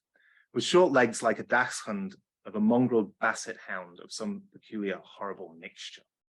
It's rather a cruel story. A lot of these stories are cruel, very cruel, actually. Balaban is a dirty pariah, ostracized even by all the other dogs in dog society. There are passages where the dogs talk to each other and bitch about him. They say horrible things. He spends his days wandering around Prague until his tragic fate leads him to fall in love, impossibly, with an Angora cat. He tries to commit suicide by throwing himself, like Georg in the Judgment, in desperation into the river from the bridge. But Balaban fails to kill himself, right? He discovers at that point that he can swim. Looking at the family tree of Švejk's monstrosities, what we find then is that one of their many fathers may be Hašek himself, that is Jaroslav Hašek in a younger guise, who also attempted suicide by throwing himself into the river from the Charles Bridge after the failure of his kinological institute. So if Yitzhak Lowy is behind Kafka's bug, in some ways, Hašek himself is behind his own mongrel monstrosity. In a sense, this is not surprising. Nobody would doubt that this new version of Švejk is one alias for Hašek, that his own experiences went into the character. So it makes sense that his own experiences go into the dogs as well. And the analogy between Švejk and his dogs, an analogy pointed out by various critics, including Renato Poggioli, is clear from the opening sentences. Right? This is the other kind of hybridity that happens here. There's a hybridity between Švejk and the dogs that he's selling. The two are inseparable. So the two are inseparable, if only because mutually defining. We know almost nothing else about Švejk at this point. This analogy between people and dogs is sometimes made explicit. So later in the book, Švejk and his dog thief friend Blaník bring home Fox/Max, and Švejk reflects that the soldiers are just like stolen dogs too. Looking at Max, Švejk thought philosophically, after all, by and large, every soldier's stolen from his home too. And this runs all the way through the idea that humans are like dogs. When the gentleman who's come to collect a debt, from Otto Katz, he says, you're both scoundrels, like master, like dog. And in fact, like a dog, wie ein Hund, that phrase that's so significant for Kafka at the end of the trial, appears in various forms many times throughout Švejk. So here's just one example. If Sergeant Major Sondernummer uses the expression pack of swine, he always quickly adds the word Czech in case the Germans should be offended and think it was meant for them. This is kind of the reverse of the operation of the Turkish translators, right? When they get rid of the word, they'll get rid of the word dog when they're talking about the Turks. Then all the NCOs of the 11th Company roll their eyes like a miserable dog that has been greedy enough to swallow a sponge dipped in oil and can't get it out of its throat. Hybridity in this sense operates on a metatextual level in the opening sentence of Švejk. Among other things, what is crossbred into Švejk's mongrels is part Hašek himself, part Švejk, and in part, I would say, Czech identity, or an idea about Czech identity, and an idea about the identity of the readership of the book. The dogs are not, as the term monster might make us suspect, other, right? The other is not in Hašek, at least not at the beginning. The abnormal, the monstrous, the freakish, the hybrid, the mongrel, all these things that in many texts are coded as being the thing that's opposite to the position of the reader, here are immediately coded as being on the side of the reader. On the contrary, the other is the purebred, the actually pedigreed identity, the apparently fixed species. Where this aspect of the hybrid comes out most clearly is in respect to representations of nationality. For obvious reasons, pedigree is always, or almost always, German or Germanic in Švejk, whether it be pedigree from the Bavarian kennels of Arnim von Barheim or the joking descent from the Baroness von Botzenheim. Švejk says that he's a bastard child of the Baroness von Botzenheim at one point. There's no such thing as Czech pedigree. Or maybe you might can contradict me here, but I haven't found a single example of Czech pedigree. What there is Czech fakery and a certain Czech slipperiness, which makes categories of social definition ambiguous. One of the key rhymes between Švejk and his dogs in the opening sentence, and this is part of the hybridity as well, is between the impossibility of pinning down their identity. Švejk has been questionably certified as an idiot. Likewise, the dogs have fake certifications of genealogy. They've both been, in some sense, misinterpolated into the social. Their natures are undefinable, right? Their natures just don't fit into the categories that we have. Ever since the publication of Homi Bhabha's The Location of Culture in 1994, literary critics in the humanities have used the concept of cultural hybridity to rethink relations of hegemony and subjugation in colonial and post-colonial contexts.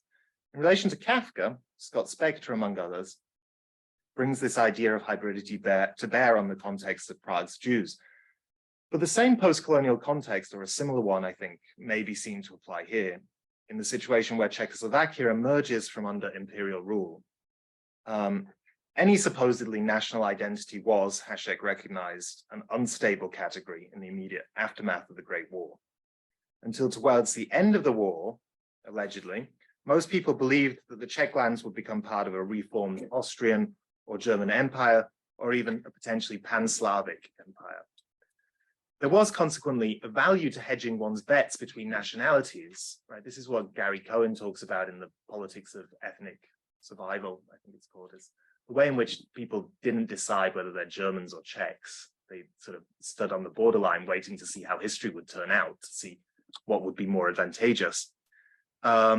People who could in this way make claims to being either say German or Czech, were called amphibians, i.e. hybrids of land and water creatures like Čapek's newts in War with the Newts, or Hašek's aforementioned Hrton Strašlivý, who's a land animal only from 10 to 4 in the day.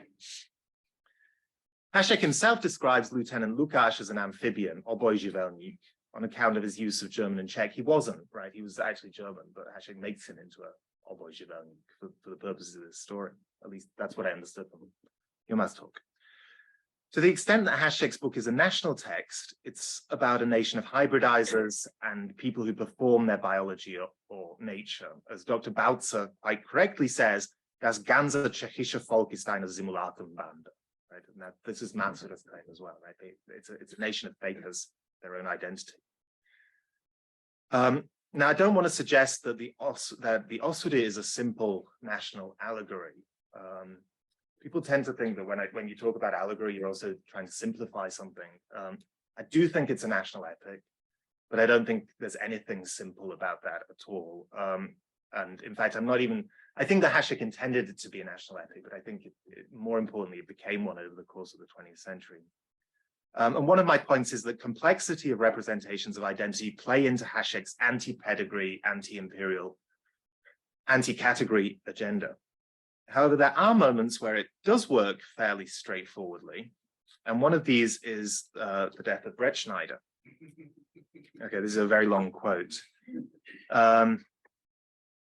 We'll remember Brett Schneider was tasked with investigating Švejk by getting close to him on the basis of his trade in dogs, buying these dogs with police money. I don't know whether those gentlemen who examined the police archives after the overthrow of the Austro-Hungarian monarchy succeeded in deciphering the items of the secret fund of the state police, where it was written B, 40 crowns, F, 50 crowns, L, 80 crowns, etc. But they certainly were deceived if they thought the BFL were the initials of any gentleman who for 40, 50, 80, etc. crowns sold the Czech nation to the black and yellow eagle. B stands for St. Bernard, F for Fox Terrier, and L for Leonberger. All these dogs Brett Schneider took from Švejk to police headquarters. They were ghastly mongrels, which had no connection whatsoever with any thoroughbred race which Švejk pretended them to be when he sold them to Brett Schneider. The St. Bernard was a mixture of mongrel poodle and common street cur. The Fox Terrier had the ears of a dachshund and was the size of a butcher's dog with bandy legs, as though it had suffered from rickets. The head of the Leonberger recalled the hairy muzzle of a stable pincher. It had a stubbed tail and was the height of a dachshund and had bare hindquarters, like the famous naked American dogs. What are the famous naked American dogs? Has any encountered these names? Did he make them up? Later, Detective Kalos came to buy a dog and returned with a wildly staring monster, which was reminiscent of a spotted hyena with the mane of a collie. And in the accounts of the secret fund came a new item, M, 90 crowns. That monster was passing itself off as a mastiff. But not even Kalos succeeded in getting any information out of Švejk. He fared the same as Brettschneider. Švejk diverted the deftest political conversations to the curing of distemper in puppies, and the most cunningly prepared traps always ended in Brettschneider bringing back from Švejk another unbelievable mongrel monster. And that was the end of the famous detective Brettschneider. When he had 7 monsters of this kind in his flat, he shut himself up with them in the back room and starved them so long that they finally gobbled him up. He was so honorable that he saved the state the expense of a funeral. In his personal file at police headquarters, there were recorded under the column, advancement in service, the following poignant words, devoured by his own dogs. And then we have this kind of interesting epilogue to this story. When Švejk learned later about this tragic event, he said, "It gives me a headache to think how they are going to put all his pieces together when the day of last judgment comes." It's easy to read this sequence as part of the political allegory, right? And indeed, Hašek invites it, this reading, with his references to the overthrow of the Austro-Hungarian Empire and figures who sold the Czech nation. The invitation, which is then taken back immediately, tempts us to extend the analogy to the succeeding story where it seems to fit. Brettschneider, who acts for the empire, collects more and more of these animals, but neglects to feed them or let them out, with the result that his hungry crossbreed subjects eventually devour and incorporate it. The description of Brettschneider's tragic passing, of course, follows rather smoothly on the description of dog breed hybridization as itself another kind of hybridization event. Right? Švejk's conclusion serves the purpose of drawing our attention to what has become of the bodily matter of Brettschneider. There's a nice echo between how are they going to put the records together? What does BFL mean? And how are they going to put Brettschneider back together?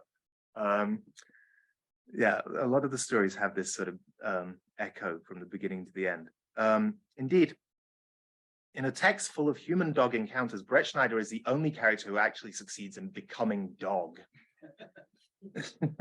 I think a key point here, one that is also in Barbar's theory, is that hybridity is not simply opposed to a pure cultural pedigree. Actually, what Hašek's work does is to impugn the very idea of a biologically natural rather than hybrid categories, to throw into doubt, to make ambivalent or ambiguous the possibility of any kind of unmixed authority attaching to the certification of pedigree or of medical identity.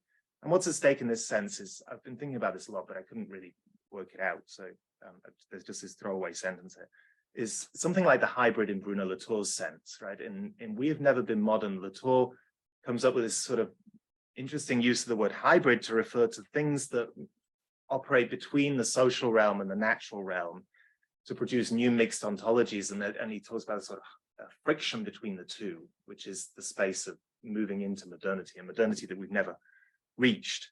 I think this applies quite nicely to Hašek, but I need to work this out. Let me return to the question which justifies this rather unstructured paper. The relation between Hašek's hybrids and those of Kafka. Up to this point, I think it's been possible to read both authors' treatments of mixtures between the human and the animal in parallel. Both used this technique to represent themselves or aspects of themselves. Both used it as a means of approaching the problem of embodying an identity that is not well described by existing ontologies and of belonging to a people whose position in relation to dominant colonial categories is variously liminal. Here, however, in the scene of the death of Brettschneider, I begin to discern some key differences. For in the schema that I laid out, Brettschneider's death can be read as a scene of post-colonial assimilation, like Oswaldo de Andrade has this nice manifesto, the Cannibalist Manifesto, which is from 1928, where he frames all post-colonial borrowing as a kind of cannibalism. Things get consumed and reincorporated. In some ways, Hašek fits with this. Assimilation leads to the production of a new independent identity. For Kafka, however, such biological assimilation is almost always an impossible goal, even at the most basic bodily level. It's clear in his address to the Academy that Rockpeter can never escape his cage. In fact, the attempted assimilation is precisely the problem. It's the thing that isolates. The attempted assimilation is the thing that isolates. In basic terms, this difference plays out within the body. Sander Gilman has written about the relationship between Kafka's diet and his take on multiculturalism. Kafka's grandfather was a kosher butcher from Strakonice, but Franz was famously a vegetarian, a hunger artist, someone who often spoke of the rupture in the communication between stomach and mouth. When he did eat, he claimed that when he did eat meat, he claimed that it made him feel like an alien and disgusting being in his bed. And even when eating his vegetables, he chewed every mouthful more than 10 times, right? He had this advice on diet. It infuriated his father. Perhaps accordingly, transformation, hybridization, transubstantiation, meat becoming other meat is very difficult in Kafka. This theme tends to be treated in terms of ideas or psychology, and is oddly disembodied, right? So we talk a lot about the bodies in Kafka, but it's oddly disembodied. There's never any question raised about how Gregor might have actually become this bug. The transition is just given, or how the rider actually merges with the horse in the desire to be an American Indian. In contrast, in Hašek's works, the scene of bodies being broken up and recomposed is very common. All sorts of operations and tricks allow malingerers and fake hybrids to become transitional bioengineered entities. Animals are always eating people, and people are always eating animals. There are also plenty of references to cannibalism. In many of the early stories, including the dog narrative, Kaťouráci, dogs provide food for gypsies. Even the corpse of a bear in one of these early stories can become a human body. Actually, it's taken to be a Jewish body and is buried in the Jewish graveyard. It's a kind of an interesting story. The basic rules of biological heredity also seem to be twisted to help with the creation of hybrids in Hašek's world. And this is, Jindřich mentioned this towards the end. It's the way in which Hašek really genuinely seemed to believe that it was possible for offspring to have more than one father. Right? It's bizarre because he had a strong knowledge of natural history, but he actually seemed to think that's true. So think about the way Švejk explains his trade in dogs to Lukáš. You should see, sir, the fiddles which go on with these pedigrees in the big kennels. There are really very few dogs existing which could say of themselves, I'm a thoroughbred. Either its mama forgot herself with some frightful monstrosity, or its granny did, or else it had several papas and inherited a bit from each. From one its ears, from another its tail, from another again the tufts on its snout, from the third its muzzle, from a fourth its hobbling legs, and from a fifth its size. And if it had 12 such papas, you can imagine, sir, what such a dog looks like. Now we know in the non-fictional world, different puppies in a single litter can have different sires, right? This is sort of interesting. You can have a litter of puppies, each of which has a different father, but any individual dog has only one father, of course. That's in Hašek's world, however, the possibility, which also appears in the story of Růžena Gaudersová, who sues 18 men simultaneously because her children have features of all 18 of them. This possibility is never contested. It's treated as a fact. So I don't know if it's something that Hašek actually believed. In Kafka, there is only ever one father. Although hybridity is often presented as a fact, paternity is monolithic. In this sense, Kafka's hybrids are not really hybrids in my mind. They're more like mutants. The species barrier, Weissmann's barrier, is almost insuperable. And when hybridity occurs, it's tragic and isolating, not grounds for trans-species solidarity. Almost all of Kafka's hybrids are unique individuals. The barrier around them, the alienation, is emphasized by the fact that their narratives are often autodiegetic. Kafka's answer to Paul Preciado's question, can the monster speak, is actually yes. It's more or less all the monster can do in Kafka. His creatures tell their own stories as testaments, as if the only consciousness that could ever enter into their minds, into their pluriverse, were their own. None of Hašek's dogs, on the other hand, tells its own story. like Cervantes in the Dialogue of the Dogs, as narrator, he remains at best in this free and direct position, a sort of third space, interpenetrating with them. Okay, this is my last paragraph. So in my mind, this points to a very different kind of theoretical project possible on the basis of Hašek's work, not that of subaltern studies and derived theories of identity, which ultimately rest on inviolable notions of species, but rather perhaps something simultaneously less progressive and, in Eve Kosowski-Sedgwick's terms, more reparative. Neither Kafka nor Hašek likes the human race. But Kafka is also sometimes ashamed by the prospect of being an animal, is frightened that the shame will outlive him. In Hašek, the opposite is true. Shame falls off as animality enters the picture. As we heard yesterday, being animal is also freedom, being true to one's nature. In Hašek, the thinking processes of animals are correspondingly very seriously limited.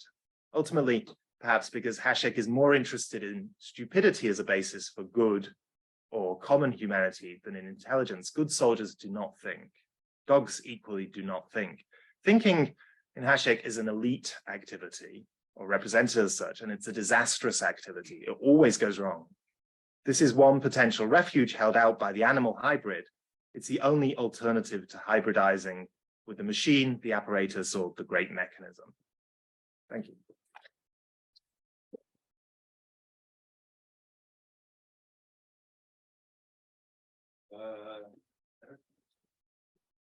Then thank you so much for this talk, which was really illuminating to me on a number of subjects, especially the role that Czech Republic plays in Hašek. But I want to go back to maybe press you a little bit. I mean, you started the talk referencing the and then you ended with saying, you know, drawing the distinction between Kafka and Hašek, and saying that Kafka's animal mutants, and I think I agree with you that they're more mutants than hybrids, but regardless, are tragic. And that's actually, I mean, really very different than what Deleuze and Guattari are arguing, and that's okay. But You're right. I mean, maybe I'm a little bit more on the side of, I mean, it's more complicated, maybe. It's a little less, it's much more ambivalent and a little bit less celebratory than it is in Hašek. Not that it's not complicated in Hašek, but that with Kafka, I mean, you know, no one would claim that the metamorphosis ends well. But you know, what's the alternative? Is that he's remains a bourgeois salesman supporting his terrible family, and you know, becomes, you know, trapped in the same cycle. So in a way, you know, this becoming animal is a way of escape. Yeah, it's a way of escape, exactly. So I wanted to press you a little bit. Yeah, no, that's really very helpful. I think you're right. And I think the way in which that I formulate the opposition at the end, you're right. It kind of doesn't go with what I say at the beginning, and I only just realized it. There's a nice moment in Švejk. This is going back to the Gregor thing, where, you know, there's the guy who's in the police cell, and he's shouting, "Let me out! Let me out! I want to go back. I have I have children and a job." And Švejk turns around and says, "Well, if you're really a father and you've got children and a job, that really is terrible." And he says, where do you want to go? And he says, "To the office." You know, that's the sort of situation that Greg is also in. Is like trapped in this animal. But it's not clear that any alternative would be better. Yeah. This is very helpful. Happy dog. I don't know if this could be very embarrassing to me. I don't know if this is on the idiolect of the family I married into. But in my experience, the word obluda can be used as a kind of gentle, ironic term of endearment. When typically with a child who's done something naughty or foolish, you say, "Put something obludo." And again, maybe this is just my family, but I just that occurred to me when I was reading, and I wonder if that's somewhere in the back of.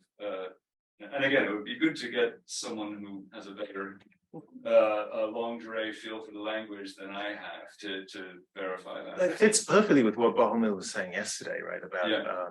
About also being called by his family these names of invented animals in a Right.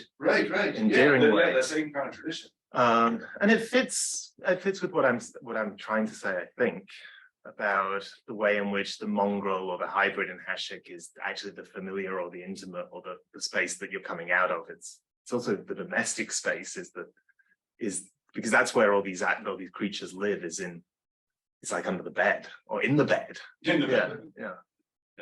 Yeah, a couple of things here. One, I think there's something kind of interesting going on very clearly in Central Europe during this time, because these two are not by any means the only two that are dealing with these kinds of hybrids or mixed animals. And I think about dog, Bruno Schulz as well. He's got these crazy birds up in the attic. And this is, very much sort of right at the same time that he's writing. And then also Vito Gombrowicz in Transatlantic at the end, which is, often read through like a queer lens. There's sort of a queering element that's in here. Right. So I think this could even get sort of a little bit bigger when you're thinking about the stuff. But sort of on a more like direct statement about this, I wonder how this also then relates to the language of identity. I think one of the problems here is that we sometimes assume that identity, there's sort of a thing that we have, and it's this, and then we have this name over here, and there's that. But it seems to me that part of what Kafka's doing is that he looks at the name first. This is where we get like Odrade, right? The name is there. You know what the name is. Now, what it actually means, what the thing actually is underneath, that's completely different. Whereas with Hašek, it seems as though there's the thing, but the name just never really applies to it. The name doesn't fit the actual thing that's there. So we have this opposition there, it seems to me, between the concept and the actual sort of lived experience of reality. And so I wonder if that actually works here as well. Yeah. Oh, that's a really, really helpful and excellent comment. I'll just go back to the first thing that you said. Why in Central Europe? I don't know. There's also Bulgakov's Heart of a Dog, which is 1925. He wrote it in 25. I do know that there were laws in Austria-Hungary taxing dogs. If you bought a dog, you had to pay a tax, and the number of dogs per person went down quite a lot between 1850 and about 1918. So there were relatively few dogs around. Immediately afterwards, the tax on dogs, I think, was taken away, and the number of dogs that were hanging around went up. So the 1920s is a period when lots of people are buying dogs. It's cheap. You can suddenly buy dogs where you can afford them before. Well, the second question, I mean, actually, what you described was so much more articulate than anything I can say in as commentary. I'll leave it. Yes. Yes. Could I interject and get back to the mongrel mutants? Hello. Can you hear me? Yes. Yeah, but may I say a couple of words? Sure. Václav started by mentioning the translation of the dog description in the beginning, and now somebody mentioned that perhaps obluda could be endearing in certain circumstances in certain families. I don't doubt it.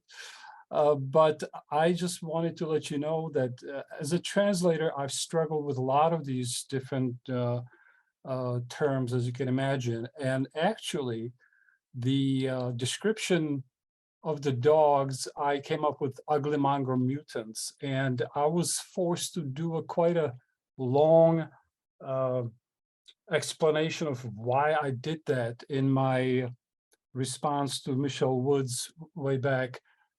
And I actually copied and pasted that into the Q&A tab if anybody was interested, just in case you had nothing better to do. But it was quite an exercise for me, because I'm a translator, and as I stated on my website, I barely reached for dictionaries, because usually I didn't have to. And when I did, I realized that really the sense that I knew to be the correct thing, in my mind anyhow, was not even listed. Or so anyhow, if you're interested in this kind of problem, since Václav brought it up, please either look at the Q&A tab, or you can find the part of the discourse I had in response to Michelle Wood's scathing review way back, and I answer it after 10 years. So thank you. Yeah, thank you, Zenny. I will. I'll have a look. Yeah, Peter. Yeah, it's just a few small comments. First of all, I'm not an expert on German etymology. Once I was explained that ungesiegt actually comes from an animal which cannot be sacrificed, something like Raven. Yeah. This Obruda wouldn't fit it. And Obruda, of course, in Czech is kind of a tricky because it's a female gender. And so only a picking of he wouldn't use it probably for a male. Gender is in Czech is important. But something different, if you are looking, or two more things shortly, if you are looking for the dark, as a shameful enemy in Kafka, of course, the end of the trial is the last, they plunged the knife into his heart and the ein Hund, and if his shame was to survive him forever. And so this is probably the stronger case. The other thing about etymology, and I usually don't play etymological games. In Czech, you have a funny word. I don't know whether you are familiar with it. Psina. Yeah. Fun. Yeah. So there is also another mutation that actually dogs are kind of happy, funny animals. So you can kind of play it wrong ways. But this is etymological game, and take it or leave it. Yeah, at the table, yes. I'm sorry, your name? Gia. Gia. Hi. So I'm new to Hašek and Kafka. This is my first time reading. Thank you, Dr. Powers, for inviting us. One of the questions or things you mentioned earlier was thinking through like a theory that would, I guess, kind of derive from the work. And listening to your presentation and Dr. Tuman, who went before it, I'm thinking of maybe this is hybridity as a way to talk about the shortcomings of society as like necessitating deception to get access to care. Oh, seems very contemporary. And I also was thinking that the use of animals was talking about or mirroring the way maybe nations breed body politics. And so also thinking about comparing soldiers to dogs in that way too. Mm-hmm. Yeah, I mean, that's a great question. In some ways you answered it. But you're absolutely right that that connection between it's not just Švejk's stupidity that is compared to the certification of pedigrees, that that critique of certification in general. It's also the malingering that comes in later with faking illness, which involves all sorts of like breaking body parts apart, right? So when there's lots of moments where Hašek gives you instructions on how to like fake an illness sufficiently well that you won't have to go to war. Like you inject yourself with petroleum, you pay somebody 5 crowns to take a sledgehammer to your knees. And then when he talks about the instructions for how to make a stable pincher into a Leonberg or whatever it is, it's the same process. You like break its knees so that they point outwards. You inject it, you paint it, you drug it so that it's happy. Oh dear. Yes. That was fantastic. Václav, I have one remark and one question. The remark is this idea of the pedigree in English. And the fact that I discovered not so long ago, I don't know that you know the work of Michael Boyce on Victorian pedigrees, the invention of the modern dog. So what he shows is that, let's say, at the time of Buffon, like 1800 and so on, there was no pedigree. People we classify dogs according to their properties, like hunting dogs and shepherd dogs, but no idea of pedigree. Wow. It's a recent invention from the second half of the 19th century. The Victorian movement in England started it, and then in Germany, the invention of the Alsatian dog, for instance, did not exist. So they created those pure races with a language that was very racist, almost nationalist, and so on. So that's a remark, because the problematic of hybridity undoes this like surging up of sort of nationalism, the pure breed, the weird Darwinian idea. But my question is also, since your long quote was comparing the explosion of the Austro-Hungarian Empire and the arrival of the Mongols. Isn't there nevertheless in Hašek something like sort of pan-Slavic idea, even if it's not pure race, something non-German, getting rid of the German, the eagle, the imperial eagle here, without saying that he is a nationalist. I don't think he is, but there is a little bit of that nevertheless. Isn't there a tension here? Absolutely, yeah. And I think it's easier to argue that this is a Czech national allegory than a pan-Slavic one, but I don't think they're mutually exclusive. I don't think that Hašek, was particularly deliberate about making it one or the other. It certainly seems to have shared some pan-Slavic sentiments, and they appear in various places. Not all, one of the arguments of the book where I cast this as a kind of modernist national epic alongside Ulysses and the Making of Americans, a few other things, is that not all the characters have to be ethnically Czech. Well, the point is that they're producing this solidarity, a little bit like in Daniel's talked about the way in which telling stories in the pub produces an audience, and something like a community, an imagined community, is produced. And it doesn't really matter about the identity. And it seems to me that the language of the story itself as being Czech is kind of important there. Daniel also mentioned that in the censuses of the First Republic, they maintain this language, mother tongue defined nationality. And in fact, in the second census, they got rid of the possibility of hybrid nationality. They said you could not have two mother tongues, you've got to choose one. You can no longer be like this. You can't be Czech German anymore. No. And it was done for political purposes, but there's a sort of, because another way in which hybridity plays into all of this is that Hašek's, in his epigraph, the first part, he's saying, I'm writing against people who would like to make the Czech nation into a nation of good breeding, a nation of masturbators, parquet floors, people who, pass out when they hear about somebody else farting. There's that little story. He says, I want to make a strong nation. The way in which the hybrid dog is, the mongrel is a physically strong dog, right? There's this sort of play on pedigree and purity there. But it comes out through the language, right? So he's actually writing a language which is, in a kind of imaginary way at least, closer to being the vernacular language of hybridity, mixing in a lot of German words, Hungarian words, Russian words, whatever, than the kind of what the Awakeners project was of linguistic purism, of getting rid of foreign source words with their own. That's the issue, the Eichelherr and the just one more quick thing. The first part of your question. I had something to say.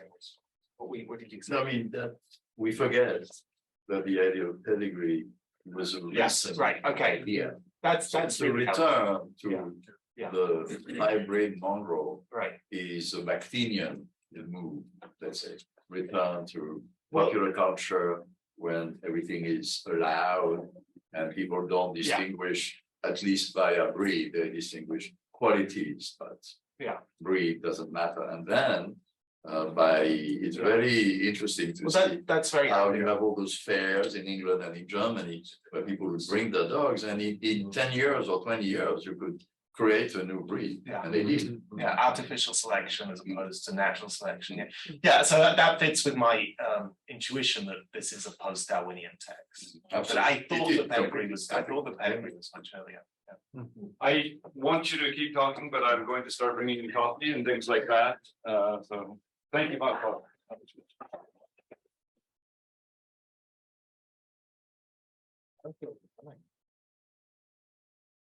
I don't understand what it is from.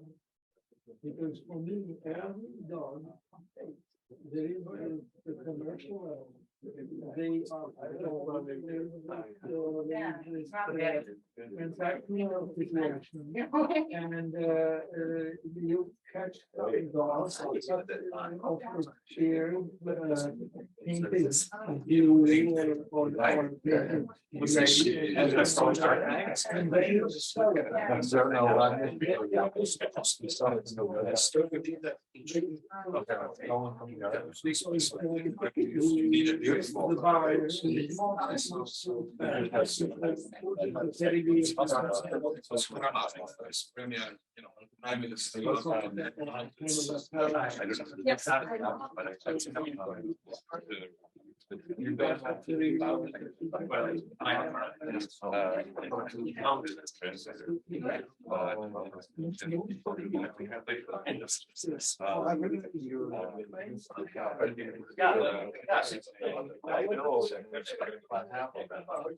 and although the government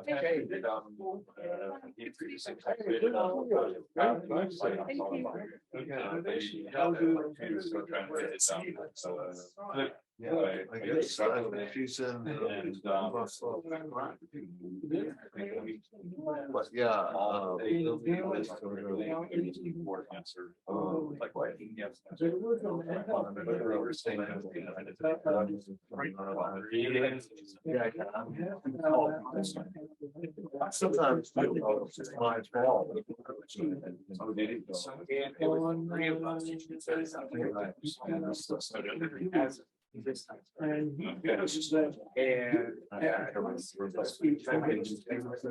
and how about it? Of course, I translation actually. I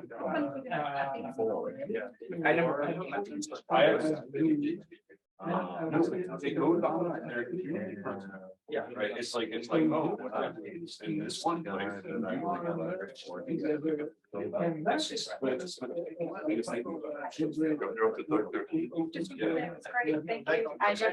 of all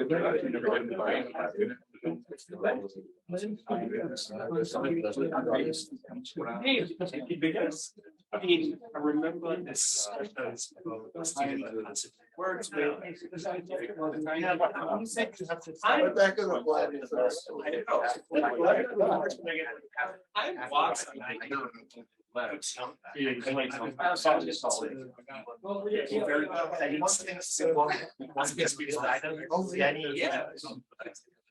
know,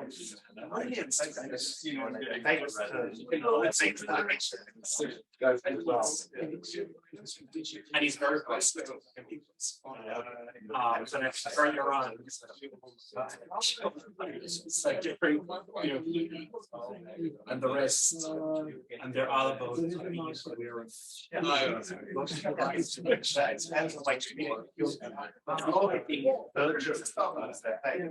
I was you want another dog over time, I you know what I mean? I was able to walk up to the line and make that song.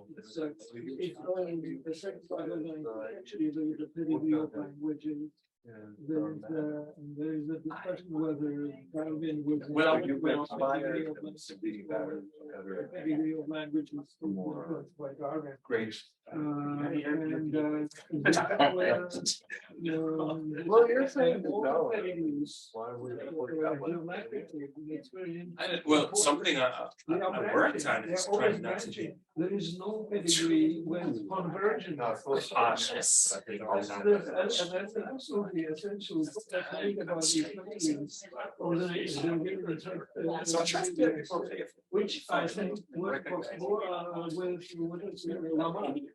Lamarck has done the pedigree. He has networks. These two things are interconnected. So I hope that registered.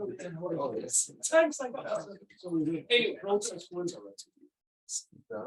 I think it was remarkable. They're not yet required characteristics. I knew of some. Yes. But you got wrong. I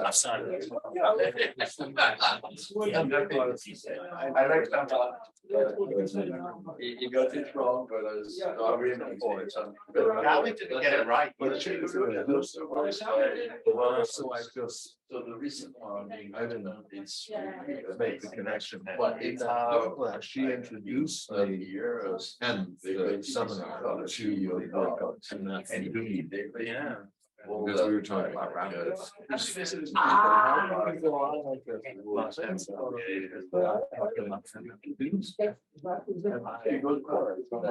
Victoria, so Queen Victoria. You know, that's not a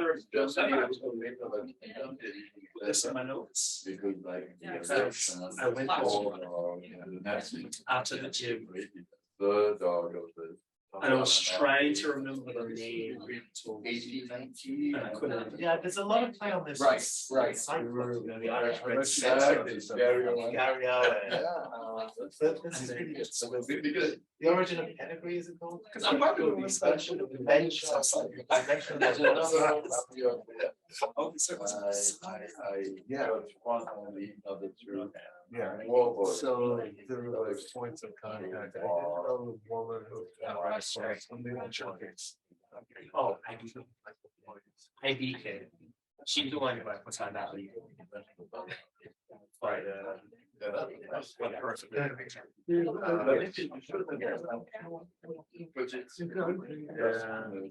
You know, it's actually one of the world.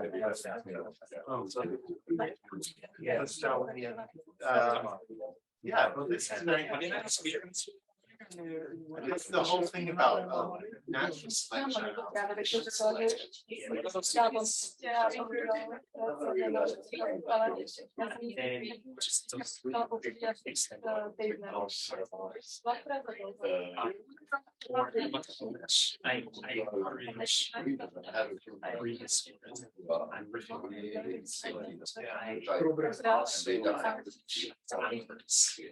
Every 5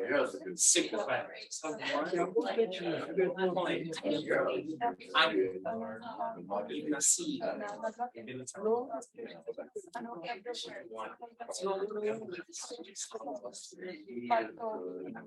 I don't know what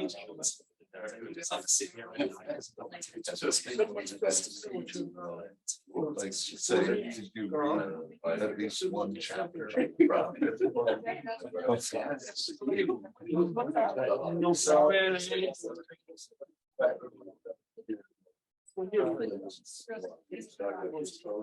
was the ways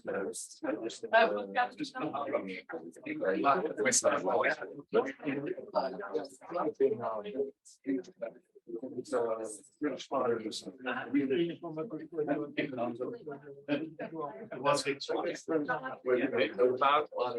I'm sorry, do you know about it?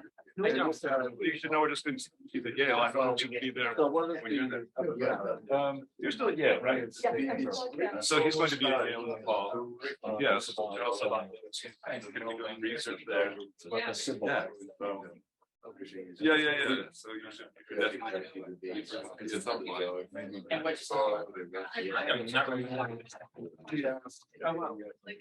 Class, you know, last time you read everything.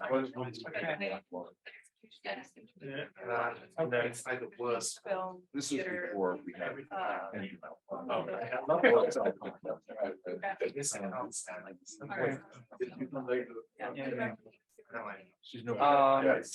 I'm in conflict. I work on Slovak. I mean, I work on. I don't find it funny to work. Most recently, I was working. Working on the Turkish and it's so relevant to the things that I. Yeah. Did you work with agents? Yeah, I've been working. It worked wonders. They came to my. Actually, one thing I'm asking you is connection between the modern Renaissance.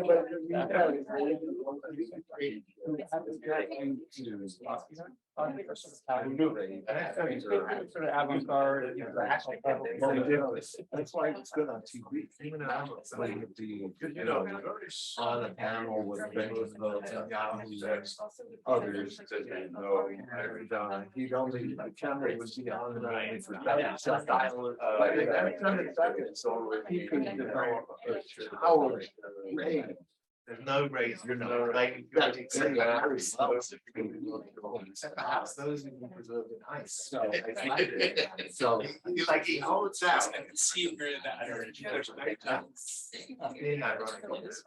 well, you can take some invention. He's probably true, but I have it on stick as well. Makes sense. When it comes to bring about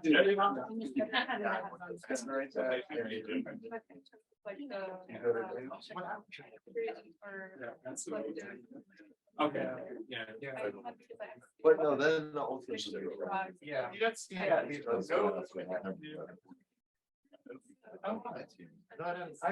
I've actually reading on a, you know, British. I'm actually working with one of them. It's the big gun. It's kind of like that kind of thing. The near zero option. Yeah, it was. That makes sense.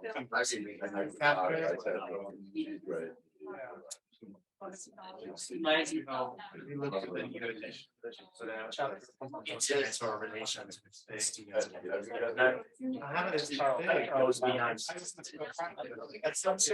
I arrived at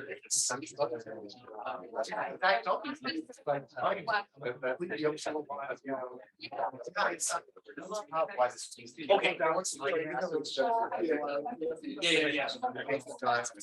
Okay, you're I also forgot to raise. Yes. I always think yeah.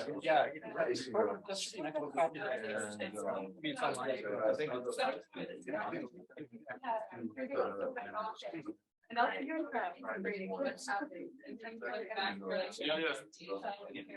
I still you gotta do what you gotta do. Okay. All right, I'll see you at the next thing. Yeah. So far there are. I spy. What do you do if you recognize that one of the mistakes was I would wonder your non-descriptive. Well, actually, I would talk about that straight. Yeah, I just didn't get great. I read something. Our access to the dark web and provide all of us.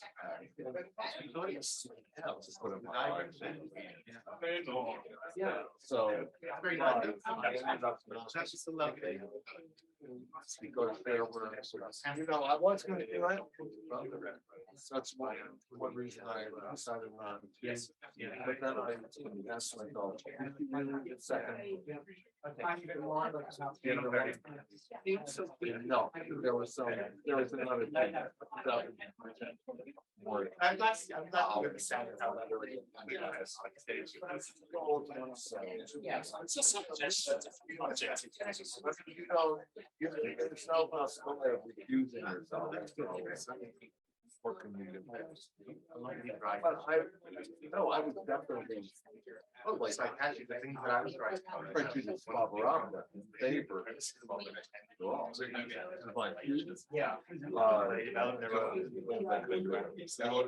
But yeah, well, no, this one. And I took it whatever you can communication and masters whether music, the show around it comes too low. And so when I was reading this, I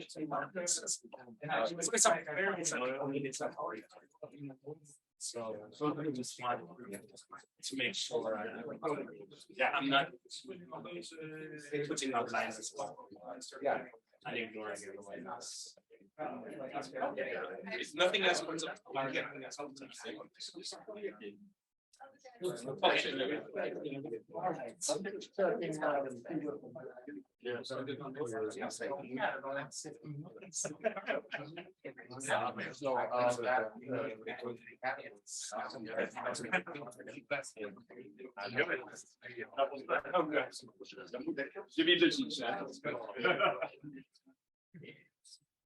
Thanks.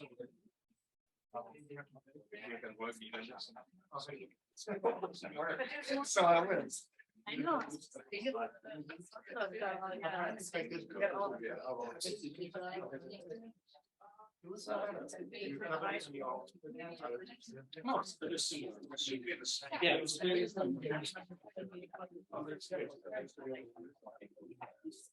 And even from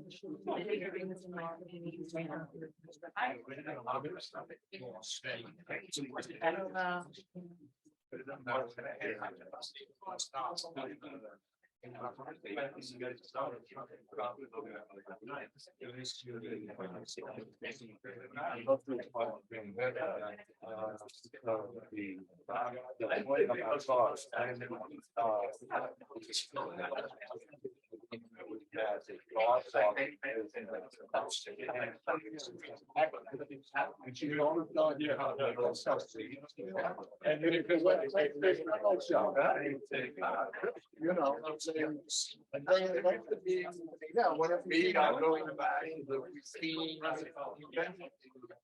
Yeah, so I'm gonna report now. You brought that up. Report to the radical.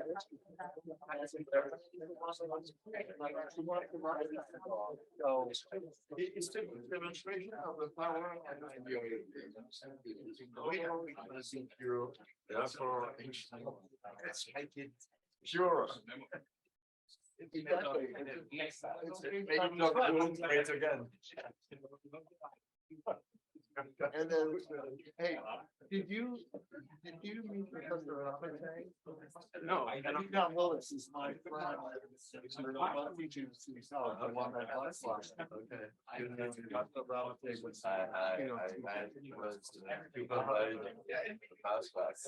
really a long time ago. Was he as dissident back then? Was he as rebellious? No. No.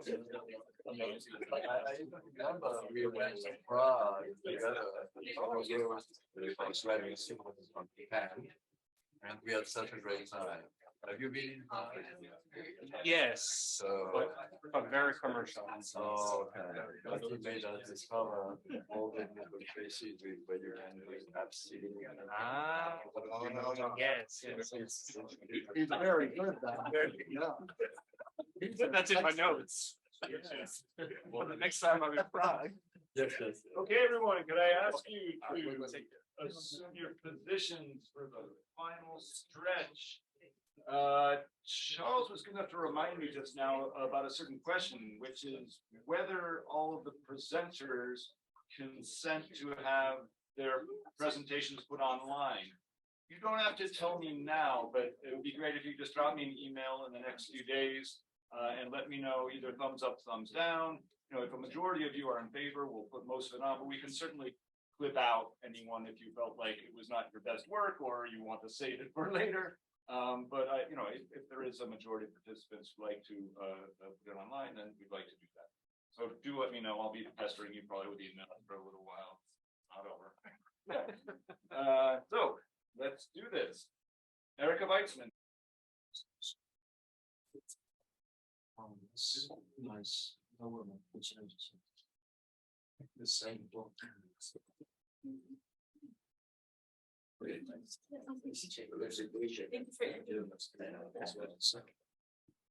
That's the more interesting.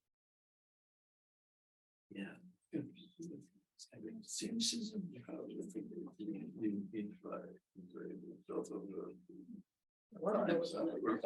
she's really very much working hard in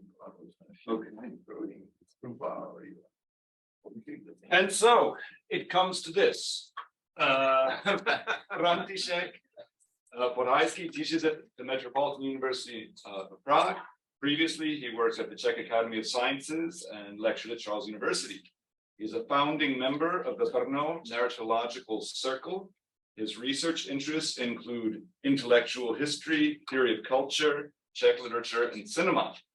He edited the collective monographs Julek Fučík Věčně živý, that is Julius Fučík Forever, 2012, which explains some of his earlier comments, and Fikce Jaroslava Haška, Jaroslav Hašek's fictions from 2016. He has contributed inter alia to the volumes Truth and Fiction, Conspiracy Theories in Eastern European Culture and Literature from 2020, and Slovník literárně-vědného strukturalismu, a dictionary of literary structuralism, it's harder in English, 2018.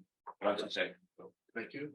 I will begin with concluding the next paper. Thank you for that.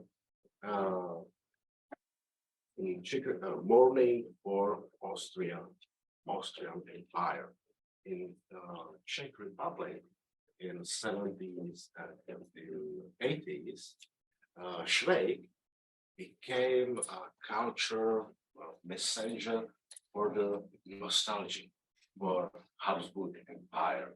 So if you come from this historical context, it should be this connection, but I think it's far away from the original novel. To begin, I want to say a big thank you because I'm concluding this event. Big thank you for Chris and Harriman Institute for the organizing. Because Václav gave me the credit for the starting idea, I think I discussed it with Peter Steiner, so he is the godfather. And now I will start with my short presentation. I have a long obsession or fixation to contextualize Hašek's novel and his work.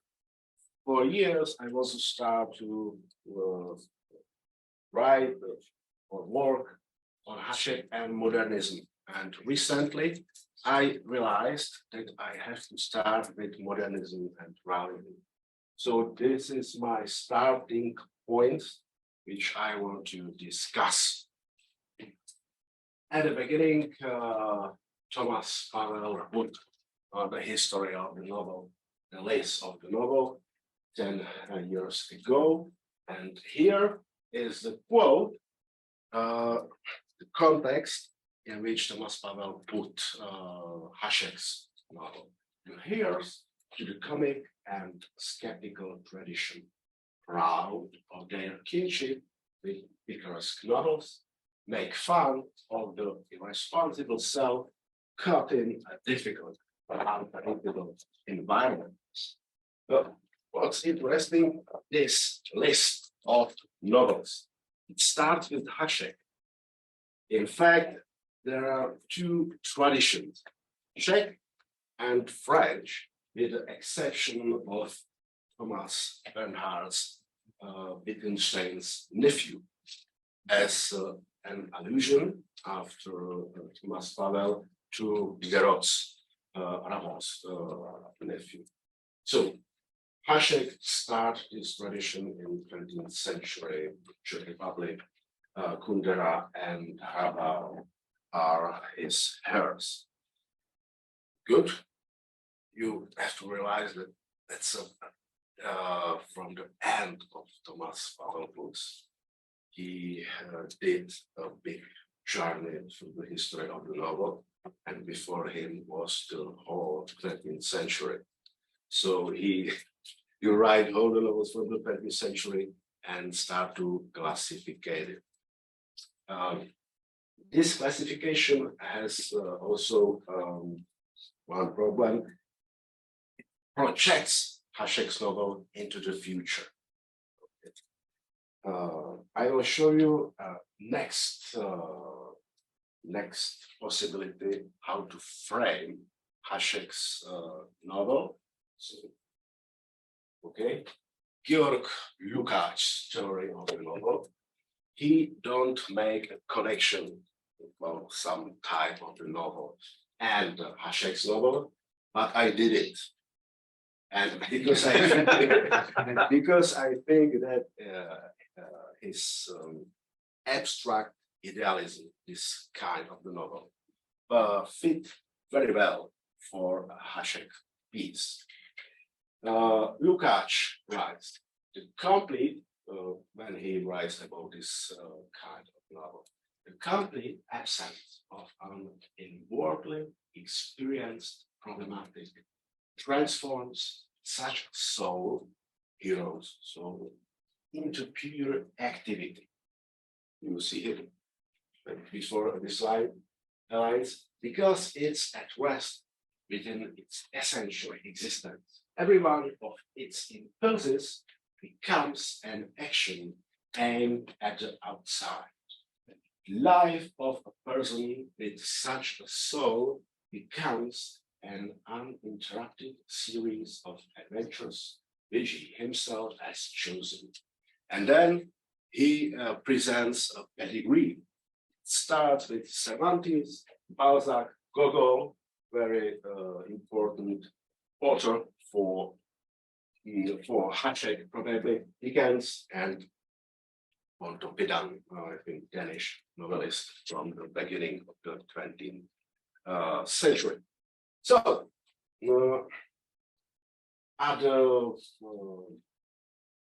it's a very good framing, but it looks to the beginning, to the starting point from Cervantes. So, future or say the roots of the genre. My way is going into the middle. So, in the time to the time when Hašek wrote his novel. So I will look at his generation, modernist generation, born about 1870s, 1880s.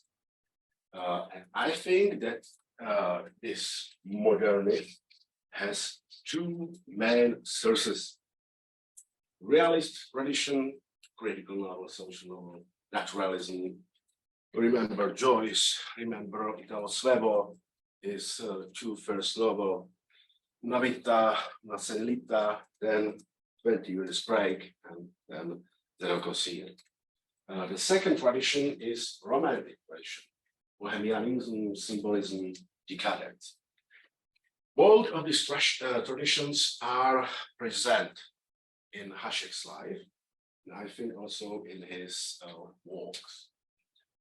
And I think that's my hypothesis, or that's a small thesis discussion, that modernism is hybrid or mix or a composite from these two traditions.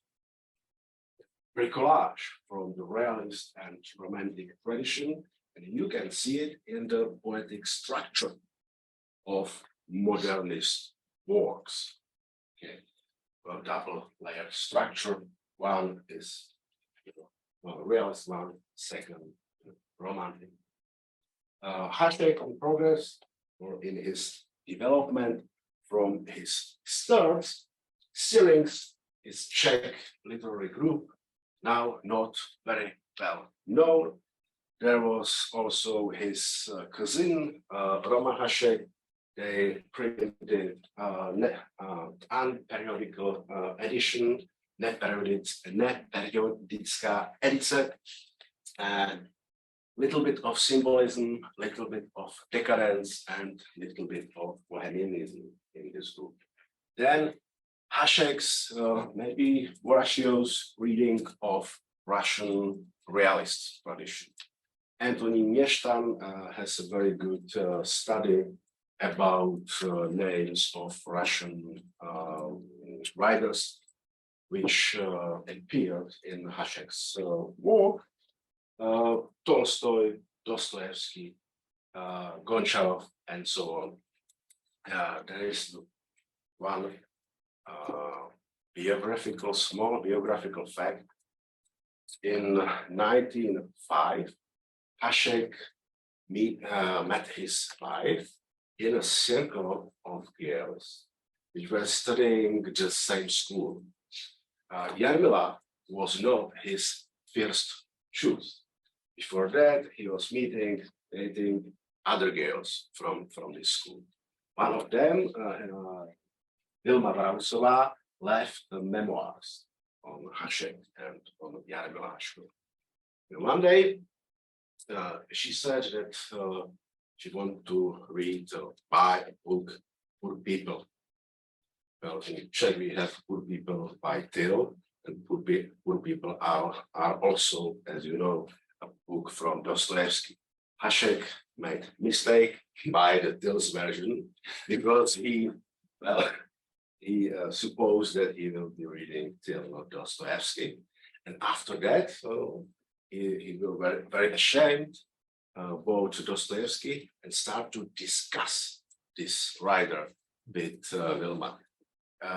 She was very surprised. She has afraid of some parody or some comics remarks on me or Dostoevsky. And she said that for the first time, he made no jokes. He discussed this girl Dostoevsky and his novel People and his work. So just a small biographical fact. And Jakub Arbes, Czech writer, Hašek knew him personally from the past. Jakub Arbes is in some of his stories and also in the history of the party of the moderate progress in the balance. Yeah. Yeah. Right. So it's just historical connections. Okay. This is an insert. Richard Hašek said yesterday that there should be a humor. To be this is an insert, some interview, two quotes from his short story, Mezi Bibliophilia. I think Hašek maybe if he will be still alive, he will make jokes about our conference. This is, I will show you why. Because he dislikes the fetishizing of literature. Because he thinks that literature is strongly connected with the real life. The literature should help you, give you something real, so on. There is one quote in which he said, there was a time when I read a great deal. I have read the Three Musketeers, The Mask of Love, The Hound of the Baskervilles, and other novels. I was very interested in the reading, and so, for instance, I could not wait to see whether Countess Lona would marry Richard the Dwarf, who for her sake had become the murderer of his own father, who had shot her fiancé, Uncle Joseph. Yes, I read it, but today, I'm not reading too much. I don't care anymore.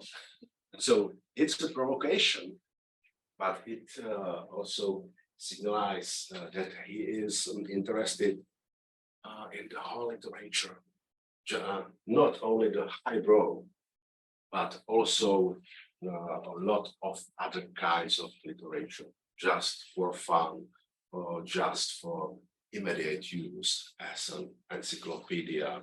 Václav wrote about it a lot. There is another quote from this short story. I'm waiting here, which is already so long because it was never been translated in English. And I think it should be. So I took 4 cookies. Every lover of literature has 2 cookies, but Hašek or the narrator came and I took 4 cookies from the bowl. Lady was sad, start to talk about the elective affinities, and then literary historians, the opposite, me ask the question, do you know the whole of Goethe? From head to toe, I replied bravely. He wears yellow shoes and brown hat on his head. Is the supervisor of the food stacks and lives in Harriman's castle. So that's the on this joke. That's the whole the story. It's very funny short story. I love it. But I am showing you because Vyběravé příbuznosti, one of the Czech titles of the elective affinities. In the year, but for the first time in the year 1912, this Goethe's novel was translated into Czech for the first time under the title Vyběravé příbuznosti. So this short story is an evidence that Hašek was looking in this year 1912 for a new translated books in the highbrow level. So still in this year. So back to my main argument. Now I will slice Hašek's novel on more levels. I will start with the main plot. We were discussing it yesterday after Bohumir's paper. There are, after my opinion, there is the historical line is the main part of the master plot of the novel. Also, I want to just remember 2 papers from Antonín Měšťan. First he said the layer of accurately stated or only partially adapted realia is very strong, stronger than not only the ordinary reader, but often also the literary scholar is aware of. So that's the level of realia. That's the reason why we have some encyclopedias of facts about this novel in Czech and so on. And second one, the chronology of the Good Soldier. Another study by Měšťan.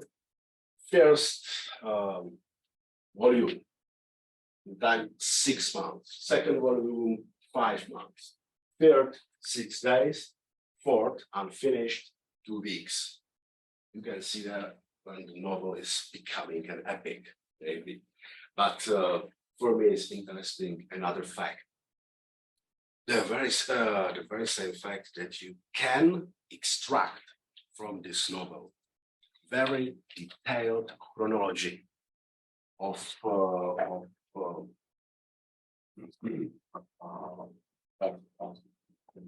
so fabula.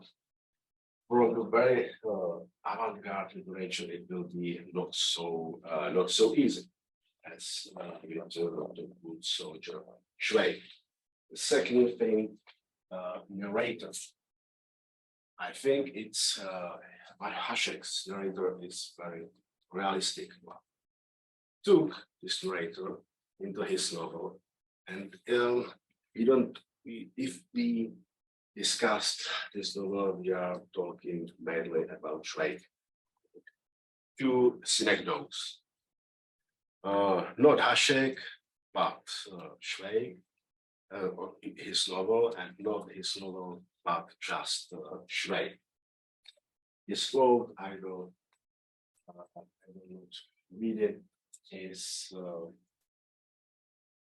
one type of narrator's speeches, just inform, give you some information, okay? Diet, aspirin, kidney, glycerin, and so on. That's one type of his interruption of Švejk's situation and jokes. Another guy. And somewhere from the dim edges of history, the true dawn upon Europe that the moral would obliterate the plans of today. It's a concluding passage of chapter 5, the first volume. I took these examples only from the first volume, and I'm using Cecil Perrot's translation. So, classic concluding remarks. Maybe you can find it in Dickens and Balzac also. And another, now is switching to the bohemian style. Even the dying consumptive who was shedding tuberculosis joined in the laughter. So smál se dokonce i umírající, jak se to říká,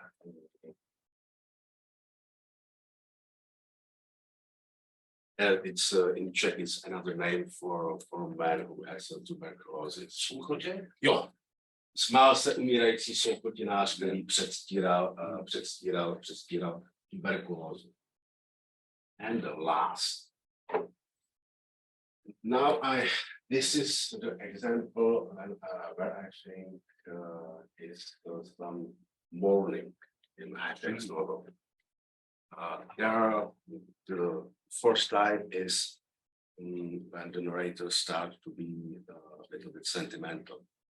It's these passages you can find in the novel. It's not everywhere, but they have a very very strong effect. Particularly fine was a photograph from Serbia of a whole family strung up. A small boy and his father and mother. Two soldiers with bayonets were guarding the tree, and an officer stood victoriously in the foreground smoking a cigarette. On the other side, in the background, field kitchen could be seen in full operation. So, image of the war. Fine and victoriously, just only two words in which Hašek's narrator is in some way subjectified. That's the narrator. Hero and the company. Jarno Hašková, his wife, wrote a lot of pieces in which he memorized Hašek's work. This one, Hašková Pravda, Hašek's True, came out in Fučík's Man in 1927. And in this piece, maybe you can feel Fučík's hand behind it. He remember how Hašek's work with social types and write about them, put them into his works. He remembered that he talked with much people in streets and in pubs to study them. The well-known realist practice to study social environment, study social characters, and put them into the literature. There is a list of some types from the novel, just for your imagination. Katz, Lukáš, Marek, and Dub, if I remember correctly, four from the novel, which are playing games in Švejk. Maybe you Hanna Ari-Geifman was the first who wrote about playfulness in the Good Soldier Švejk in the 80s. And one part of Harris' argument is that Švejk has some special cooperators inside the novel. Four of them, of course, Lukáš, Marek is another hint for Hašek's love of the New Testament. Everyone is thinking if he will finish the book in the second part will be also Matouš and Jan. Brešlenka, Palevec, Mrs. Vodička, Baron Bigler, etc. It's a just list for your imagination. Look, just think about it, how different they are, and how precisely they are created. Because I think if you read a novel, you remember that you can say a few facts. Oh, I will not try. You have to go to the pub. But but I try this test and then tell me if it passed. Situation.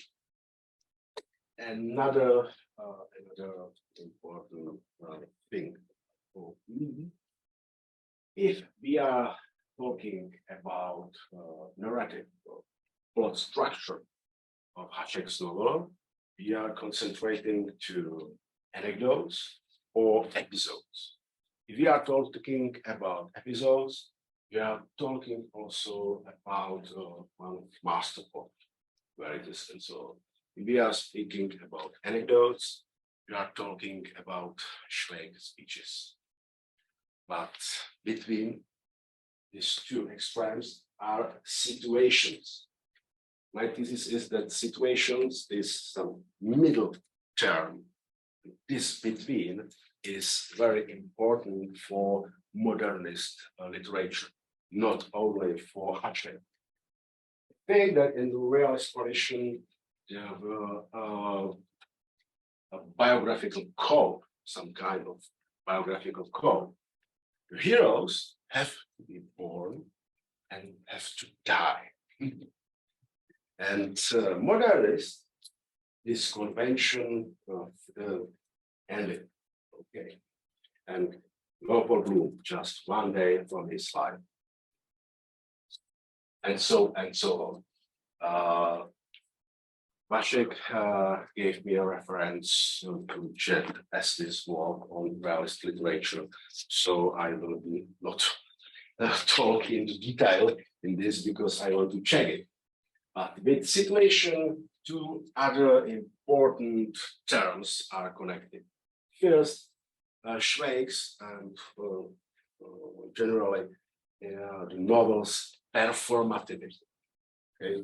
Hannah Regashman wrote about it, so I will not comment it also in detail, but I will stay in the commentary section. So there is one of the Švejk's commentary.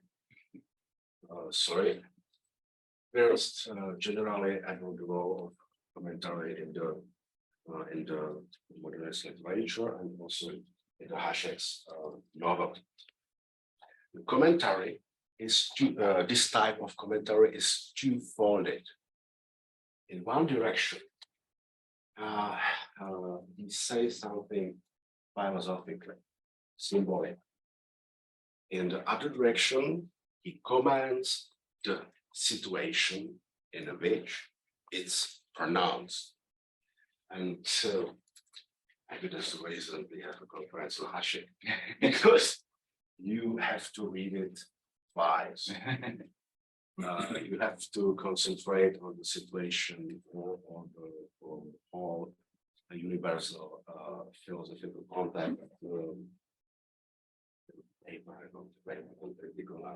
Perfect example, because it's text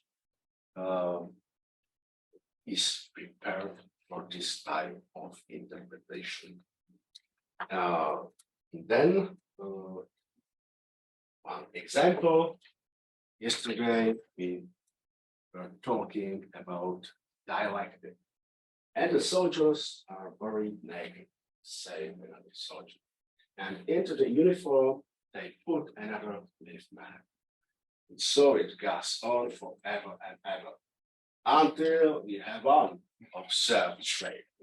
So, this commentary, that's true dialectic. It's from the philosophical point, you have one circle, and then with move of heaven, the war will stop because we will win. Okay, and that's one direction of the interpretation, and the other direction of the interpretation, it's a situation in the barracks when Švejk is speaking to tired and soldiers who have afraid, who doesn't feel any sense of this war even. And Švejk, and that's a typical vice in the novel, is offering to his company a different perspective. Why? To relief. So if we were speaking about that the joke is on the expense, I don't think so, because in one direction, it's for the relief of the reader. It's a joke. The reader has to laugh. If you go inside simulated reality of the novel, there is a relief of other perspective for the people which are living on the same ontological level as Švejk. So, my final thesis is that Švejk, or the novel Good Soldier Švejk, is double-layered as each modernist piece, and that's my starting point for the next work. Now, could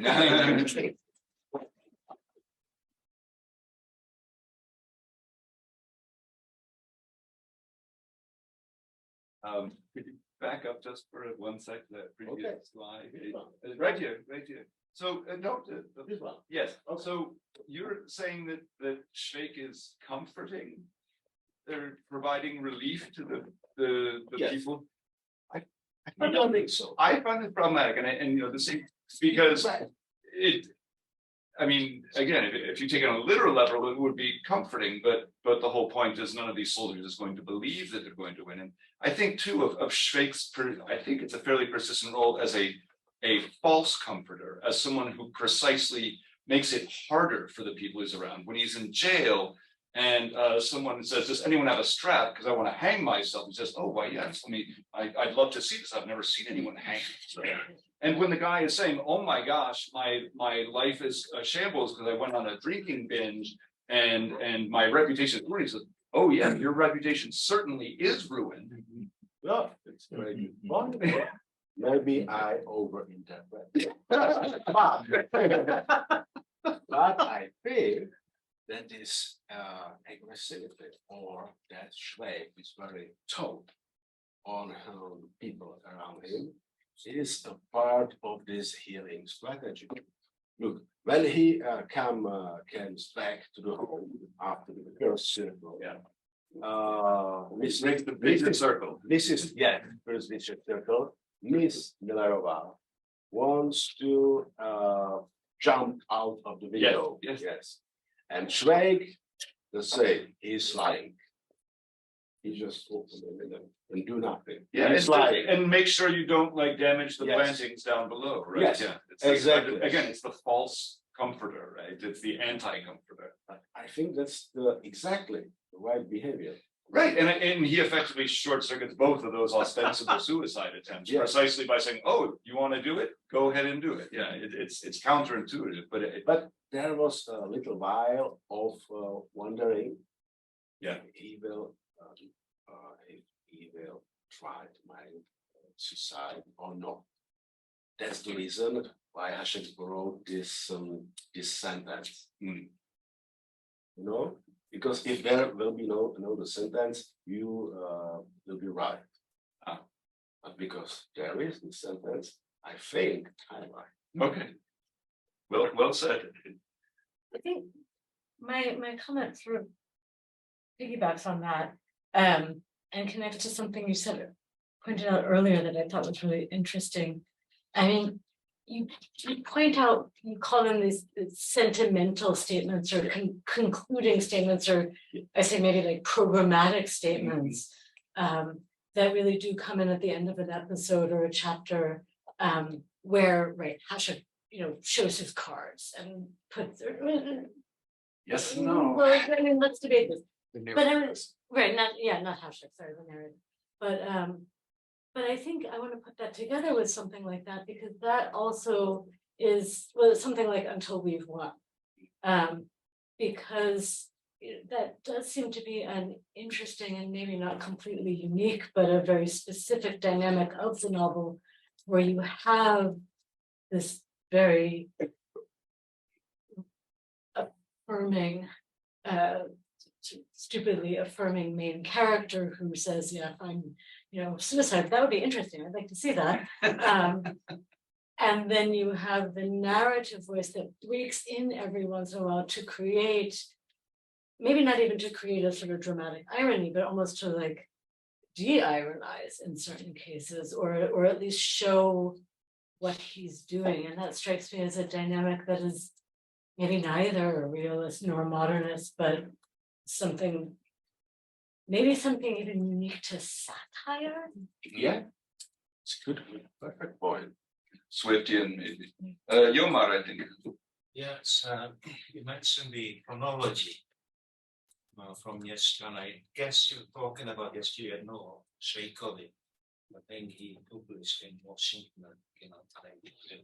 Thank you for the reference. I don't. I just have a few comments on that one. The chronology in Švejk is sometimes pretty consistent.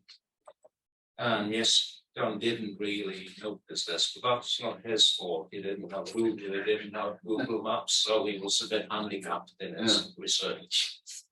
But I'll give a few examples of how this falls apart. On the 20th of December 1914, Švejk wrote a letter to explain that Mr. Mendler, the book trader, his wife had to go back home. Around this time, 20th of December, there was also mention of General Kuzmanek, Kriel do Kieva. But this couldn't have happened in December, because General Kuzmanek was the commander of Przemysl, and Przemysl fell to the Russians on the 22nd of March. So there's a whole sequence there that's been backdated. And the conversation between Mendler and Lukács, it has elements from actual historical events that took place at the end of March 1915. Thank you. I was working with Anthony Mieszczan's papers on realia, the novel, and chronology, the novel from the 80s. And example you are talking about is in the study about realias in the novel. Because it's there, he was comparing realia in the novel and in the actual history. But the chronology of the novel is emerging from the novel itself. So if you compare it to the reality, it's a mistake, but the chronology of the novel is not touched by this mistake. If you know the chronology, it has its inner logic. Okay? If you have a bad chronology, you have to destroy this inner logic of the novel. I don't think Mieszczan actually noticed, because he sort of seemed to be dated. It was date by date by date by date, and he didn't notice the contradictions. And in Przemysl again, he concludes that Švejk arrived on 26th of June 1915. remained until the 3rd of June, actually at the time when Przemysl was still on Russian hands. So there couldn't have been any general thing in Przemysl at the time. But these those are little leaders are quite interesting. Okay. So then I really like this thing that you're sort of getting to at the end here about the problem of Švejk in this, but also how he relates not only to the people in the text itself, but also to us as the reader. And I think there's this interesting way in which he is he actually defeats any moments of pathos.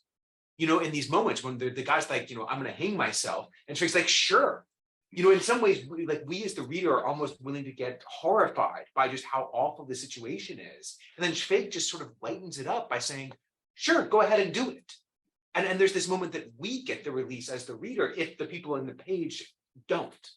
And so I think there's something kind of interesting going on here about the way in which we as observers, our observations of the text are changed by the way that Švejk works in this. Or even in this, the other one, Until We Win, is another great example of this, because the truth is that this is a war machine that is just absolutely terrifyingly violent and mechanistic and horrible. And yet Švejk just allows us this moment to laugh at it. And in a weird way, he is doing the opposite of what, say, a satir does, of telling us the truth that we don't want to hear. In some ways, he's actually reminding us of the lie. Yeah, exactly. You know, and there's something very strange about that moment, about that reminding us of the lie itself. And I wonder if this is something that's sort of different in what's going on with the narrator versus the way that Švejk works on us. Because again, they're kind of approaching us in really different ways. So I wonder how this kind of fits into your sort of larger rubric here. I think you are right, and you and Chris are pointing to one question which I erased from my discussion.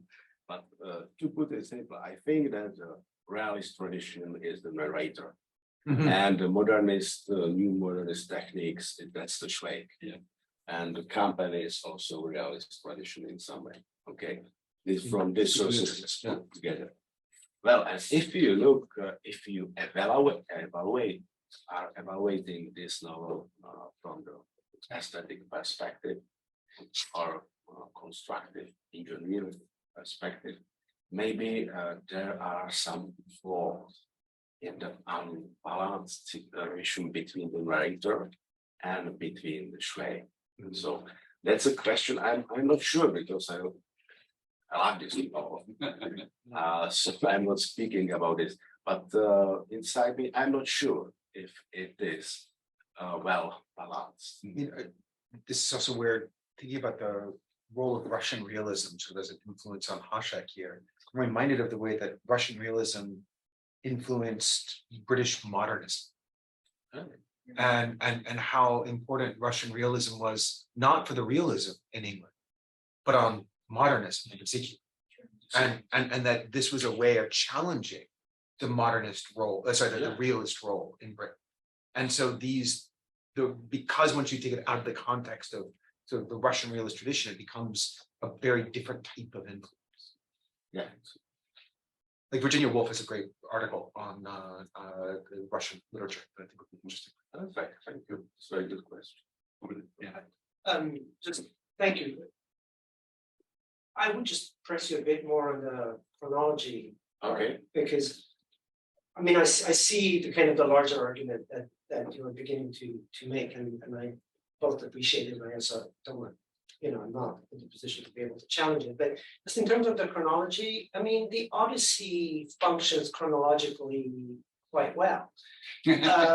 So I would say that maybe there's kind of, you probably would need to kind of separate what is like part of the epic tradition overall, and then what are the kind of the realist and the modernist elements. But there are a bunch of things that you grouped as kind of the classic part of the classic realist tradition. But you are absolutely right. I just took two examples from Nishjan because I am there, but I was not sure about the biographical code. before because I don't know as this word. So I take it the chronology before the biographical goal. So you're absolutely right. I think I just took two examples and possibly made a mistake. Very quick, I just wanted to add to what Daniel has said, the same applies to German literature. Thomas Mann also writes. Of course. Yeah. And finally. It doesn't have to be finally, it's not even, again, it's not such a question, it's more of a restating of some of the things that have been said. Maybe especially Erica's insight just now that it's not really irony, it's often de-ironizing. I think the double reading is key, right? There's something about Švejk which is eminently rereadable. And rereadable as other classic texts are rereadable. It's different every time you read it. It's not boring when you reread it, which is kind of really interesting because it's so straightforward in some ways. Some books are rereadable because they're full of puns, like double entendres, right? Joyce is like Finnegan's Wake is full of double entendres. So every time you you get a different sense from the thing that you're reading. That's not true in Hašek. There are very few puns. And what you get is more something like, at least in my view, and it's like de-ironizing it, what you get is more like a single entendre very often.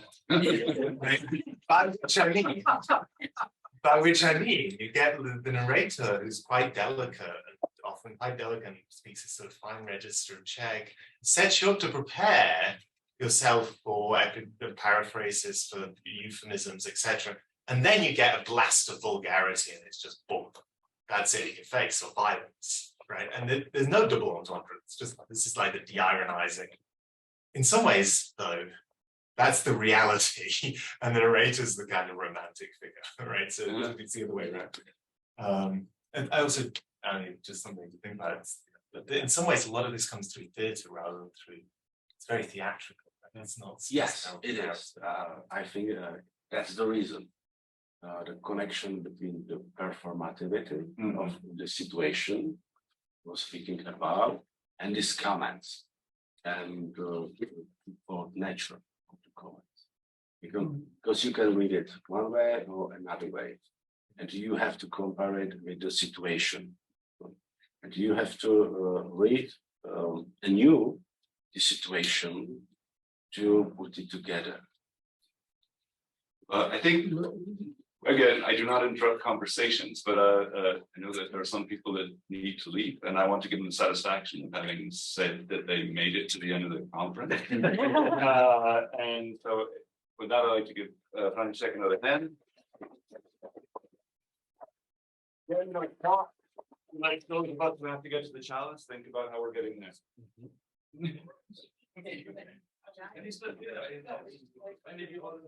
I ordered early. I ordered for 6. So I took the last you're not gonna go.